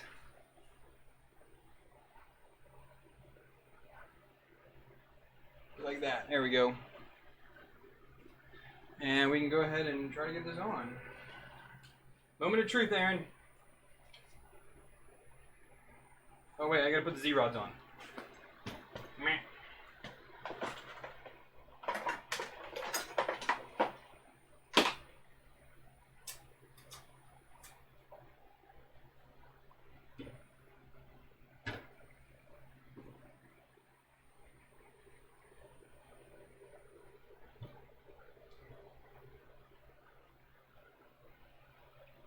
I'm pretty sure I did not measure those correctly. So we won't be able to put the Z-tops on.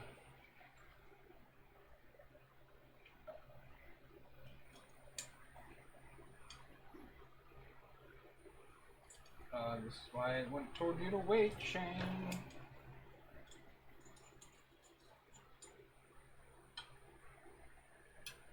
Come on.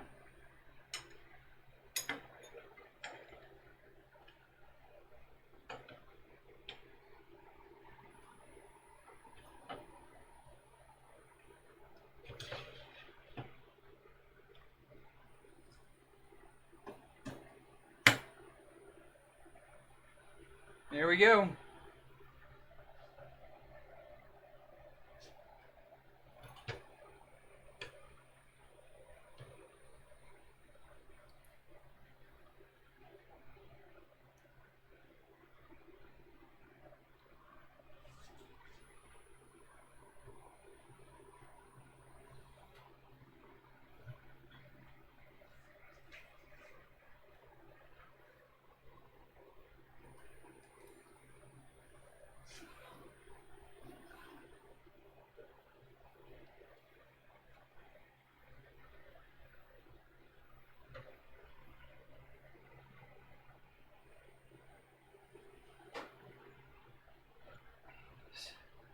Level. Kind of there.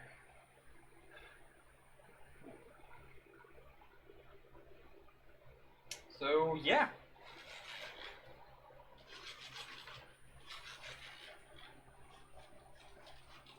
There's that.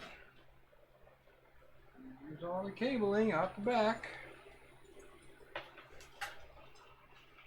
think is what I'm ready for now.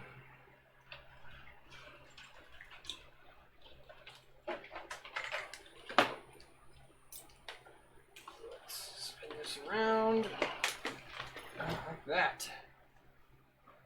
Move this up a little bit. And come back in.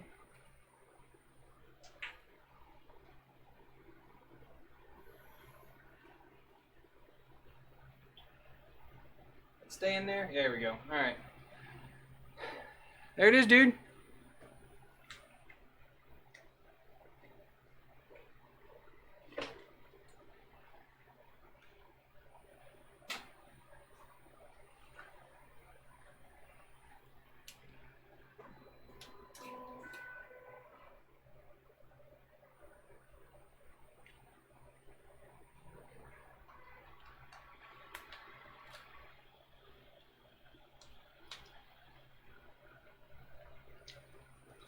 Some of these cables now.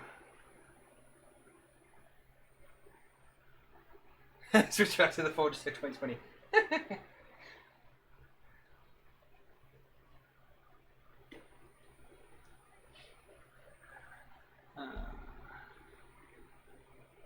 Alright, let me get out my zip ties now.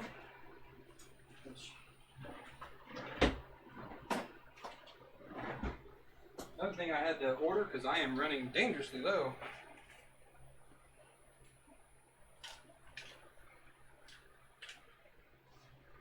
That's 22.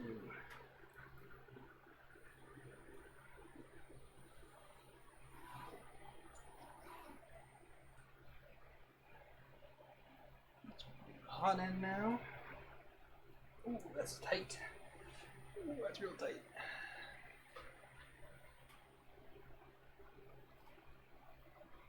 Let's go through the other way.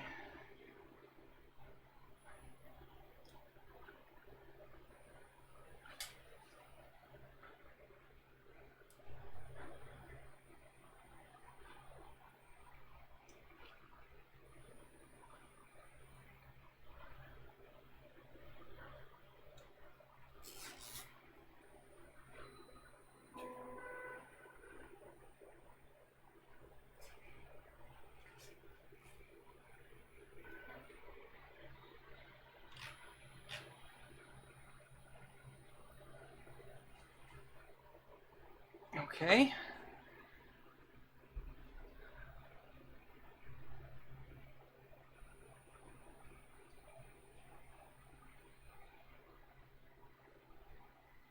All right, next we need to integrate all of this into the cable wrap.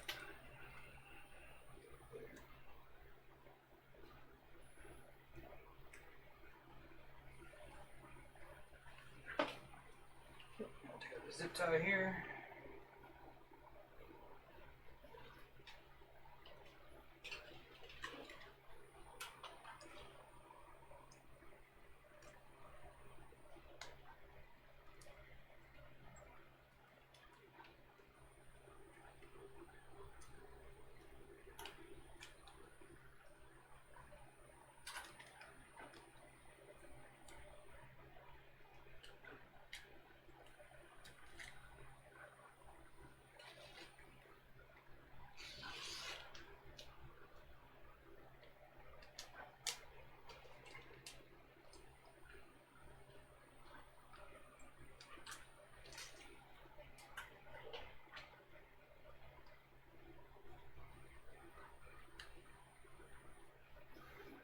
So we got that there now.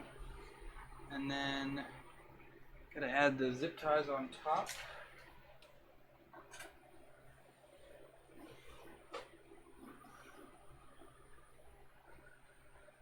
One, two, three.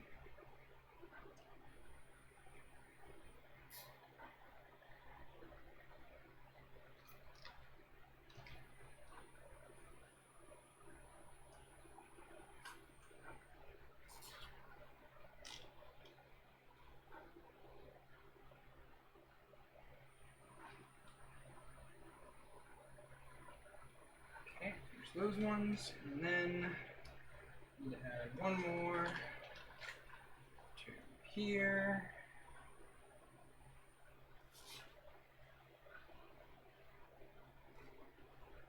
It all comes together. Right there.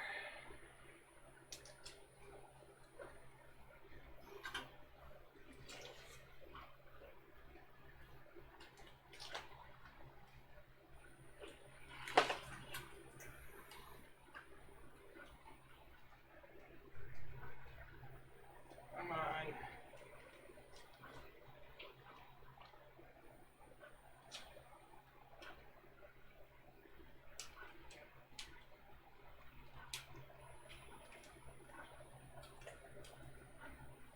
There we go.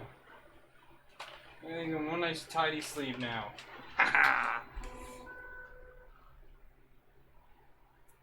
All right. We are looking fantastico now. Now where's the bear guide at again? I lost the bear guide.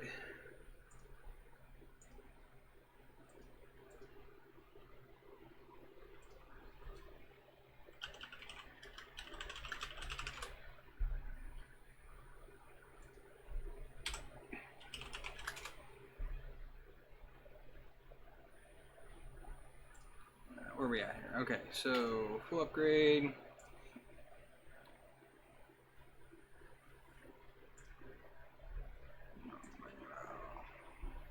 Assembly. Electronics. I want to do this one? Go back.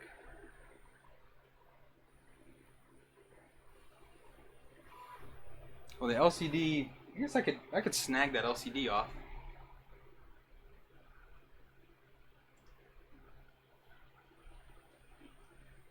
Yeah, let me go snag the LCD real quick. I can do it without failing this print.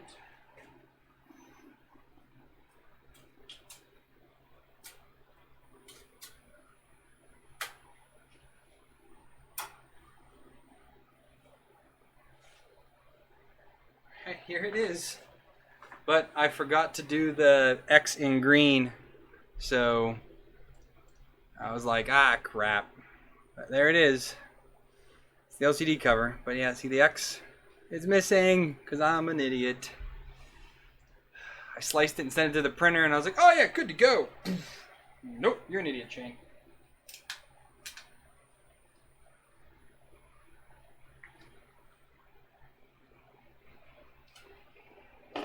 That's okay, let me learn. This uses very little green, so I can always reprint this without a problem. It's the, if I printed the entire thing in green, would have been a big problem. Oh yeah, Aaron, let's do that. You're right. Let's do the bed now. So we can get this just sitting over here up out of the way. Let's get our bed. So this is a Mark 52 spare bed that I bought off Ally just in case something happened to mine. But I do need to solder this on. So let me get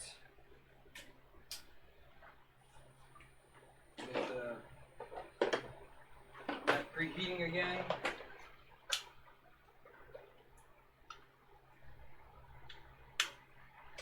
I also need to print the LCD button and not do that.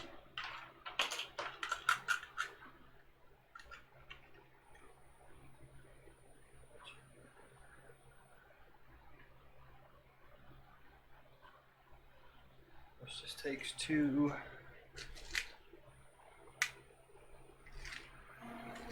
Just gonna use 2 shorter ones so I don't have to waste my longer ones.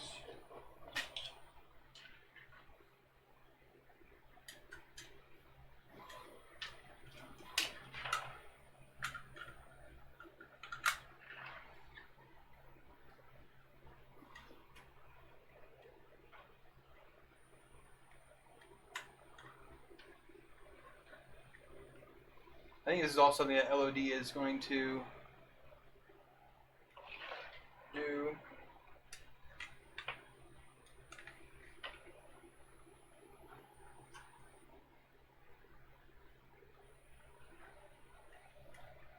Ryan, it'll reach however I want it to. I'm not using the Prusa firmware.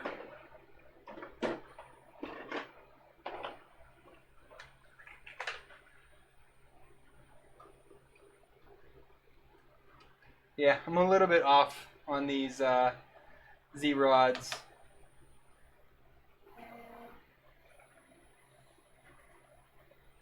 Unless I grabbed out the wrong ones. Let me check these other ones here real quick. Maybe I just kept the wrong ones out.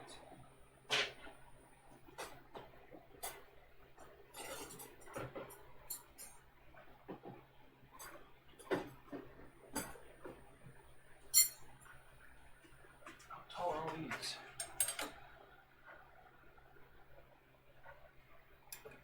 Okay, these are way too long.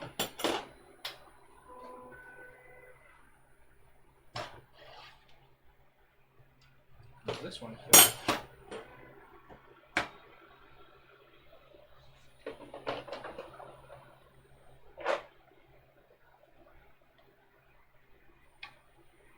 Yeah, I have to cut those down.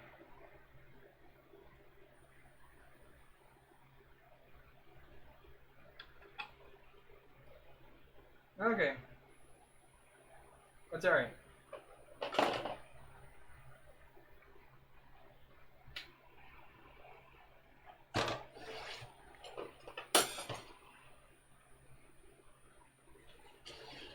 I knew that, I thought that going into this. That's okay. Just clearly measured those wrong yesterday when I was preparing this. Whew. I'm curious if we can adjust the bed to the left a little bit to make room for the 5-gallon bucket. Oh yeah, we definitely can. I mean, I just centered it to center it.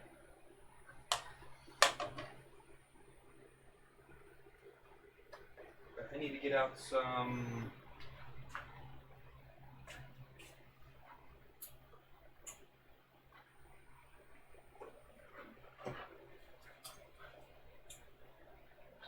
This one off.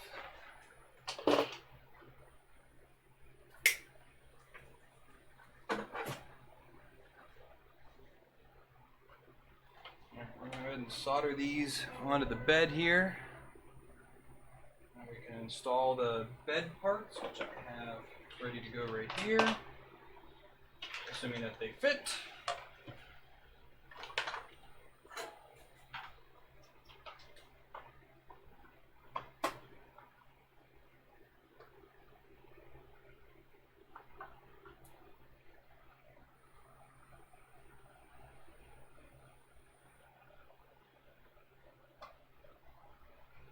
It can melt it, so that's good. I was a little worried that this soldering iron was going to be powerful enough to melt the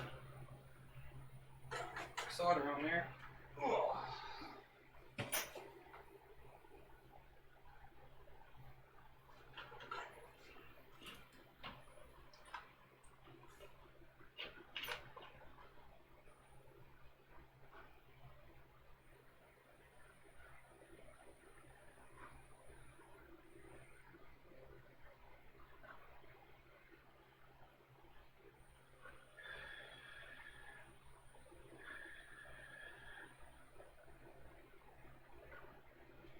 All right.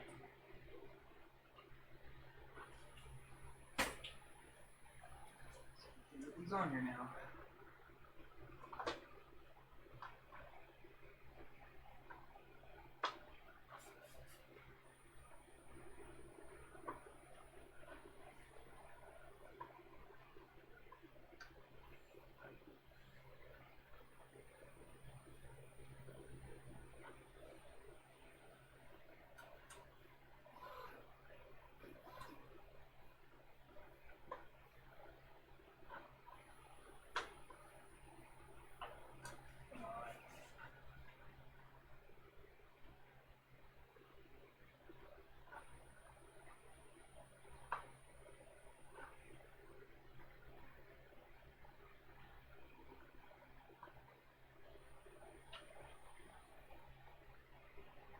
taking a hot second to heat up these pads. Sorry.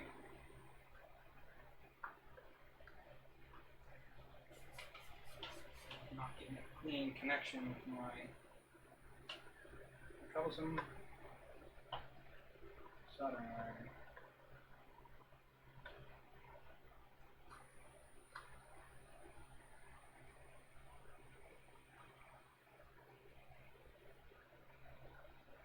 All right. Those are on there now.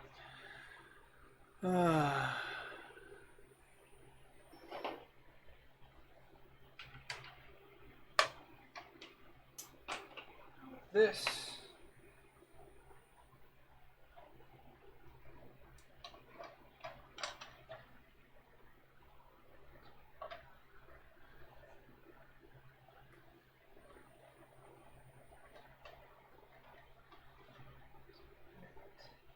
Are we still supposed to put the... I don't think it's supposed to go in there.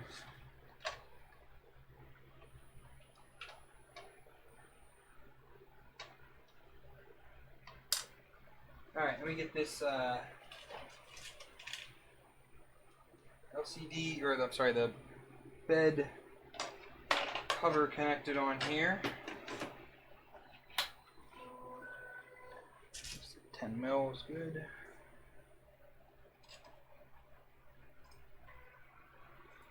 I don't even need that big.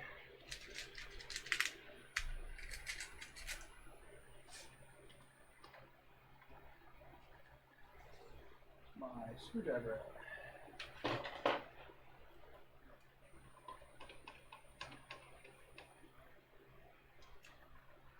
I do need the 10 millimeter. Where's my gun? Thought I could get away with a shorter one. So much for that.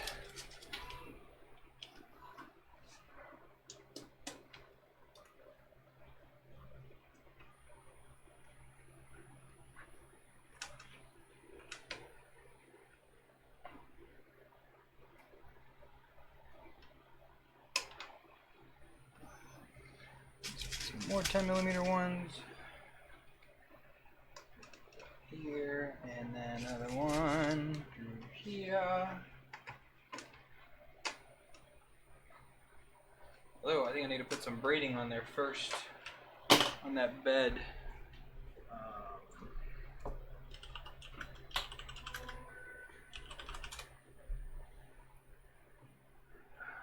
Let me double check the Prusa manual real quick. I think it's a FISEC bed.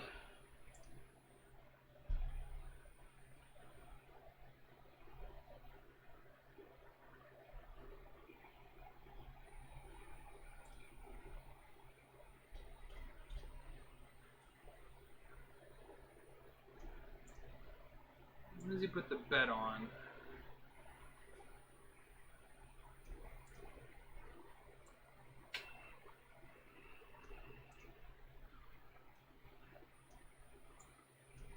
This extruder is definitely not part of this one.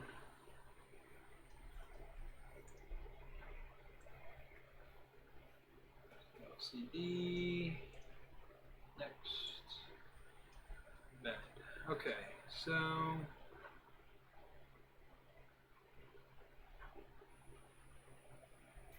Yeah, I'm supposed to use that textile sleeve, which I have. Short one here, but it's not gonna be long enough for that, I don't think. 300 millimeters, huh? This might be 300 mil.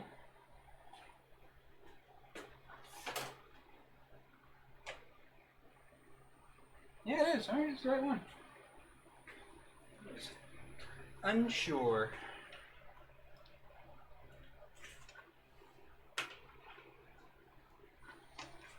This stupid thing on now.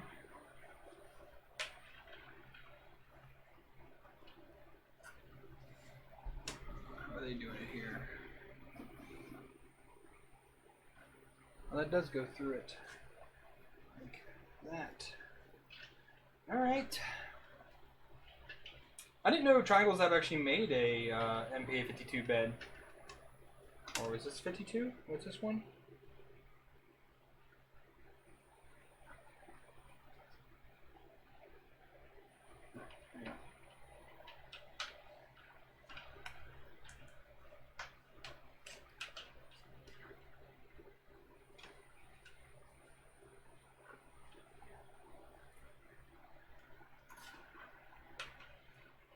Going that way.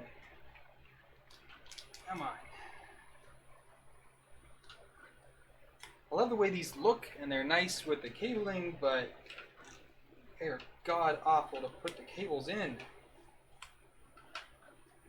Not as bad as those plastic ones, but they are a pain in the butt.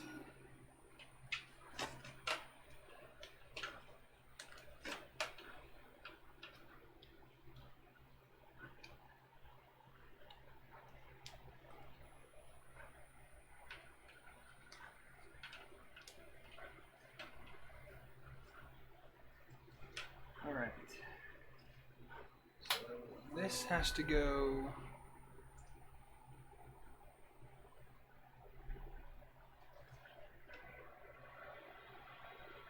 right there. Taunt.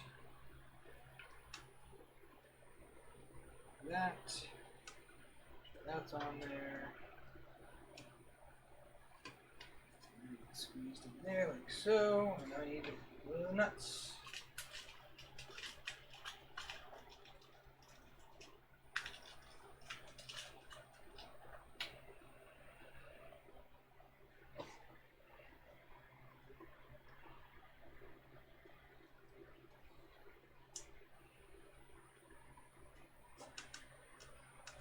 I'm the best. There's a whole thing on Thingiverse that just is for upgrading the ANET 8 Plus to various parts.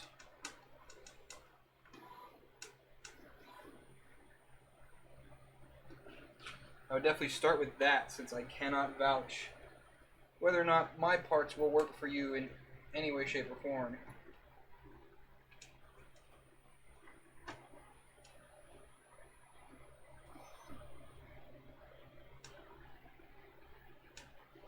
Come on.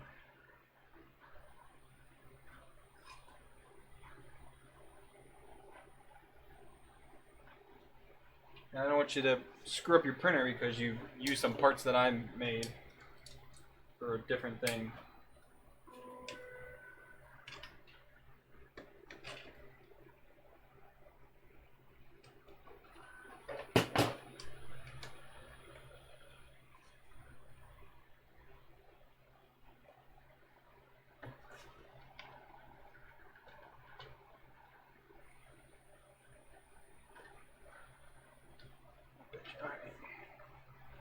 There's that. Pull this through here. And now I think we can go ahead and mount all of this. Yeah, alright. So they're using the 12mm. Yeah. Hey there, Julio. Turn that back on.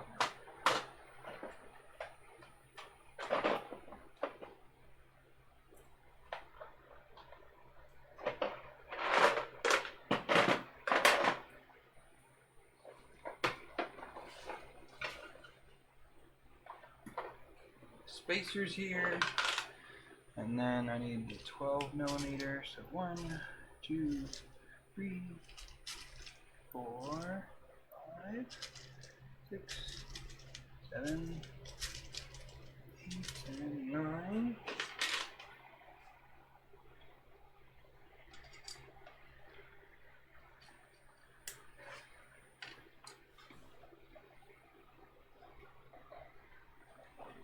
Here.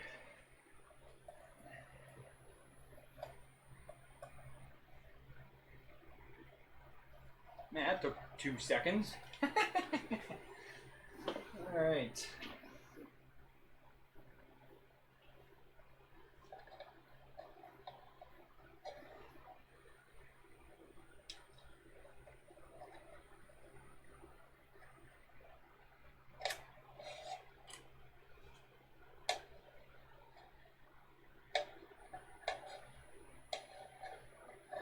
Oh, come on. This is the suckiest part about the build, I think.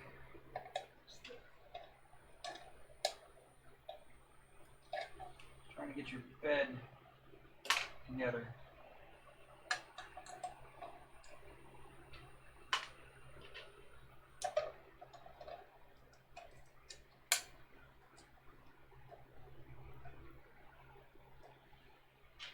Catch everything nice and loose.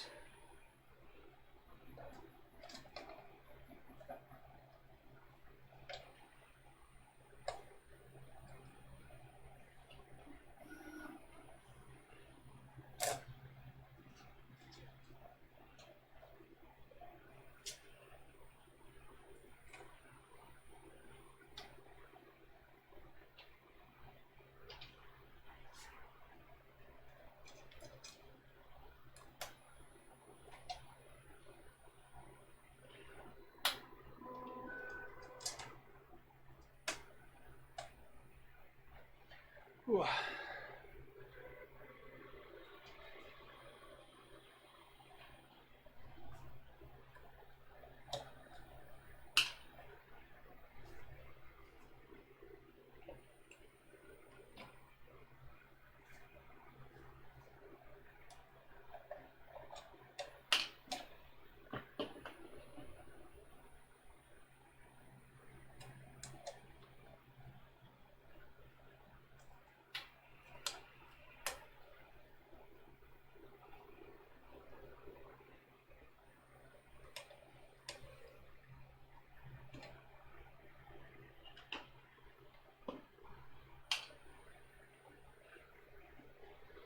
Two left to go.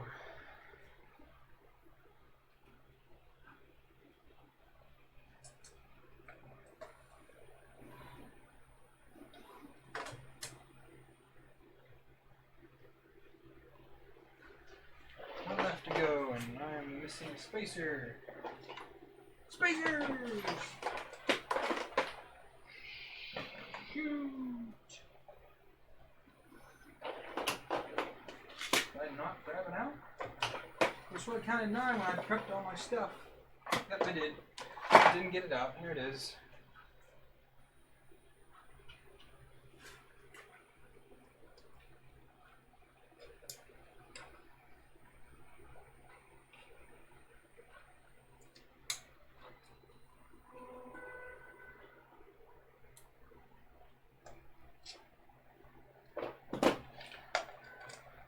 Alright, now we tighten them all down. See you, bud. Thanks for hanging out.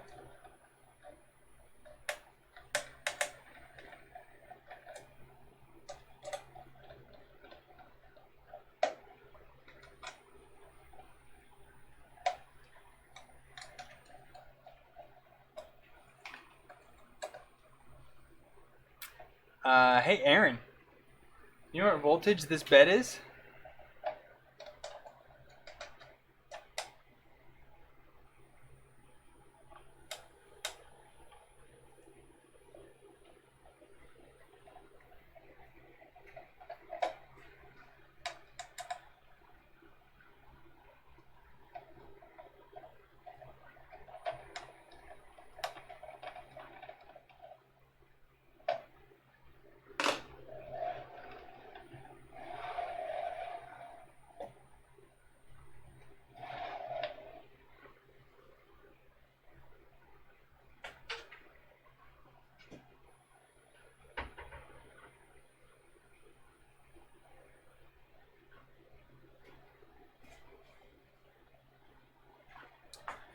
For anybody wondering, it's a 24 volt bed.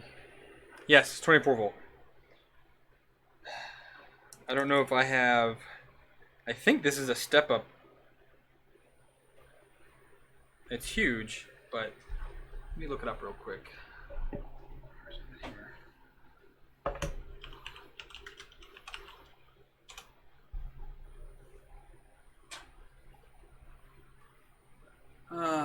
Crap. It is an oversight because I'm running off 12 volt. I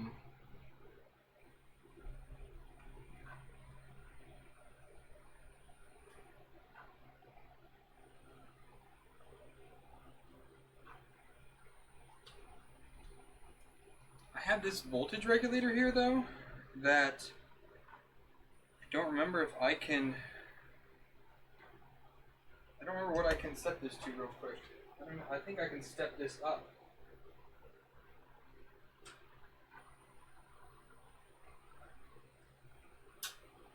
If I can use this step up, then we'll be okay.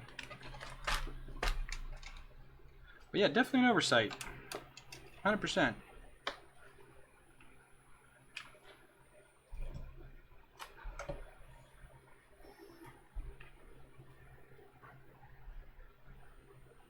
Just hooking up my bench power supply here and check it out real quick.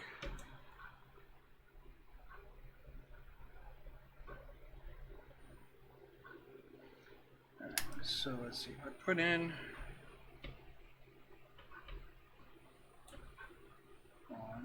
12 volts in.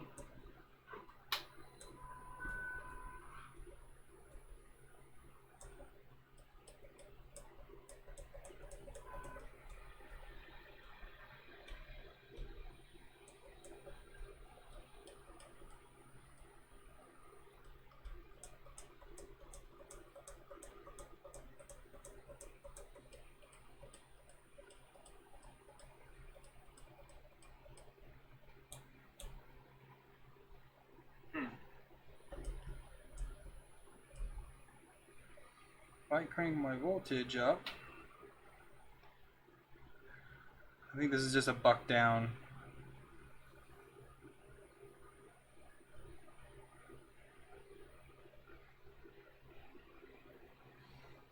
Yep. And then my output.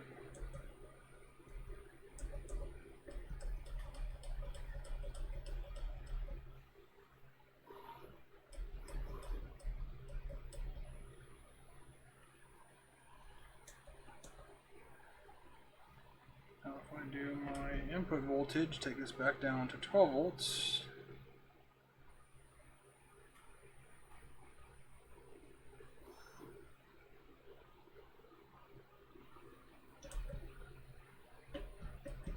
Yeah, it's not a buck up. It's just down converter. It's a big old down converter. Can't 3D print. Thanks, dude. I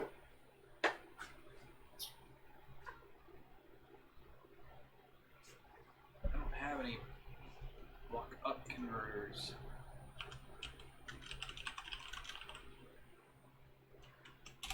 Step up.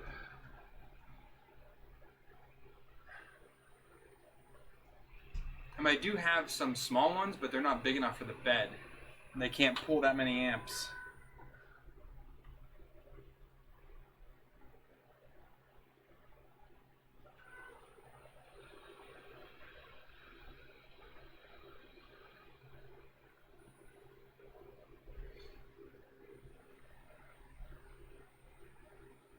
There's some on Amazon for just a couple bucks.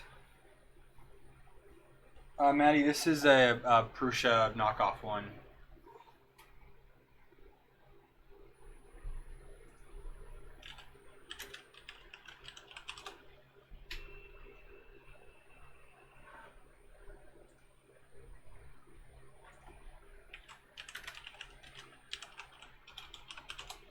I don't know if they make a 12-volt version, which I highly doubt.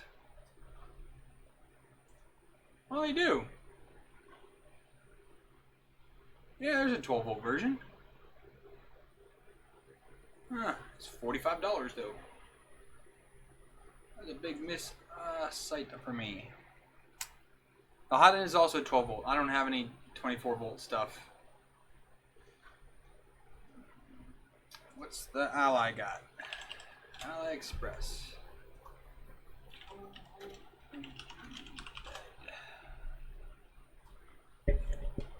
No, it's not original. It's a knockoff, I said.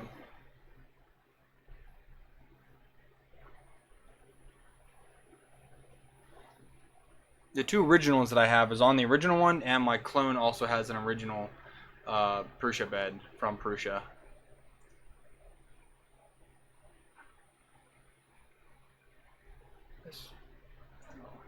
They make a 12-volt on AliExpress. It's $40, but it's gonna take. I'm gonna get her to like July.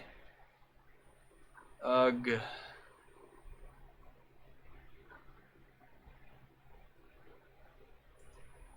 another one, 12-volt.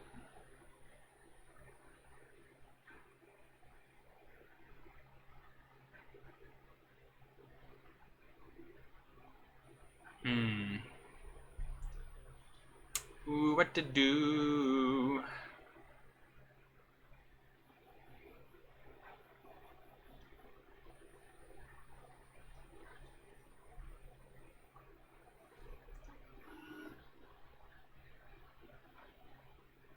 I can run it without a heated bed. Well, Ryan, I have to get 24 volt fan, another 24 volt fan. I don't know what's the operating voltage of the BL Touch, or the Easy ABL, which I'm pretty sure is 12 to 24, but it's a lot more than just a 24 volt heater. I also don't have it here, so you know what? We're not going to worry about it at this very moment. We are going to power through. Got a piece of Gecko Tech here to stick on. I also have a piece of build tack that we can print cold with. So that'll work out. I'll decide what to do with that later. Okay, so the bed is on. Now we can do the electronics, I guess. Yeah, I just need to find a small buck converter. If anybody finds a small step up 12 to 24 volt buck converter, please post it in Discord. I did that. Next. Yeah, electronics enclosure. Alright, I'm going to get a quick drink, and then I'll be right back.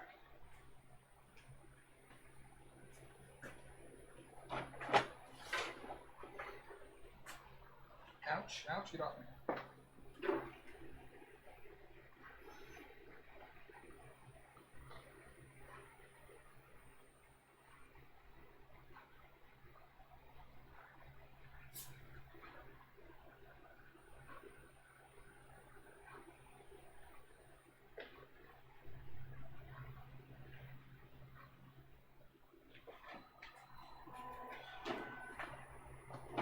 Okay. So let's get our SKR. And we've got the electronics enclosure here for it.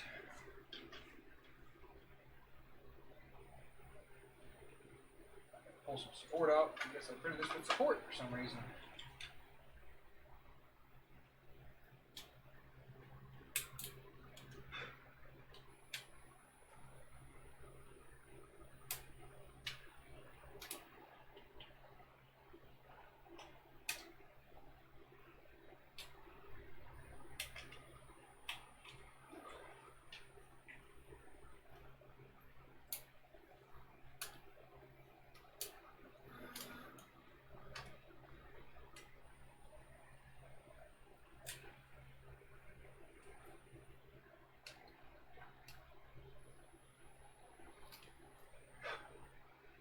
And once we find a buck converter, then Aaron and I will have to design an enclosure for it.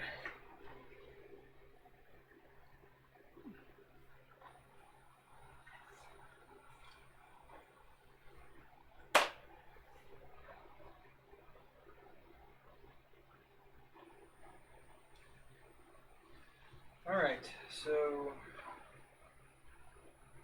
let's get some M3 nuts in here first.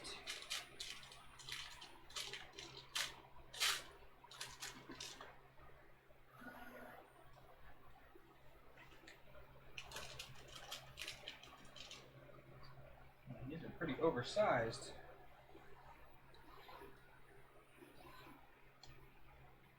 Not the end of the world, but just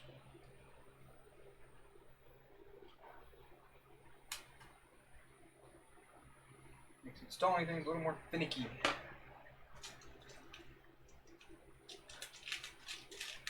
And this electronics enclosure is not my design. Actually got this off of Colts. And that Aaron's using, but he modified it a little bit. But it was cheap, it was 85 cents on Colts, so.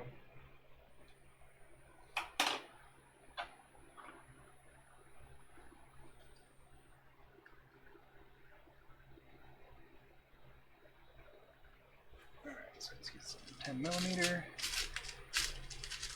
That's here.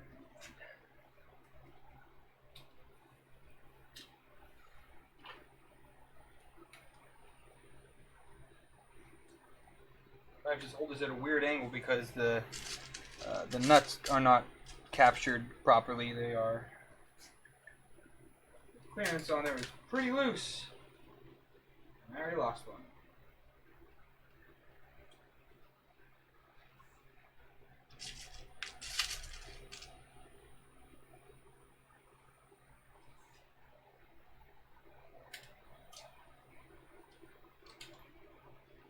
Wait, so which printer do I prefer to make? What do you mean, like from scratch or like in general?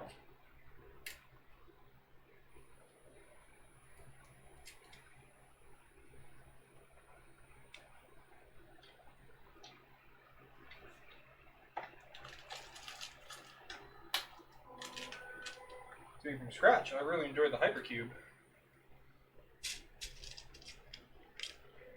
It's a very strong printer to make. Alright, buddy, see you in a bit.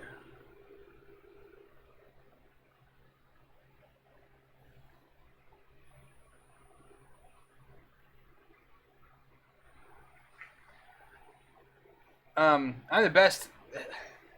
There's no mod for it because there's no reason to put that kind of hardware into such a cheap printer.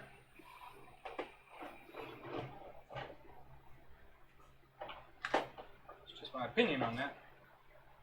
Get back to this LCD real quick. Forgot I need to put the arms on first. Is that my phone?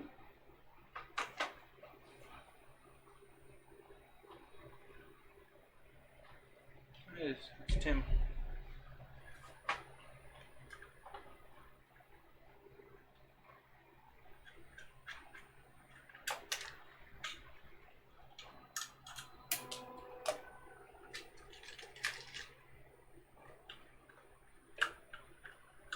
Come on. Okay.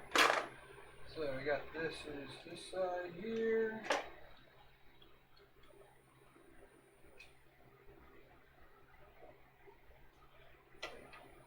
On the other side, I think maybe.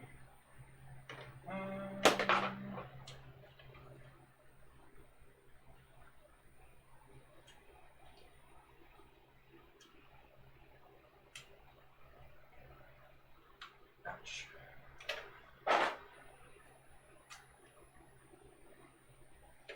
It goes on that side, but I have to cut it away because of stupid pot.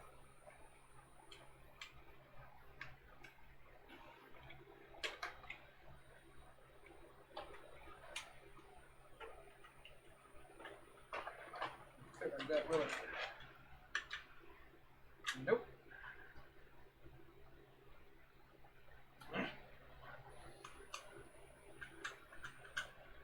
Right in the freaking way.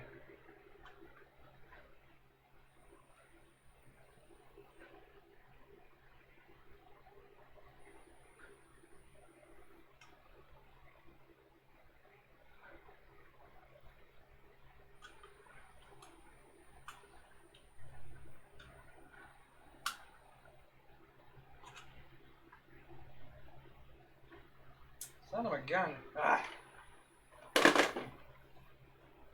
LCD has the gigantic contrast pot, and the bracket's not fitting over that.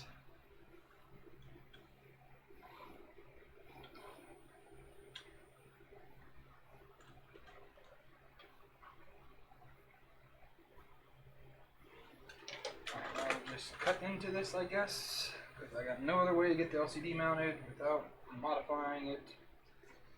Where's my cutters?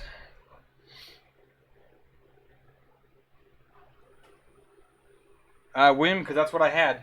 This printer is the whole premise of this printer. If you would have watched last night, and if you watched the earlier part of the stream, the whole premise of doing this was to use what I have to make a 3D printer.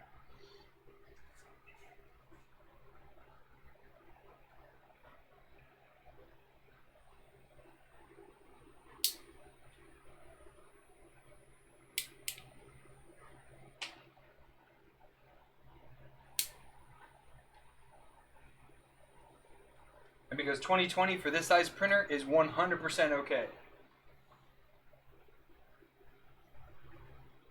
if you secure everything properly and you take into considerations on the Z.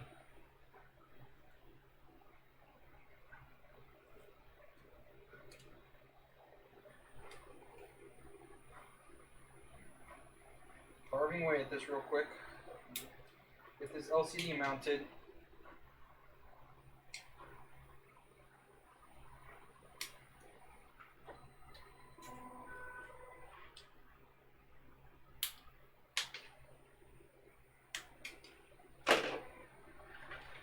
Good now.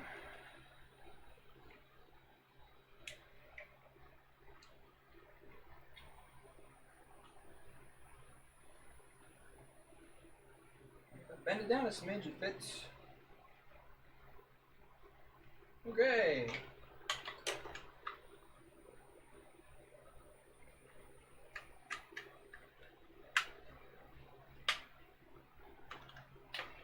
Alright, now we can bolt this LCD back in.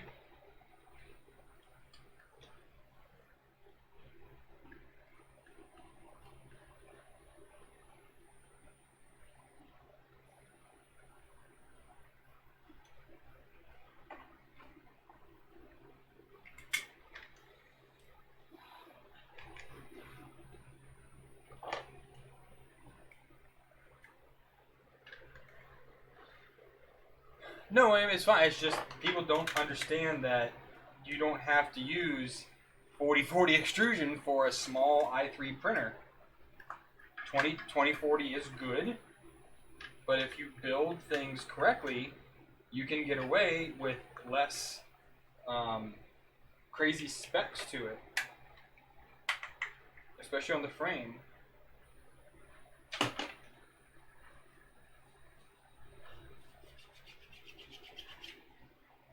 I mean, what this printer came from, the Forgetech 2020 i3, which was a fine printer. It was just flimsy. It worked, but this basically reconfigures the profile and makes it way, way stronger.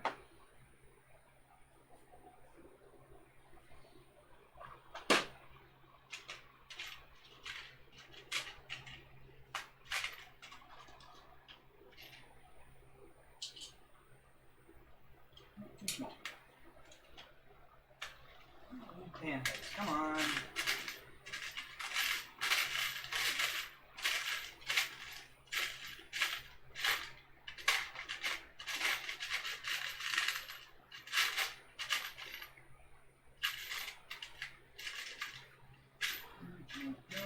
No, come on. 2 M5, 10mm pan heads. Where are you at?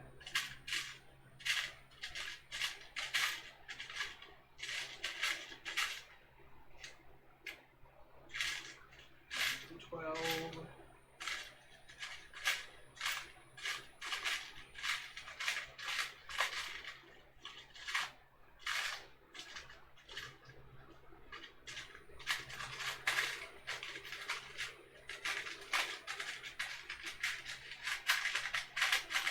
There's one coming in.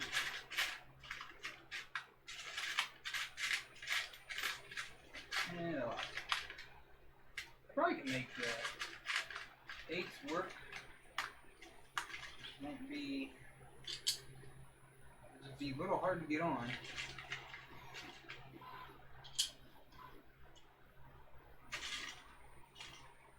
I wonder.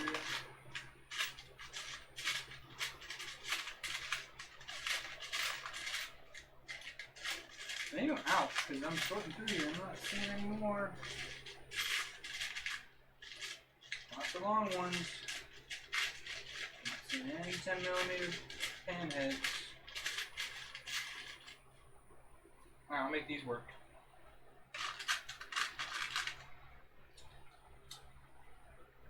Not the best, but that's gone.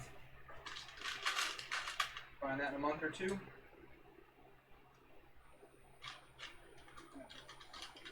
I also did not rejigger this plate here for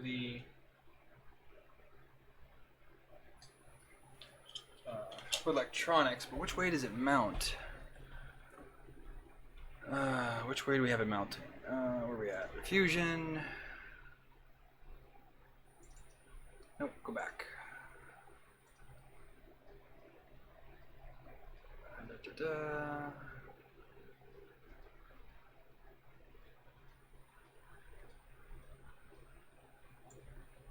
Where the heck's the model at?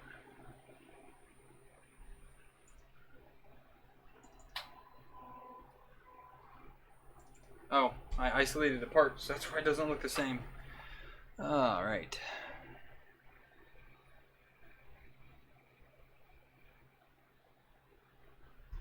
So I just need to verify the way that I need to mount this electronics enclosure here. Make sure I get it right.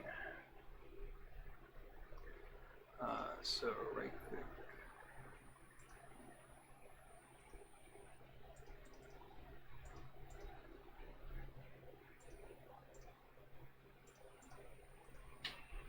Unisolate.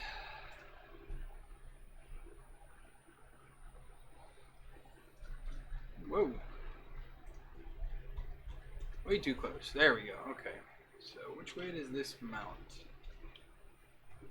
The angled side to the outside. So we're going like this.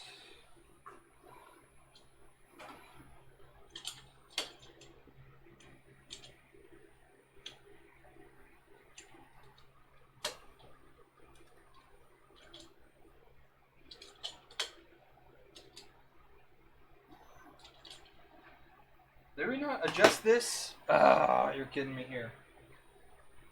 This might be the straw here. There's been several straws though. Where's my calipers? I don't think we adjusted this part for my extrusion. Yeah, it's 7.9 and my extrusion is only 6.23. Yep, so I cannot mount the electronics enclosure because we didn't adjust this.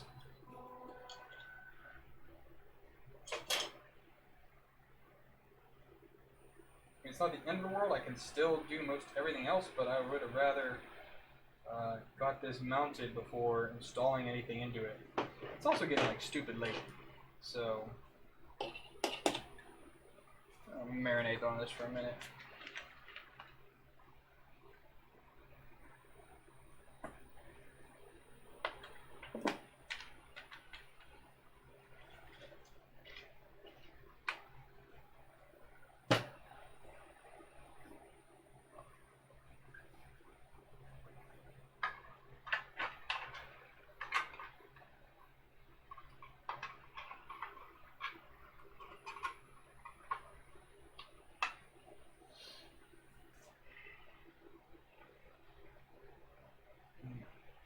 All right, we're gonna have to reprint this. That's 100%. We need to reprint that for tomorrow.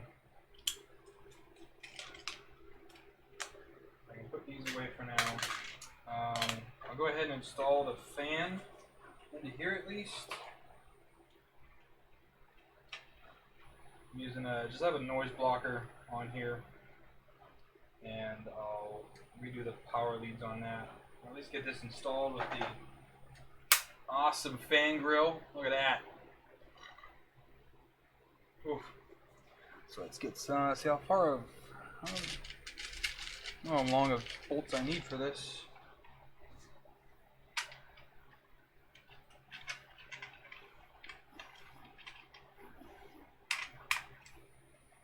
Yeah, 16s will work. I'm sorry, these are 18s.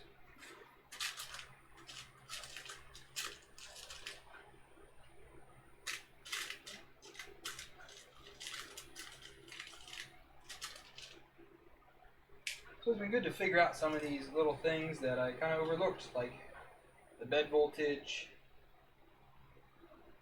We didn't think to try and adjust the electronics enclosure mount for 2020, as it was originally made for 3030 extrusion.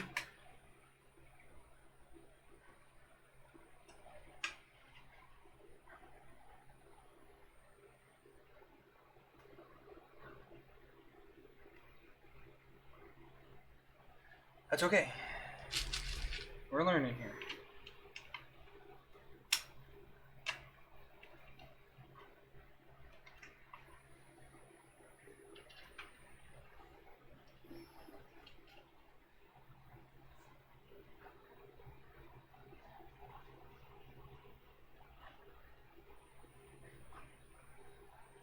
No, Chris, not alive yet. It's not going to be alive tonight. Just realized that the electronics enclosure mount was made for 3030. It was one that I bought off of Cults, and we forgot to adjust it for 2020 extrusion. And it's only printed out of PLA, so it's an easy fix. Plus, the power supply is still not finished printing. I think it's still got several more hours to go. Because things take forever to print when you print them in multicolor.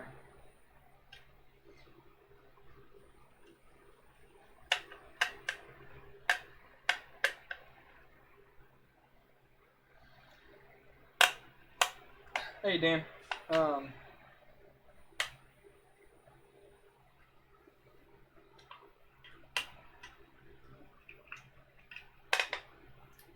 Natalie, you're right. I could try to shave it down, but I mean it's 1:30 in the morning now, and I really don't feel like doing that.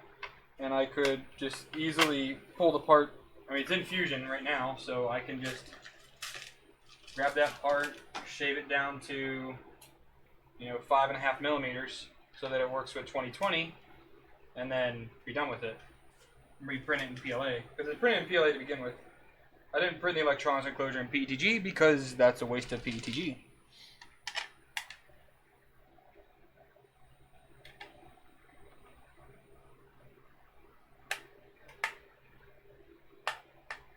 And also the person that designed these fan mounts must not have actually had a 50-50 fan to mount in here because they are poorly aligned here. Very poorly aligned. So I might adjust that as well. But we'll see.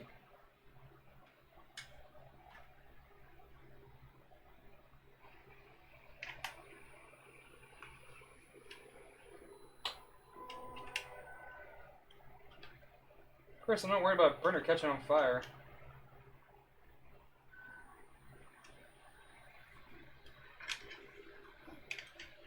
So there's that. That looks pretty sick. I like that. So this is going to go over here on the desk in order to check that out for later. I also need to cut down these Z-rods because the brackets that we made are a skosh too short here. It should be, I got to take about 20 millimeters off of here so these can fit. But those are still okay.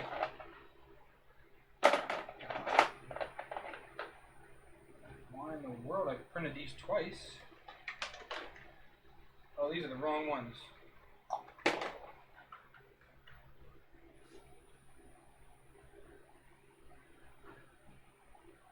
Yeah, these will be fine. I think these were the low profile ones that I printed. What's the angle difference from those to these? Nah, I like these ones. That's fine. I already made these. So this will need to get installed. This is fine. This side of it is. Again, just need to fix that bracket. Where else are we at here? So these are for the power supply to help mount that. That's your power supply. This is for the electronics enclosure. So I still need that. This is my original Y motor mount that we made that we found out wasn't going to work out for us. So yeah, we've got a little bit of work left to do here. Not too bad though, not too bad.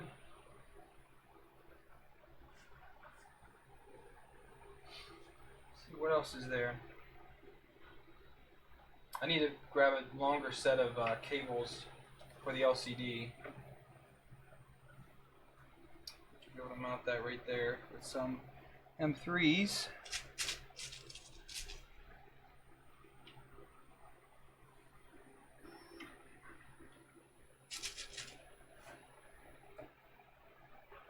Oh, they don't bottom out. That's good.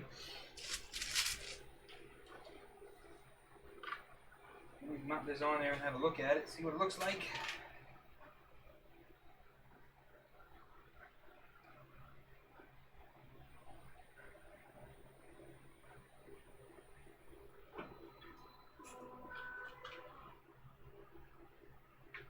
And if we do decide to release this, we now have some notes of what we need to fix, what worked right off the bat, what didn't.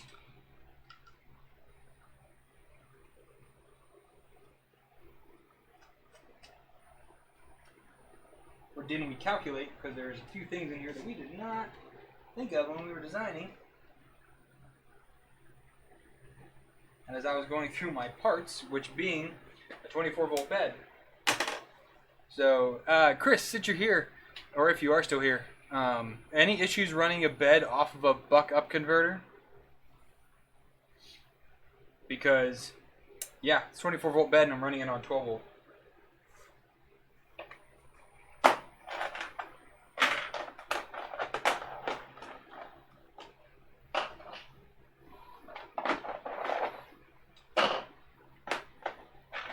Still need all those pieces. Put these in here, so the stuff we're still going to need is going to go in this bin here. Still going to need this.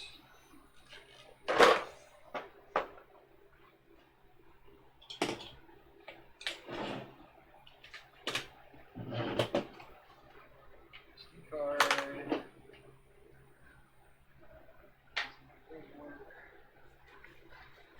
Yeah, we made pretty good progress today, I think.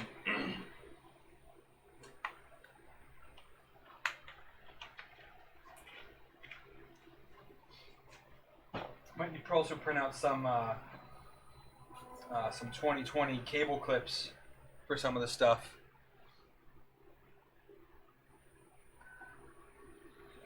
Well, I mean, they do have some for, I mean, the bed pulls, what, 8 amps? 10 amps? Something like that?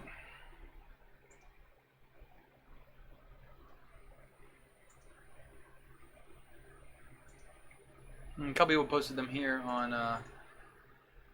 let me switch here.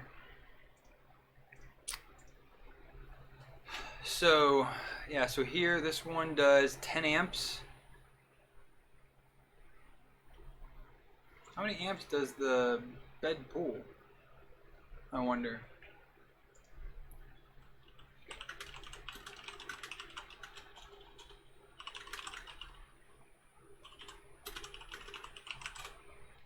Google it, see if someone says.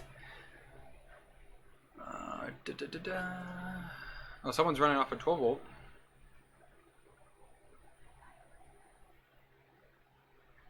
Just heats up slowly. 6 amps at 24 volts. So as long as it can take 10 amps. So this 5 volt one won't work. Vince, I don't know if you're still there. But this one can do 10 amps. 16 amps in, 10 amps output. That's enough for a bed.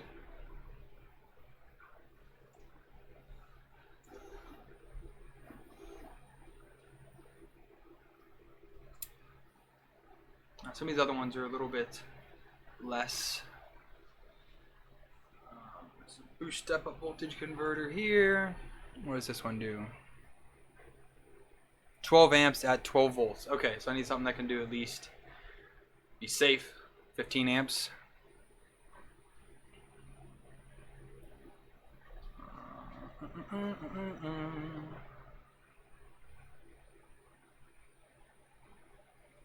Well, here's a big one. This one can do 20 amps. What do you got, Gunner?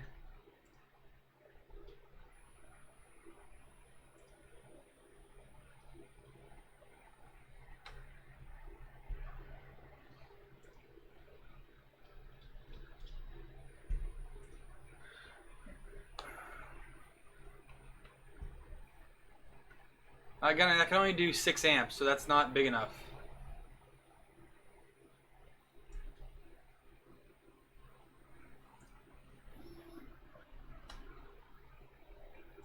Like I said, this one here is a monster 20 amp.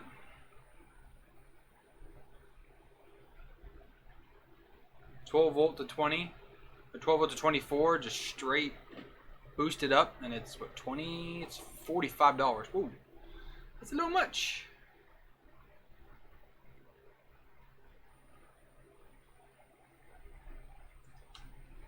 Might as well just buy the different bed, or all new 24 volt stuff. Be cheaper at that point.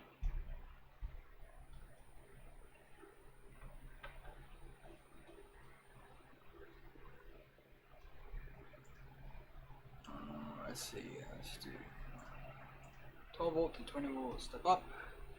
And let's just do 15 amps, see what comes up.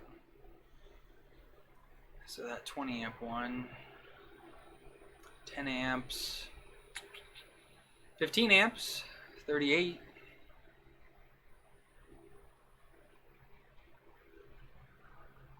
This really begs the question though.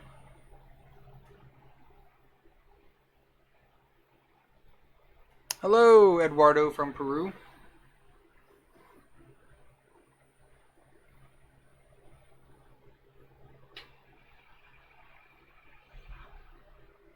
Here's one here. It's a big one though. I like these ones that are a little bit smaller.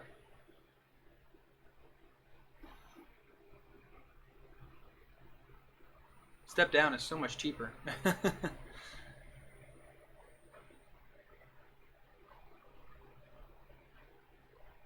It's the step-ups that are the expensive ones. So this would definitely be something that I need to look into and see if this is feasible or not. This one doesn't say how many amps it does. 9 amps. Ah. No bueno for you.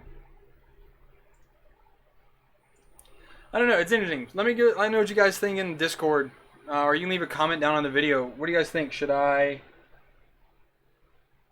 try to get something like this? Should I pursue? I mean, Amazon has a 12 volt MK52 bed for $45. You know, it's magnetic. Everything's there for it. It's just 12 volts. That would work with what I have right now. You know, I think that honestly would probably be the cheapest thing to do, because if I went 24 volt, I'd have to buy 24 volt power supply, 3 fans, because I need the electronics fan, the blower fan, the cold end fan, the hot end fan. So those 3 fans, heater block, power supply. Power supply alone is going to be $50 for a decent one, especially if you get a mean well. Let's look on here. Let's just do, let's say 24 volts. Let's just see what comes up. You know, $30. A mean well is $30. Have to design a new thing for it too. That'll suck. New power supply enclosure. So I think the cheapest thing to do is going to be just buy a 12 volt bed. Yeah. All right. Add to cart. I mean, I would like to get one of these step-up converters, but I mean, at $45, it's the same price as the bed. At that point, it just seems silly to add an extra piece of hardware when you can just replace the bed. I thought it was gonna be like, like $10, like that'd be sweet. Then I'll do that real quick then.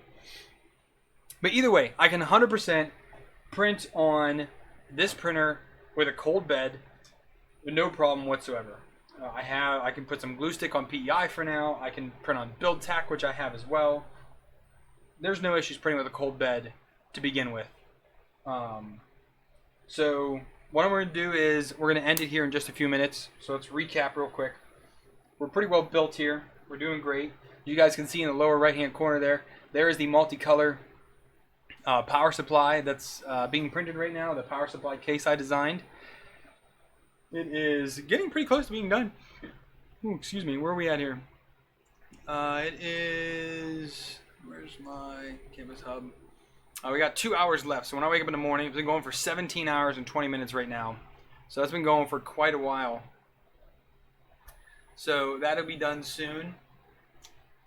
And then we can go ahead and get that ready to be mounted with the power supply. I'll design the new bracket here for the electronics enclosure. So that'll work out. And then we can get the electronics mounted. We can get everything wired up. We can get a test print done, again with the cold bed, but it'll still get a test print done. So tomorrow I don't know if I'll stream tomorrow or not, but we'll see. But I'll queue it up. You guys will be able to see it early. But the things to do will be to finish remodeling the parts, install all the electronics. So I've got electronics here, got all the wiring to finish up, got this to all get together. I need to trim all these up because they're all way too long. Get the power supply wired up, get the power running from the power supply to electronics. So that's all part of that stuff. Longer ribbon cables for the LCD. We'll also need to do some type of, like I said, I'll see if I can find some 2020 clips or something, or I'll use some T-nuts and P-clips that I have here. These can just screw into a T-nut. You guys are familiar with P-clips. They're amazing for electronics. I can do some of those. I will cut down these Z-rods here so that we can actually mount the Z-tops. Hopefully mount them. I'm hoping that we made these the right place, which it looks like we did. But either way, I need to get those cut down tomorrow. We can mount those. Yeah, so I got another probably 2 hours of work to do. And then the other thing, yeah, I'll cut these. I thought for some reason when I disassembled the 2020 i3 yesterday, I thought these were the right size, so I set them to the side and I didn't cut them today when I cut all the other ones. I don't know why I thought that. I really don't. Because when I disassembled, I was like, oh sweet, they're the right size. Done. I don't know what I was thinking that for, but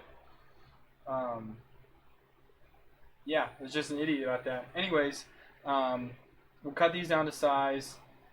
Electronics and firmware. That's going to be probably the next stream, is going to be doing the electronics and then working on the firmware. Electronics alone will probably take me 2 hours, and the firmware, I don't know how long. So whenever I do stream, Chris, if you wouldn't mind jumping in there for any moral support, that'd be fantastic, because I need to figure out how to get the Easy ABL working in the Marlin version that Aaron sent me. He's using the same board with very similar setup, so that's why he sent me that kind of to work with. Oh, I need to buy the new lead screw nuts here too, which I will put that on my order list for tonight. Alright, well, it has been a super long stream. I haven't streamed this long in a long time, but it was awesome. It was great building this and getting where I am. I know the things that we missed that we need to fix, and I know what worked out really well. So I'm very pumped with this build so far. It's super duper fun. And again, I know that the Z screws are short. I have new motors that will come in eventually for those. That'll be awesome. Alright, so thank you guys for hanging out with me, and I hope you join in on the next one. This was the largest stream I've ever done, and probably one of the longest as well. There was like almost 70 people in here at one time, which was super cool to have so many people want to come and hang out and watch me build this crazy 3D printer. So thanks for hanging out, guys, and I'll catch y'all next one.